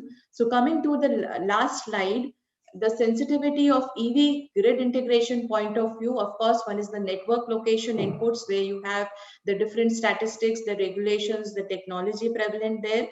Feasibility study, which is the most critical, where you combine all the various things, the zones, the constraints, Shivani, capacity. can we reserve this for what I want to say is I'd like to invite the entire panel for another session with a group that is tasked with the job of preparing what we call as a manual for EV infrastructure in the country.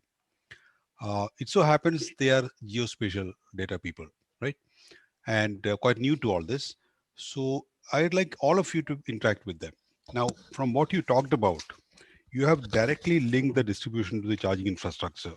In fact, seamlessly. For you, it looks like it's the end of the distribution infrastructure. And that's what I also look at it.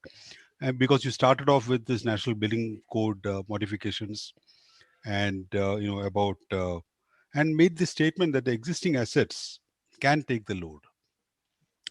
So I believe that too. And about including renewables. So just want to make a comment, kind of a thing what we expect from other people also coming in. So about charging, there are basically two kinds of charging.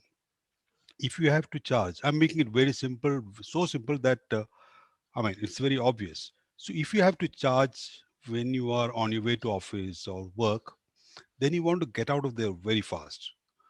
So if that charging can happen at 350 kilowatt hour, 350 kilowatt rate, good enough. I want to get out in 5 minutes.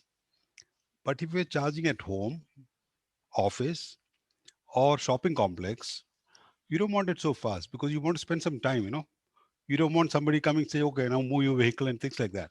So there are distinctly two kinds of charging. So let's keep that in mind, and both will exist parallelly. So we'll come back, we'll discuss this towards the end. I hope there is time and people have patience. We'll call the next speaker, Hari Krishna. Thank you, sir. Let me share my screen.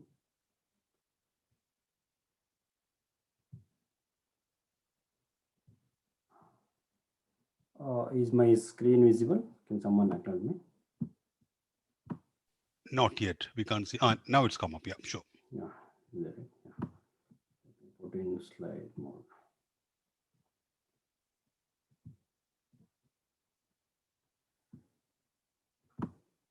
Is it visible now? Yes, sir. Yeah. Thank you. Thank Yes, you, sir. go ahead, please. Visible. Yeah. So I think I should not take much time, and I will not take much time also. So we did one study. With presentation from Chandana, Sureka, and Shivani. Most of the points they already covered on the grid integration and also the load pattern change. So I think most of my, again, my points are repeating if I go in depth. So I will mainly concentrate on the study what we did for grid study. Like we did one case study where we have selected one distribution feeder of Bangalore city area. So we selected a mixed feeder having both domestic as well as commercial loads, and we assessed like how many electric vehicles can be connected for 2025, and we also assessed the RTPV potential across that feeder. I mean, we come up with a web-based application called Crest. I will let you know. So, I mean, my first three slides are very generic, just so in order to be in line with the ISGF format. Hari Krishna, since we are all so well aligned, Yes, only now I realize what is RTPV, you know. I didn't know that. So why don't you just go directly there and spend some time on that stuff, you know, what you really want to say. Maybe first three slides are very generic, Yeah, so I should not, I don't think I should spend more time on this. So, as I mentioned, we selected one distribution feeder in Bangalore city limits, that is 11 kV feeder. And we collected most of the data by through field survey. I mean, we collected substation details, feeder details, feeder loading pattern for the past 1 year. And we also surveyed all the 52 DTs which are connected to that particular feeder. And as I mentioned, hourly loading of the feeder has been assessed for past 1 year.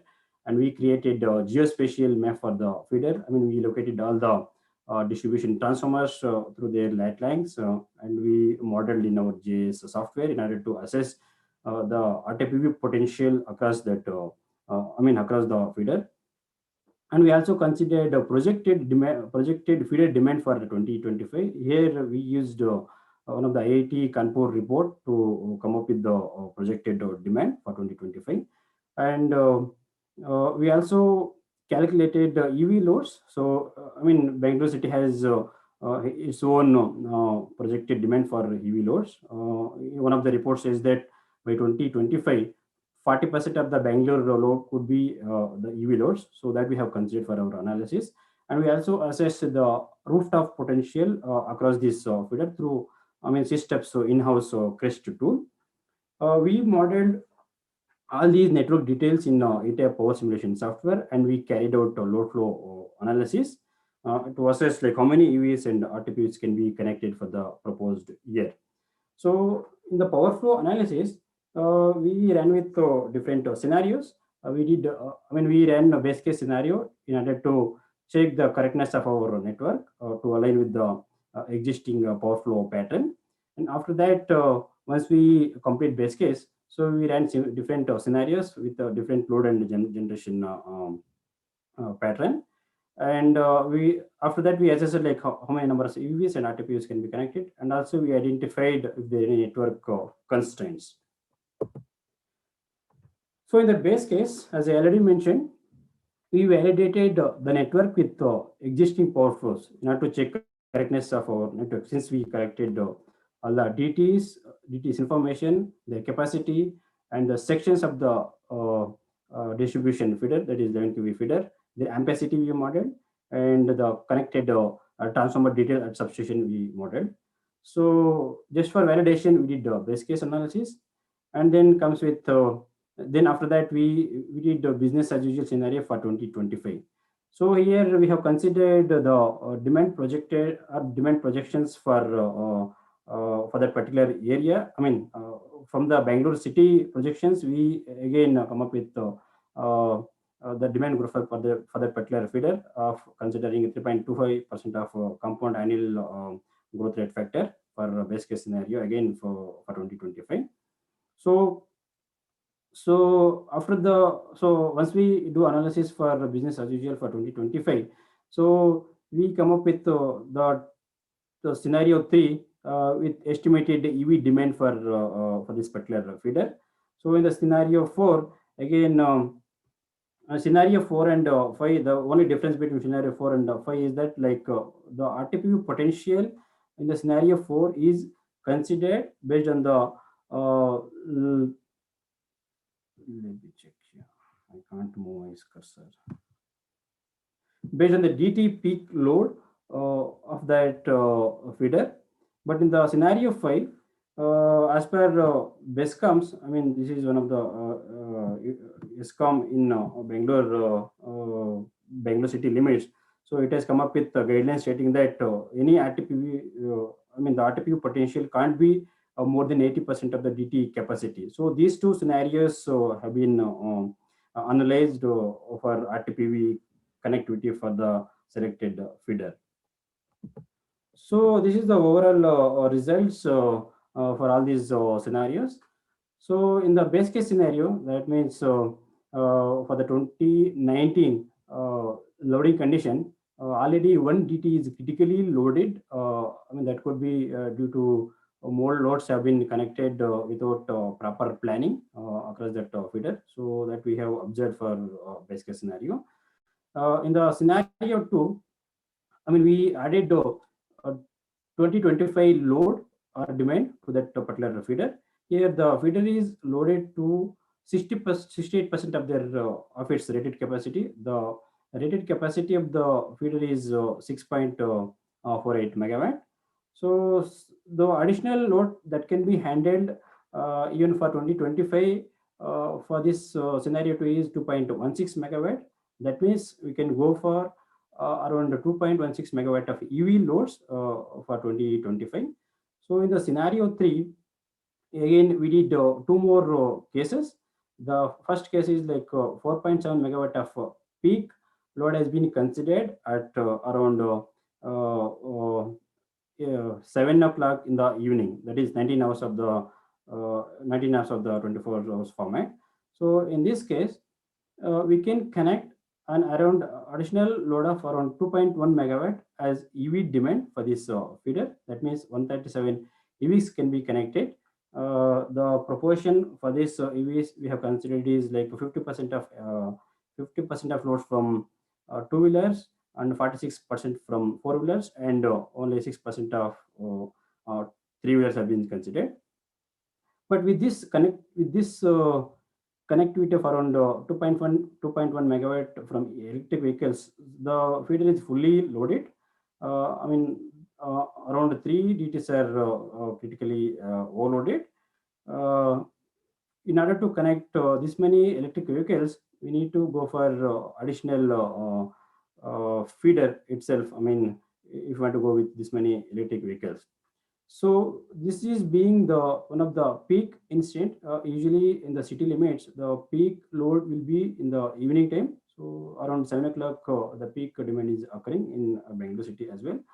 So just to conclude on this particular scenario, if you want to connect electric vehicles, either we need to go with separate feeder, or we need to check some other mechanisms. So if you want to go with electric vehicles in the evening time. So we also carried out an additional scenario of 2.7 megawatt connectivity during off-peak instant around 4 a.m. in the early morning. In this case, we can connect around 269 electric vehicles in the same proportion as I already mentioned, like two-wheelers of 50% and four-wheelers of 46% and three-wheelers of 6%. So this many electric vehicles can be connected during 3 a.m. to 5 a.m. So the feasible time for charging electric vehicles is from 22 hours to 8 hours. That is from night 11 o'clock to early morning 8 hours. So again, in this case, the feeder is critically loaded to 100% of its rated capacity with the connectivity of around 4.2 megawatt of electric vehicles. So in the scenario 4 and 5, as I already mentioned, we analyzed like how much RTPV can be connected to this particular feeder. So in the daytime, the peak load what we have seen for this particular feeder is around 4.6 megawatt at 12 p.m. So during this particular instant, we ran with 2 scenarios. That is, the scenario 4 is based on the DT capacity of 3.96 megawatt. If we connect 3.96 megawatt of RTPV to that particular feeder, so only 0.65 megawatt needs to be taken from the grid. So the entire almost since the rated capacity of that feeder is 6.85 megawatt, the entire 6 megawatt of feeder is available to connect electric vehicles. That means we can connect around 385 electric vehicles during daytime, day peak time. So similarly, in the scenario 5, if you go with more RTPV, there is a net power injection to the grid from the feeder of the order of like Harikrishna, in the last one, 5, you're Yes, sir. saying injected back to the grid substation. Yes, sir. Yes, sir. Yes, Okay, so I did mention there are 2 ways one can charge. It's very logical, isn't it? One, you are not running off anywhere. You have enough time, but it is still, you don't want it too slow. Okay, Maybe okay. the vehicle should charge and sit entirely in 2 hours, 1.5 hours, wherever you're sitting. Now, rooftop Yeah. solar can very well go with that. The only problem is there is a mismatch. So storage becomes a concern. But wherever there is a rooftop PV, you might as well have charge points there as well. So that's the second part. That is either your office, home, or shopping complexes or wherever, where you're going to park your vehicle for some time, there should be a point. We want an analysis of that. So some of it, that this petrol pump model that everybody will rush off somewhere and then idle around and wait in queue till the other guy leaves, and this is going to be hours. It's not going to be anything less. So that is not going to work for everybody. Some people may never go to the charging stations. Yeah. Some may have to always go. So there are different types. But some people may just never go to a charging station. They may have, if they have these alternatives near the residence and office, it can be done very well. So we will come back and we want you, I know C-step likes analysis. We'll come back and ask you to analyze in that context that everything is not aggregated. Sure. So and how do you link? Extreme cases, sir, I would say. These are some of the extreme cases. Yeah, we have to distinguish. Right now, everything is like a petrol pump, Okay. There is, and then it's too expensive to install. So that has a role. It certainly has a role, and people like ABB are involved in, making it happen. That certainly is the backbone. Okay. But then what prevents us from charging wherever we are? There is electricity everywhere. So we need to kind of move to that. Both should be there. Okay. So great. I hope we can discuss this towards the end. I'll call the next speaker. Okay. Tayyiba Khanam, would you like to? I think you have to, give the screen to her. Balu sir, can you please share the PPT?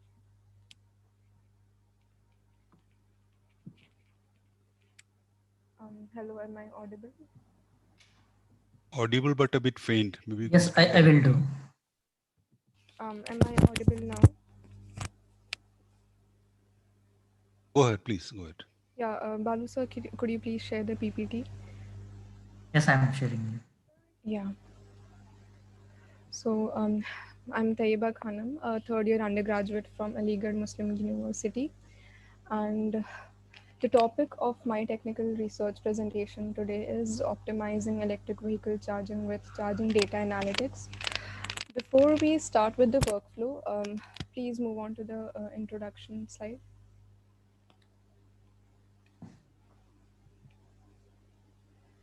Yeah, before we start with the workflow, I think we need to have a look on the current EV adoption scenario among Indian users to better understand the need to have advancements in the EV ecosystem. And although EVs are beneficial over fuel cars in a number of ways, 3 major challenges, as it was mentioned in a previous presentation by Shivani ma'am, the 3 anxieties, the higher charging times, high initial purchase costs, and less maximum driving range, have been responsible for EVs being less popular among Indian users. And as we can see in the table, prediction statistics tell us that EVs are predicted to penetrate the vehicle market anywhere from between 1% for 4-wheeler personal vehicles to 45% for 3-wheeler public transports by the year 2025. I think by now it would be safer to say that the challenges associated with EV adoptions, the ones we name as user anxieties, have a more pronounced effect on personal EV adoptions. Moving to the context of this PPT. Next slide. Yeah. In the context of this paper, I'll narrow down our focus on one user anxiety, which is the higher charging times. With the current battery technology, EVs take anywhere from about 30-40 minutes to 8 hours, depending on the type of charger, to get fully charged. So, and also due to underdeveloped charging infrastructures, usually a user also spends a considerable amount of time on finding a vacant compatible EV charger within a desired possible range. And both these times together contribute to the total time to charge. We'll be using this term total time to charge more often in the upcoming slides. And yeah, so with these points in our mind, the aim is to optimize electric vehicle charging through a more customer driven approach where we can try to reduce the total time to charge. And by using the word optimal in my paper, I'll try to bring our attention to three basic user needs: the compatibility of the EV charger and the charger being located within a current driving range, which also takes the least total time to charge. Next slide, please. Yeah. And data, as we know, is a very vital part of the informational economy, and data always helps us realize the current situation and make more informed decisions and speculation and predictions without speculating, thus also providing relevant information in the whole process. Through our framework, we're trying to understand the electric vehicle charging profile for each EV to better predict the waiting times for chargers which are already preoccupied. And we're trying to do this in real time to assist the user in real time. So the idea is to assist the user through a mobile phone application to also leverage out its findings. Um, Again, we optimize EV charging by considering three parameters, which we discussed in the previous slide.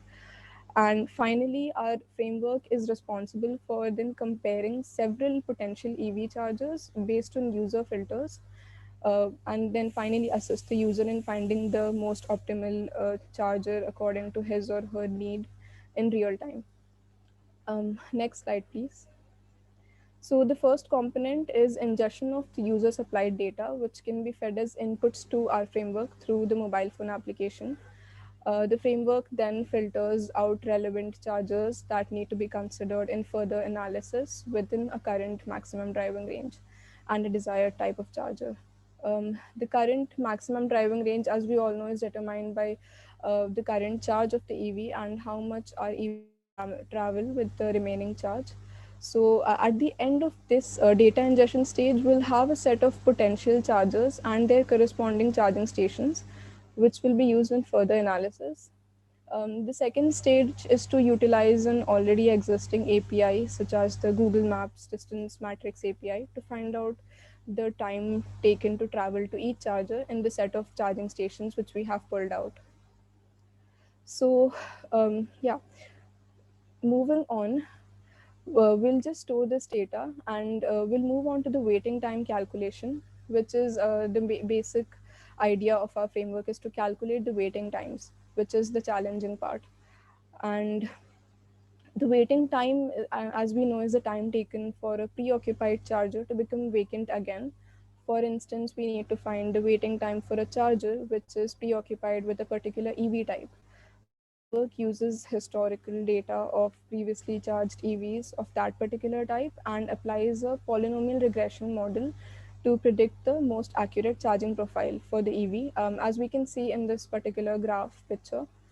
In this way, we expect our framework to extract the total time to charge the EV up to a certain predefined value using this charging profile. Let's try to picture this in a practical situation where a car is getting charged at a particular type of charger, say DC fast charger, and has a current charge of about 30%.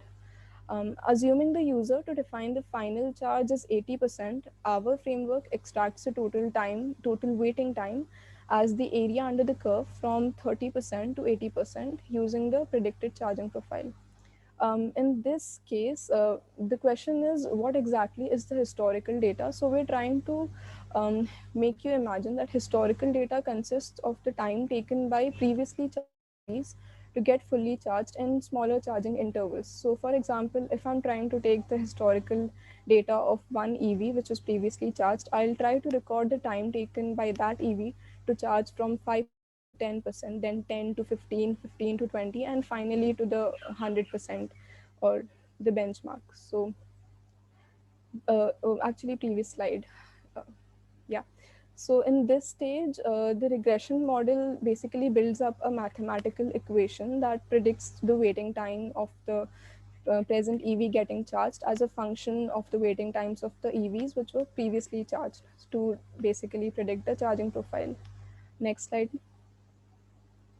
Yeah, so this is the final stage of the proposed framework, that we basically add the travel time obtained using the Google Maps distance matrix API in real time, and then we add the waiting times, and we try to minimize these both.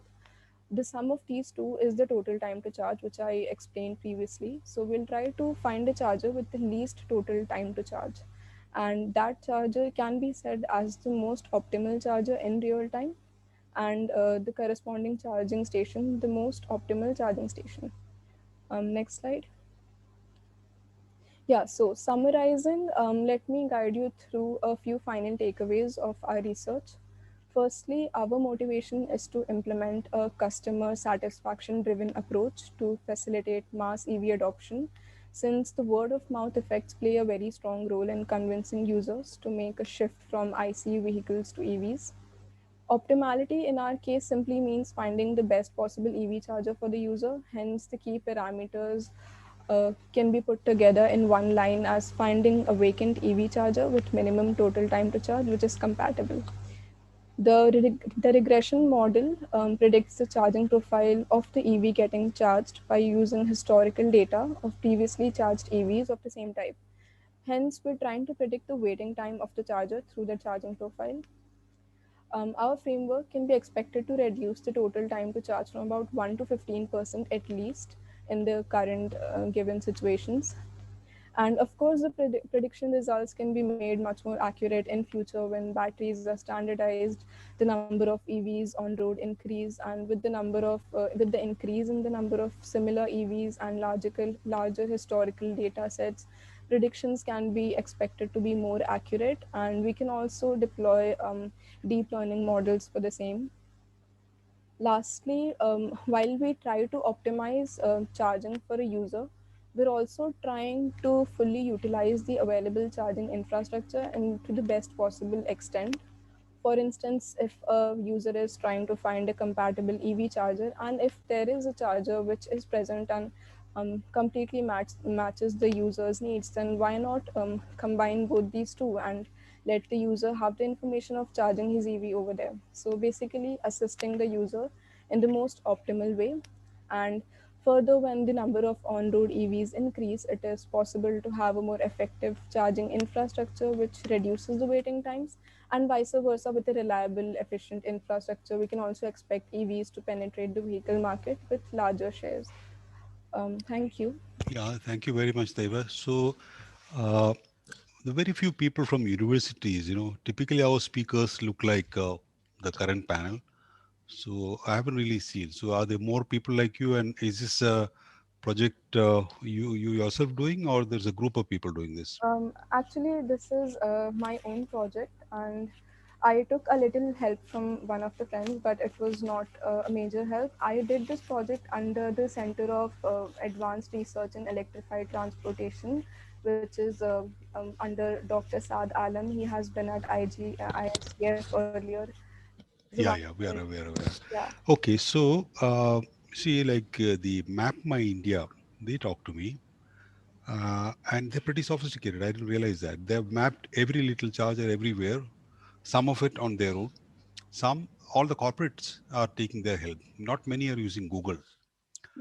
So you will profit a lot to be able to talk to them. So, so hopefully we'll all get together again, a nice group. And I intend to bring the geospatial data into the picture.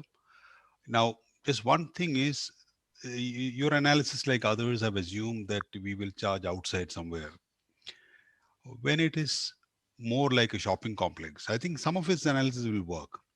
But we also will need to now look at land use. If it's an apartment complex, will it be open to the public or it becomes captive, So such things also we can address. Okay, thanks a lot. I think towards the end, we should have a little bit of time to discuss.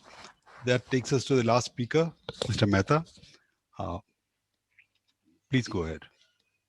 Thank you, sir. For me and her, it's a matter of proud to break the ice with a female session. 8 March is far away, but we take an opportunity to compliment them for a very exhaustive, in-depth analysis with respect to EV charging and many things. I have some views on this before I start my session. Sir, what happens that the tendency for people to go back to the home, and if it is a EV vehicle, I will simply go and plug it and I will switch it on. Now, generally, the time to reach at home is the start of the peak hours for the distribution company, and the rate at which we purchase the power at that moment of time.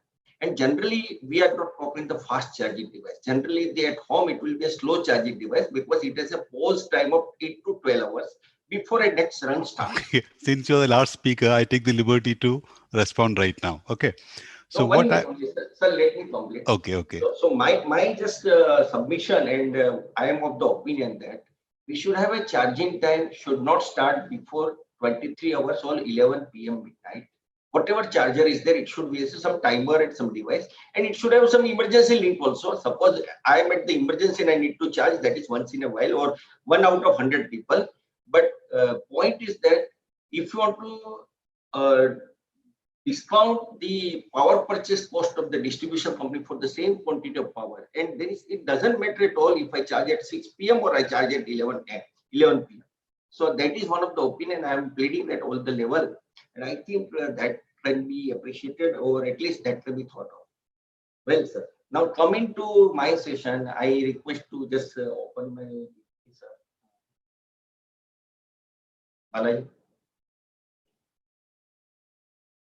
Okay, by the time it is done, sir, the views are like this, sir. Say we intend to go for 100% renewable. Today, our target by 2022 is 175 GW. Probably by 2030, we are of the aim of 450 GW for the country, India as a whole. Now, can you tell us the acronyms? What is SLDC? Sir, it is a state load dispatch center. It is like independent system operator in the Western countries.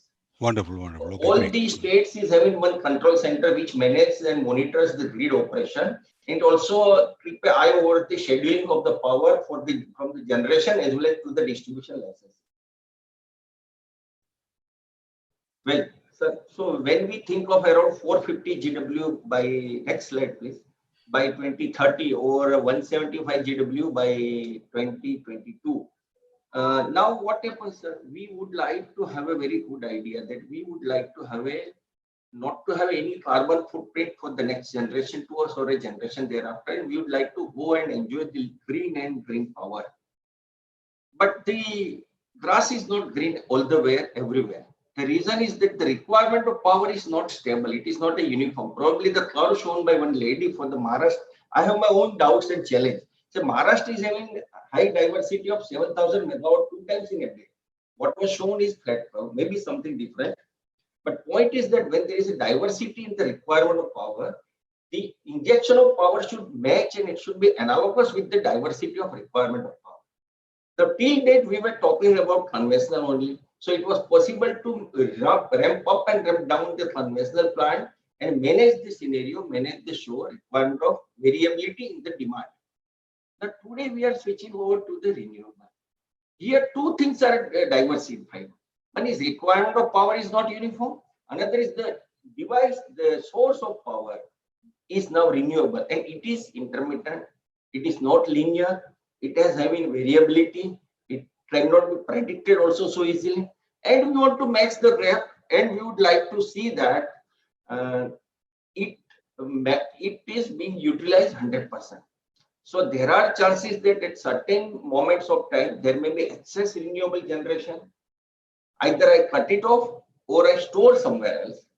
And there are chances that at some time of the day or some time of the period, there is a requirement of power is more than what is being generated from the renewable source. So if I want to switch over to the 100% renewable, then I need to have some storage device where my renewable was dumped, where my renewable was put, and that will be utilized. If we take the recent happening, what has happened in the Germany, sir, due to heavy rainfall, the snowfall, all rooftop solar went out of service, and they have to fall back the conventional power requirement. So this type of challenge we may come once in a while, but we have to account and we cannot discount for that. coming to some statistics, this is what we have planned as the government of India for the 175 GW by 2022. The top part of the slide says about why we need to store the energy. The main thing is that I have two things. Before storage, I will try to use the balancing device. I will try to vary my generation wherever it is feasible. Either I will pick up if the demand is more and source is less. I will back down if the demand is less and injection is more. But when I saturate my balancing tolerance or balancing benchmark, pick up means 55% and 85% or 100%. Then I need to think of some other device. What do I do with? Now, most of the states in the country does not have any load restriction for the consumer. So consumer is having liberty to use the power as per his wish list and facility or the convenience. Now to manage that, either I need to vary my generation, but there is some limit and tolerance given. So now beyond balancing, beyond the use of the conventional device or renewable injection, I need to either harness my renewable in a storage device somewhere else, and I need to pop it out. I need to take it out whenever there is a low renewable is there and the demand is high. So this is what in nutshell I try to stress upon. Next slide, please. So here some, I apologize for the spelling of the difficulty. And the next, this says about the, what are the difficulties? Because our source of power is a renewable and mainly is a wind and solar. And it is having very highly variability, intermittency, and they are volatile in the nature. So volatile in the nature, let me tell upon based on my experience with the Gujarat when I worked for a long period, sir. So there is a 1000 megawatt variation of the power in a day is a quite common phenomena in the state of Gujarat. So 1000 megawatt is a very high quantity of power, and you require 5 conventional power plant of 200 megawatt each. So to manage it, it is a highly volatile nature, and you need to counterbalance with other conventional device. Now, very high renewable penetration or generation leads to overloading of the transmission element, or low renewable will lead to the underutilization of the asset, and variation of the renewable generation may deteriorate the voltage profile. It result into management of the VAR or the reactive power management. Now the renewable is highly seasonal. Due to seasonal variability, it's not easy to plan conventional generation scheduling outage for long term, and its intermittency creates some more problem. So uncertainty in the renewable generation leads to difficulty in the scheduling the power in a real time as well as in a day ahead. So it calls for a frequent startup shutdown, pickup or breakdown of the conventional plant, and its efficiency also hampers. It matters a lot. And the regulatory commission has come forward with a compensation tariff, but it is once again a cost to the distribution company. So DISCOM not only pays the regulatory, but whenever I do variation in the generation, I need to pay some compensation. That is also loaded too. So ultimately, all these things comes to the last mile is a distribution company consumer. Next slide, please.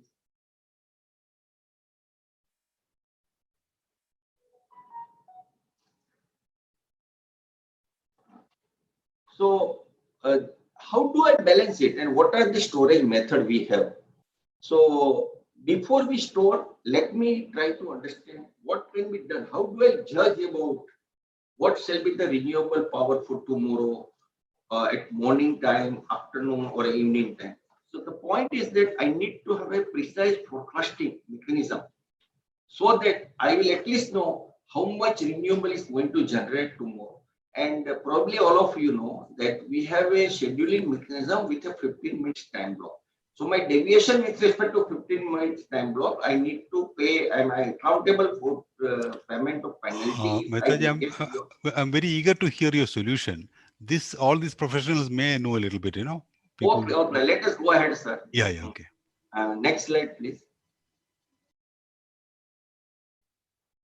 So this is the thing, sir. This is what I see over here.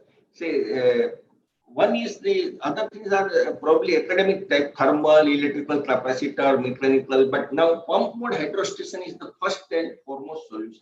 So what we are looking for, sir, we are not looking for a 5 or 10 megawatt variation or the storage of the energy. So when we talk of say state like Gujarat is an 18,000 megawatt of demand. State like Odisha is operating around 5,000 megawatt demand. It is having 2 times variability in the day. Maharashtra operates at 25,000 megawatt. So they need a huge amount of storage. So probably the battery is at a infant level. Hardly we talk of 100 megawatt, 50 megawatt every. So what is required? We have a large hydro station, which is having capability to operate in a pump mode. When I say pump mode, in a lean period, when there is a surplus power, when there is a less demand, we'll pump the water back to the reservoir. And when there is a high demand, when there is a low renewable generation, we'll operate as a generator and we'll once again use that water. And the same water can be recycled up and down multiple times in a day based on the storage of the downstream reservoir and capacity of the pump and generator. So next slide will tell us about the capacity available in India. Next slide, please. Next, one more, next.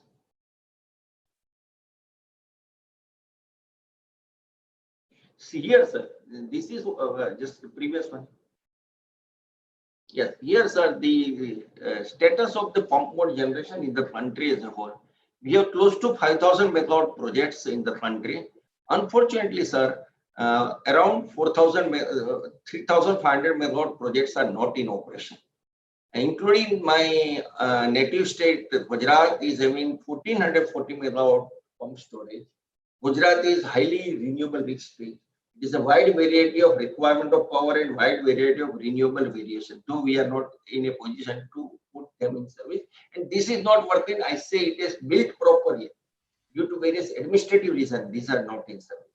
So authority has to take a call. They have to take a look and they have to separate this thing. Because this will only help us to mitigate the storage requirement or balancing requirement for the renewable variation, and our motto to harness the renewable to the maximum possible and with a final target to lead towards the 100% renewable. Next slide, please. This is surprising. I didn't know Yes, sir. so many But this installations. is fact, sir. Sir, this is fact. And sir, let me admit, sir, I had been instrumental to put this to the chairman CA. Once I took my additional chief secretary, energy of Government of Gujarat, to the chairman CA. A special committee was formed. I had talked with Secretary Hydro at MOP level. Earlier, the chairman, Power Grid Naik Sahab, has been appointed for a special committee, but nothing has been done so far, sir. Today, these plants are not in operation, though it is having capability to operate as a pump mode. And what happens, the deficiency, this goes on the variability on the conventional projects, and we are paying huge amount towards the compensation tariff to this generator. And it's not only a financial matter, sir. When a thermal plant which is supposed to operate as a base load as a constant megawatt capacity, if I every day change it 5 times in a day, I'm losing the life of it. The residual life cycle is getting reduced. So now what is being planned in nutshell, sir? In a RE-rich state, the renewable energy management center are being put. So that management center will keep an eye on the real-time generation of renewable sourcing respective states. It is not only monitoring what is happening, but they have a predictive mechanism also. There is a forecasting solution is also being deployed. So what shall be by renewable for the next part of the day, for tomorrow and day after tomorrow also. And based on that, I can plan my other conventional projects. And we also think of installation of large-scale energy storage technology. Battery is one of the being talked everywhere, but today also in India we don't have more than 300-400 megawatt battery in operation, and some past battery set which has been put at Pondicherry and other way, they are not in service. They are operated 30% capacity only, because battery has its lifetime. Sir, power requirement of the generators are 25 to 30 year lifetime. Hydro machines are operating in Odisha, which are built before the independence, but still they are in service. So the life cycle of the electrical generator is much larger compared to that of the battery solution. And the disposal of batteries also to be, today we are discounting it. We overlook that, but we have to see that also. Next slide, please.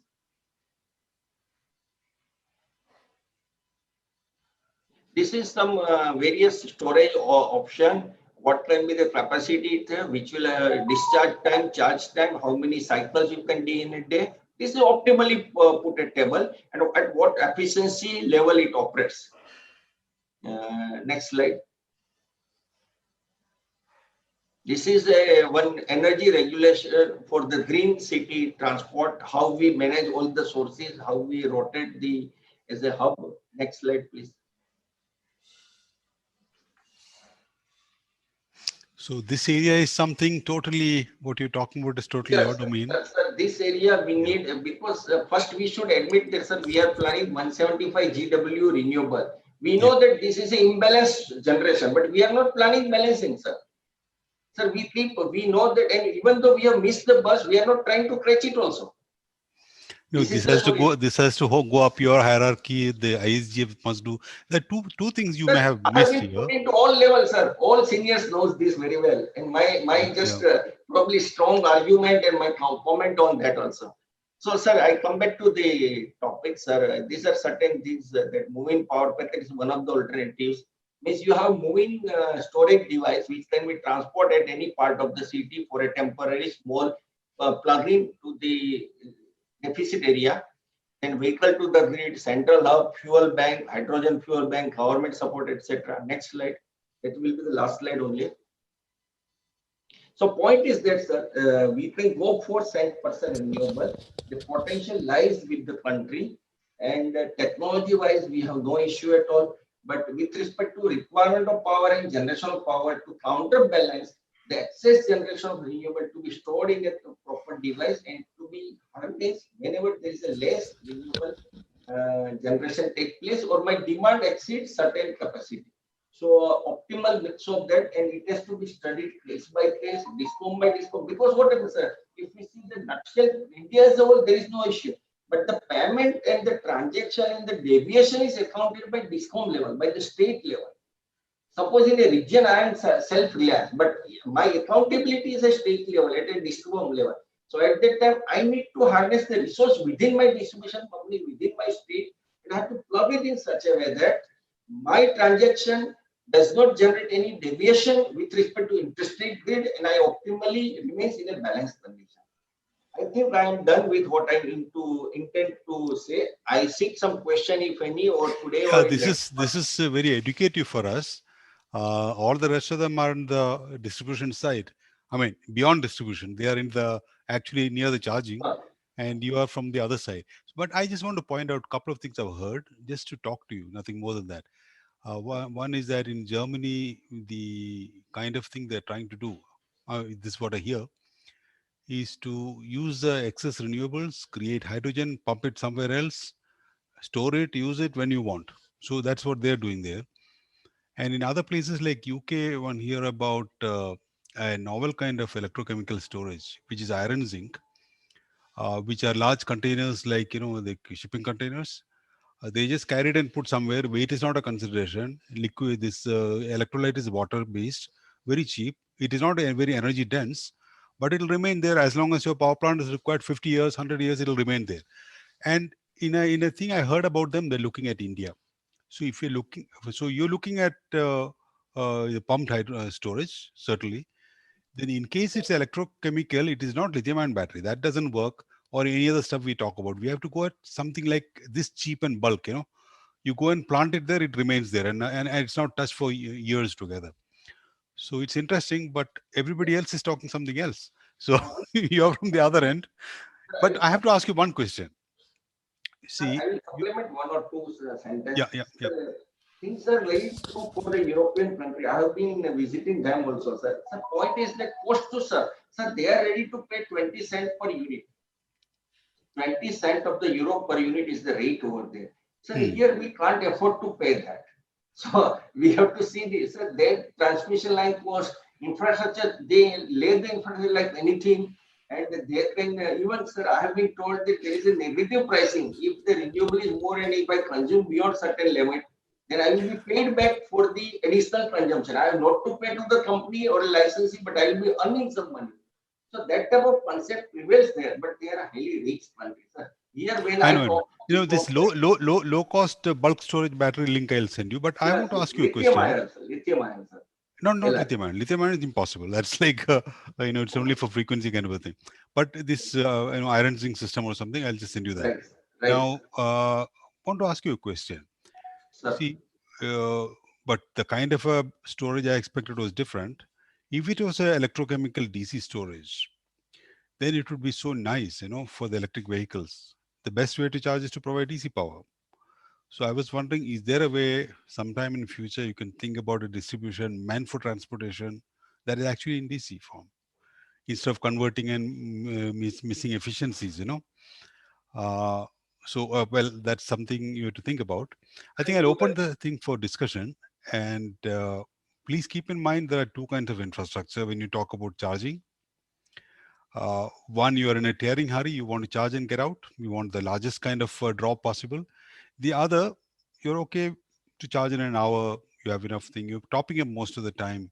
And generally you can spend in about an hour because we're shopping or seeing a movie, or you're at home or office or wherever, So it is not to be charged. Like you said, the peak doesn't arise in the evening.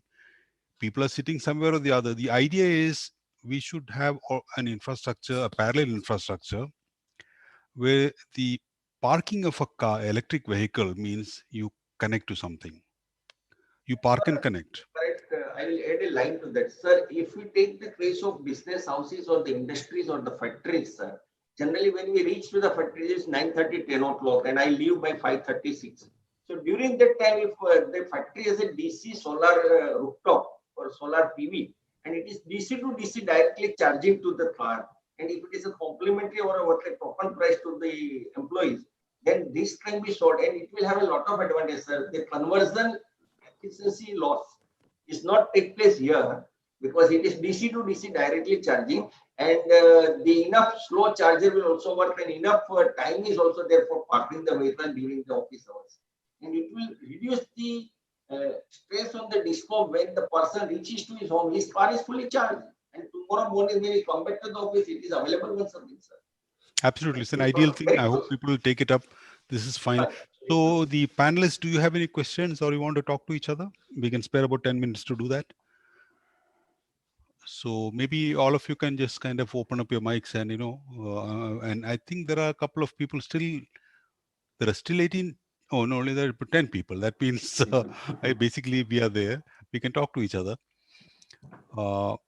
If you permit, I would just like to augment on Mehta sir's suggestion, because over here, when we say that DC to DC utilization will be more practical from every perspective, from the point of view of technical as well as commercial benefits, which everyone will get. And then in that case, even it's going to be a kind of a legitimate approach for the premise. Like if at all you are talking about, say, commercial complex, then they can charge you with some nominal, tariff structure or a cost price, structure, so that they will get their ROI. So they can even think of investing as per power electronics is concerned, though that it's a DC to DC conversion, because again, we have, variety of requirements from 3 kV kW to 7 kW, like kind of a variety. So we can, but this is going to be a very good proposition, which is very, very much practically implementable. Having solar PV installed, DC-DC grid. It's an isolated system, actually. Unless this becomes a kind of a appliance where people can help themselves, it won't work. This is totally decentralized, So anybody want to comment on this? Can I comment on that? Yeah, go ahead. Go ahead. Yeah. So even for in this case, I think the solar is being intermittent in nature. I think battery backup is very much required for smooth charging of any electric vehicle. Otherwise, it has to be. No, but why? Why battery is there in the car itself? I mean, sir, like just imagine, sir, if the load from the electric vehicle. Okay, is let me around put 20 it this kW. way. Let me put it this way. If it is Okay. me in that thing, I will say there is no guarantee how much I can charge you. As long as the incidence of solar is what you get charged. If there is a cloudy day, sorry, you have to find other means of charging. Yeah. It's the most simple thing. Whatever comes in will be pumped in, and no guarantee of a fixed rate or something. This can be done by everybody in every shopping complex and things like that. What do you say, Mr. Mehta? Yes, sir, that is the most viable thing, sir. So is it possible, like if the charging required is 20 kilowatt, but the generation is 18 kilowatt, is it possible to charge in that instant? That's all. Yeah, no, we can definitely do that with the help of using power electronics, required power electronics. Easily possible. Okay. Easily, constant voltage you can get, and that too what it's not an auto transformer, but definitely making use of power electronics, we can have a stepped up required output voltage as per the requirement. So can we at least identify what devices, power electronic device will be required, what levels? We don't push up the ambition. It certainly can't exceed the normal distribution which is going around, single phase, three phase, whatever we get at home. That's all you promise. But that itself is significant. There's a lot of power we go, or if you kind of, it's available in DC form for an hour, that's enough to charge any electric vehicle today in the country. Yeah, sir. So I just started and say that since we're a country of Jugaad, I've actually seen people put in a solar charger, a grid connected AC inverter, and then your normal charger, the EVSC, and then charge the vehicle. So you invert, convert, and all that stuff, huh? Yeah, because they couldn't solve the variable DC to constant DC problem very easily because of the cost. So they just used off-the-shelf solution, and there are a lot of people who are selling these chargers in India. So let's discuss this, the equipment part to manage the renewables. If somebody has any views, if you want to talk, it'll be very nice, Am I audible, sir? You are. Sir? Yeah. Yeah, okay. I'll just go a step further, and I'll just add that there are typical microgrid applications which are there. We have one such microgrid which comes, in a container. It is operational in our ABB Maneja Vadodara factory. So we have solar rooftops. We have a battery bank in there. We have a DG also which is connected, and there is a microgrid controller which is there. So of course we still don't have a EV in place, but yes, for the office loads, for particular, as Baby Mehta sir was saying, so that's the typical kind of redundancy and high reliability power that we take. As and when, as you said, the solar, it is God's gift. You have to utilize as and when available. So it stores the solar. There is a battery bank, and there's a microgrid controller. Can I come in here? Well. So even in this decentralized charging, there are two situations. One is your office or home. The other is a shopping complex. There, of course, you will demand that things can't vary. Like you promise you have to give this much. But if it is at home and office, whatever solar comes in gets into your car. That's it. Definitely, sir. You can have like a car park kind of a solution if you install solar panels on top of your car park. I would say that Dr. Shiani's idea is really good, but I'm wondering about the cost compatibility in India. Microgrid itself hasn't gone ahead in India. No, Chandana, if it is a mall. That is again another, new technology that's coming up in small pockets. And also, when we talk of disruptive technologies, there are also discussions where, as Tayyaba had said of Jugaad, that each street light point could also have, a small charging point. So that's the kind of approach or the reachability that we are talking of. So we are already talking about it. Chandana and me are already talking about the street light charging. We want to have a session with all of you, the entire panel. We'll arrange that, and there we will be talking actually about street side parking and all of that. But here you're talking about also renewables. Now, can you also bring in, before we organize this meeting, about the devices required? You want to talk something? Sir, I would like to underline. Sir, go ahead. DC to DC users in the last 12, so the government and the whole distribution company are propagating and implementing solar pump for the farmers. There it is a DC motors, and solar panels are provided, and DC motors are operated, and it is with a variable available voltage or the source, because the sun will not be from 9 AM to 5 PM will not be the constant. But even though the motor runs, and they are able to pump it out, and there we save a lot. Instead of converting to AC, transmit to the grid, and once again they use the AC pump to pump out the water. So last DC solar-based DC pumps are already implemented, and it is a mega scale implementation in all. Okay, so let me present what happens with the Indian kind of vehicles. So before we meet, maybe you guys people can give a thought, and we can meet up. We don't want to occupy too much. It's too late for everybody. So basically, there are two kinds of local infrastructure possible. One, we call it the light vehicles. Light means even three wheels or two-wheeler, three-wheeler, even those small little things with four wheels, you know, they're not real proper cars, but small, many kind of vehicles are there. All of them, it's enough from 7 kilowatt to 10 kilowatt is fast charging, real fast charging. That's the battery capacity, right? That's the kind of battery capacity we're talking about. But coming to cars, if you can give 20 kilowatt power, that's adequate for most of Indian cars. And if you can assure that in almost every car park, then you don't need a big battery. That's enough. You're driving from one car park to the other, you know, I mean, how much you drive. So broadly this much, you know, if we can kind of think of how do we kind of access it at the car parks without overloading the grid, using renewables, and also appropriate devices there. You know, there were some talks about devices, data, and all of that. You know, so we could convene some other time. Today we can kind of close up with this thought.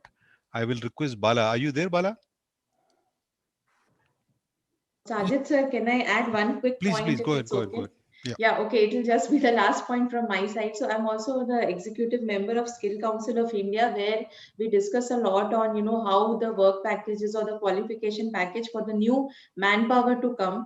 And since we are talking of battery and chargers, safety is something which is becoming, which is stressed upon a lot. And once we have batteries, what are the safety procedures? What are the regular monitoring and metering requirements, and how do we talk about it? Because we have heard of certain, you know, EV vehicles exploding and things like that. So that is also one aspect I would, it's my humble submission that you do consider in all of your No, it's future essential. forums. It's Yeah. essential.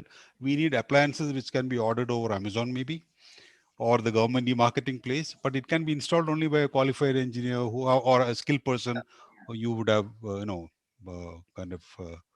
trained or something. People would have trained. So that kind of a thing can be available everywhere. So if Bala can kind of, I know this will come on the YouTube or something like that. So you may not have to repeat your presentation. I'll give it to that group, this link.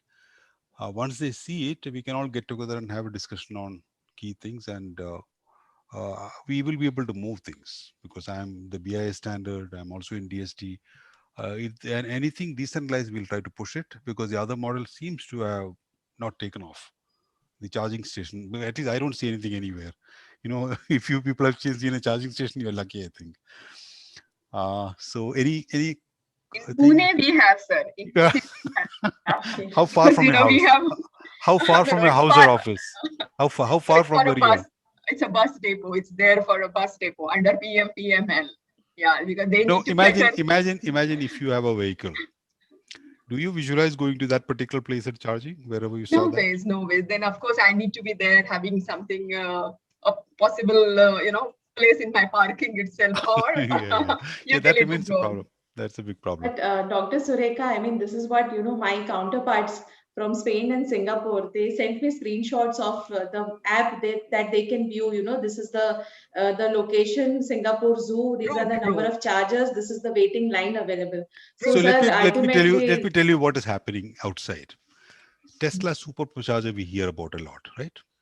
What is hidden is their destination charger. It is like this: shops, office, restaurants, everybody put up a small Tesla charger. It's a tiny one. The idea is to attract the Tesla driver there, and the power is paid for by Tesla, because it's a convenience for the Tesla person, and they put it up at their little shops and every place, restaurants particularly. So people come there, park their vehicle there, and they get into the restaurant, sit there, and all that. This is a big thing. This model has been. These are incentives. These are all incentives in terms of free parking, free charging, and not only that, even providing the separate lane for four-wheelers if that's an e-vehicle, even toll been exempted to them. No, I'm talking about decent. What happens is the value of the property goes up. Yeah. People come there, and this is now a model Volkswagen is trying to imitate. That is, like local shopping complexes and all that, they have parking place. So an EV owner desperate to go park somewhere will definitely come and park, or he spotted it and he's going to come sometime, park it, and prefer this supermarket instead of going somewhere else. that kind of a thing. I think we can capitalize on all Exactly, of that. sir. And I mean, we also in a discussion with the elite smart city developer. So they generally give spaces only to customers on request, and they also want such advanced applications so that the EV charging status can be seen. So that of course is one of the elite features, as you correctly mentioned.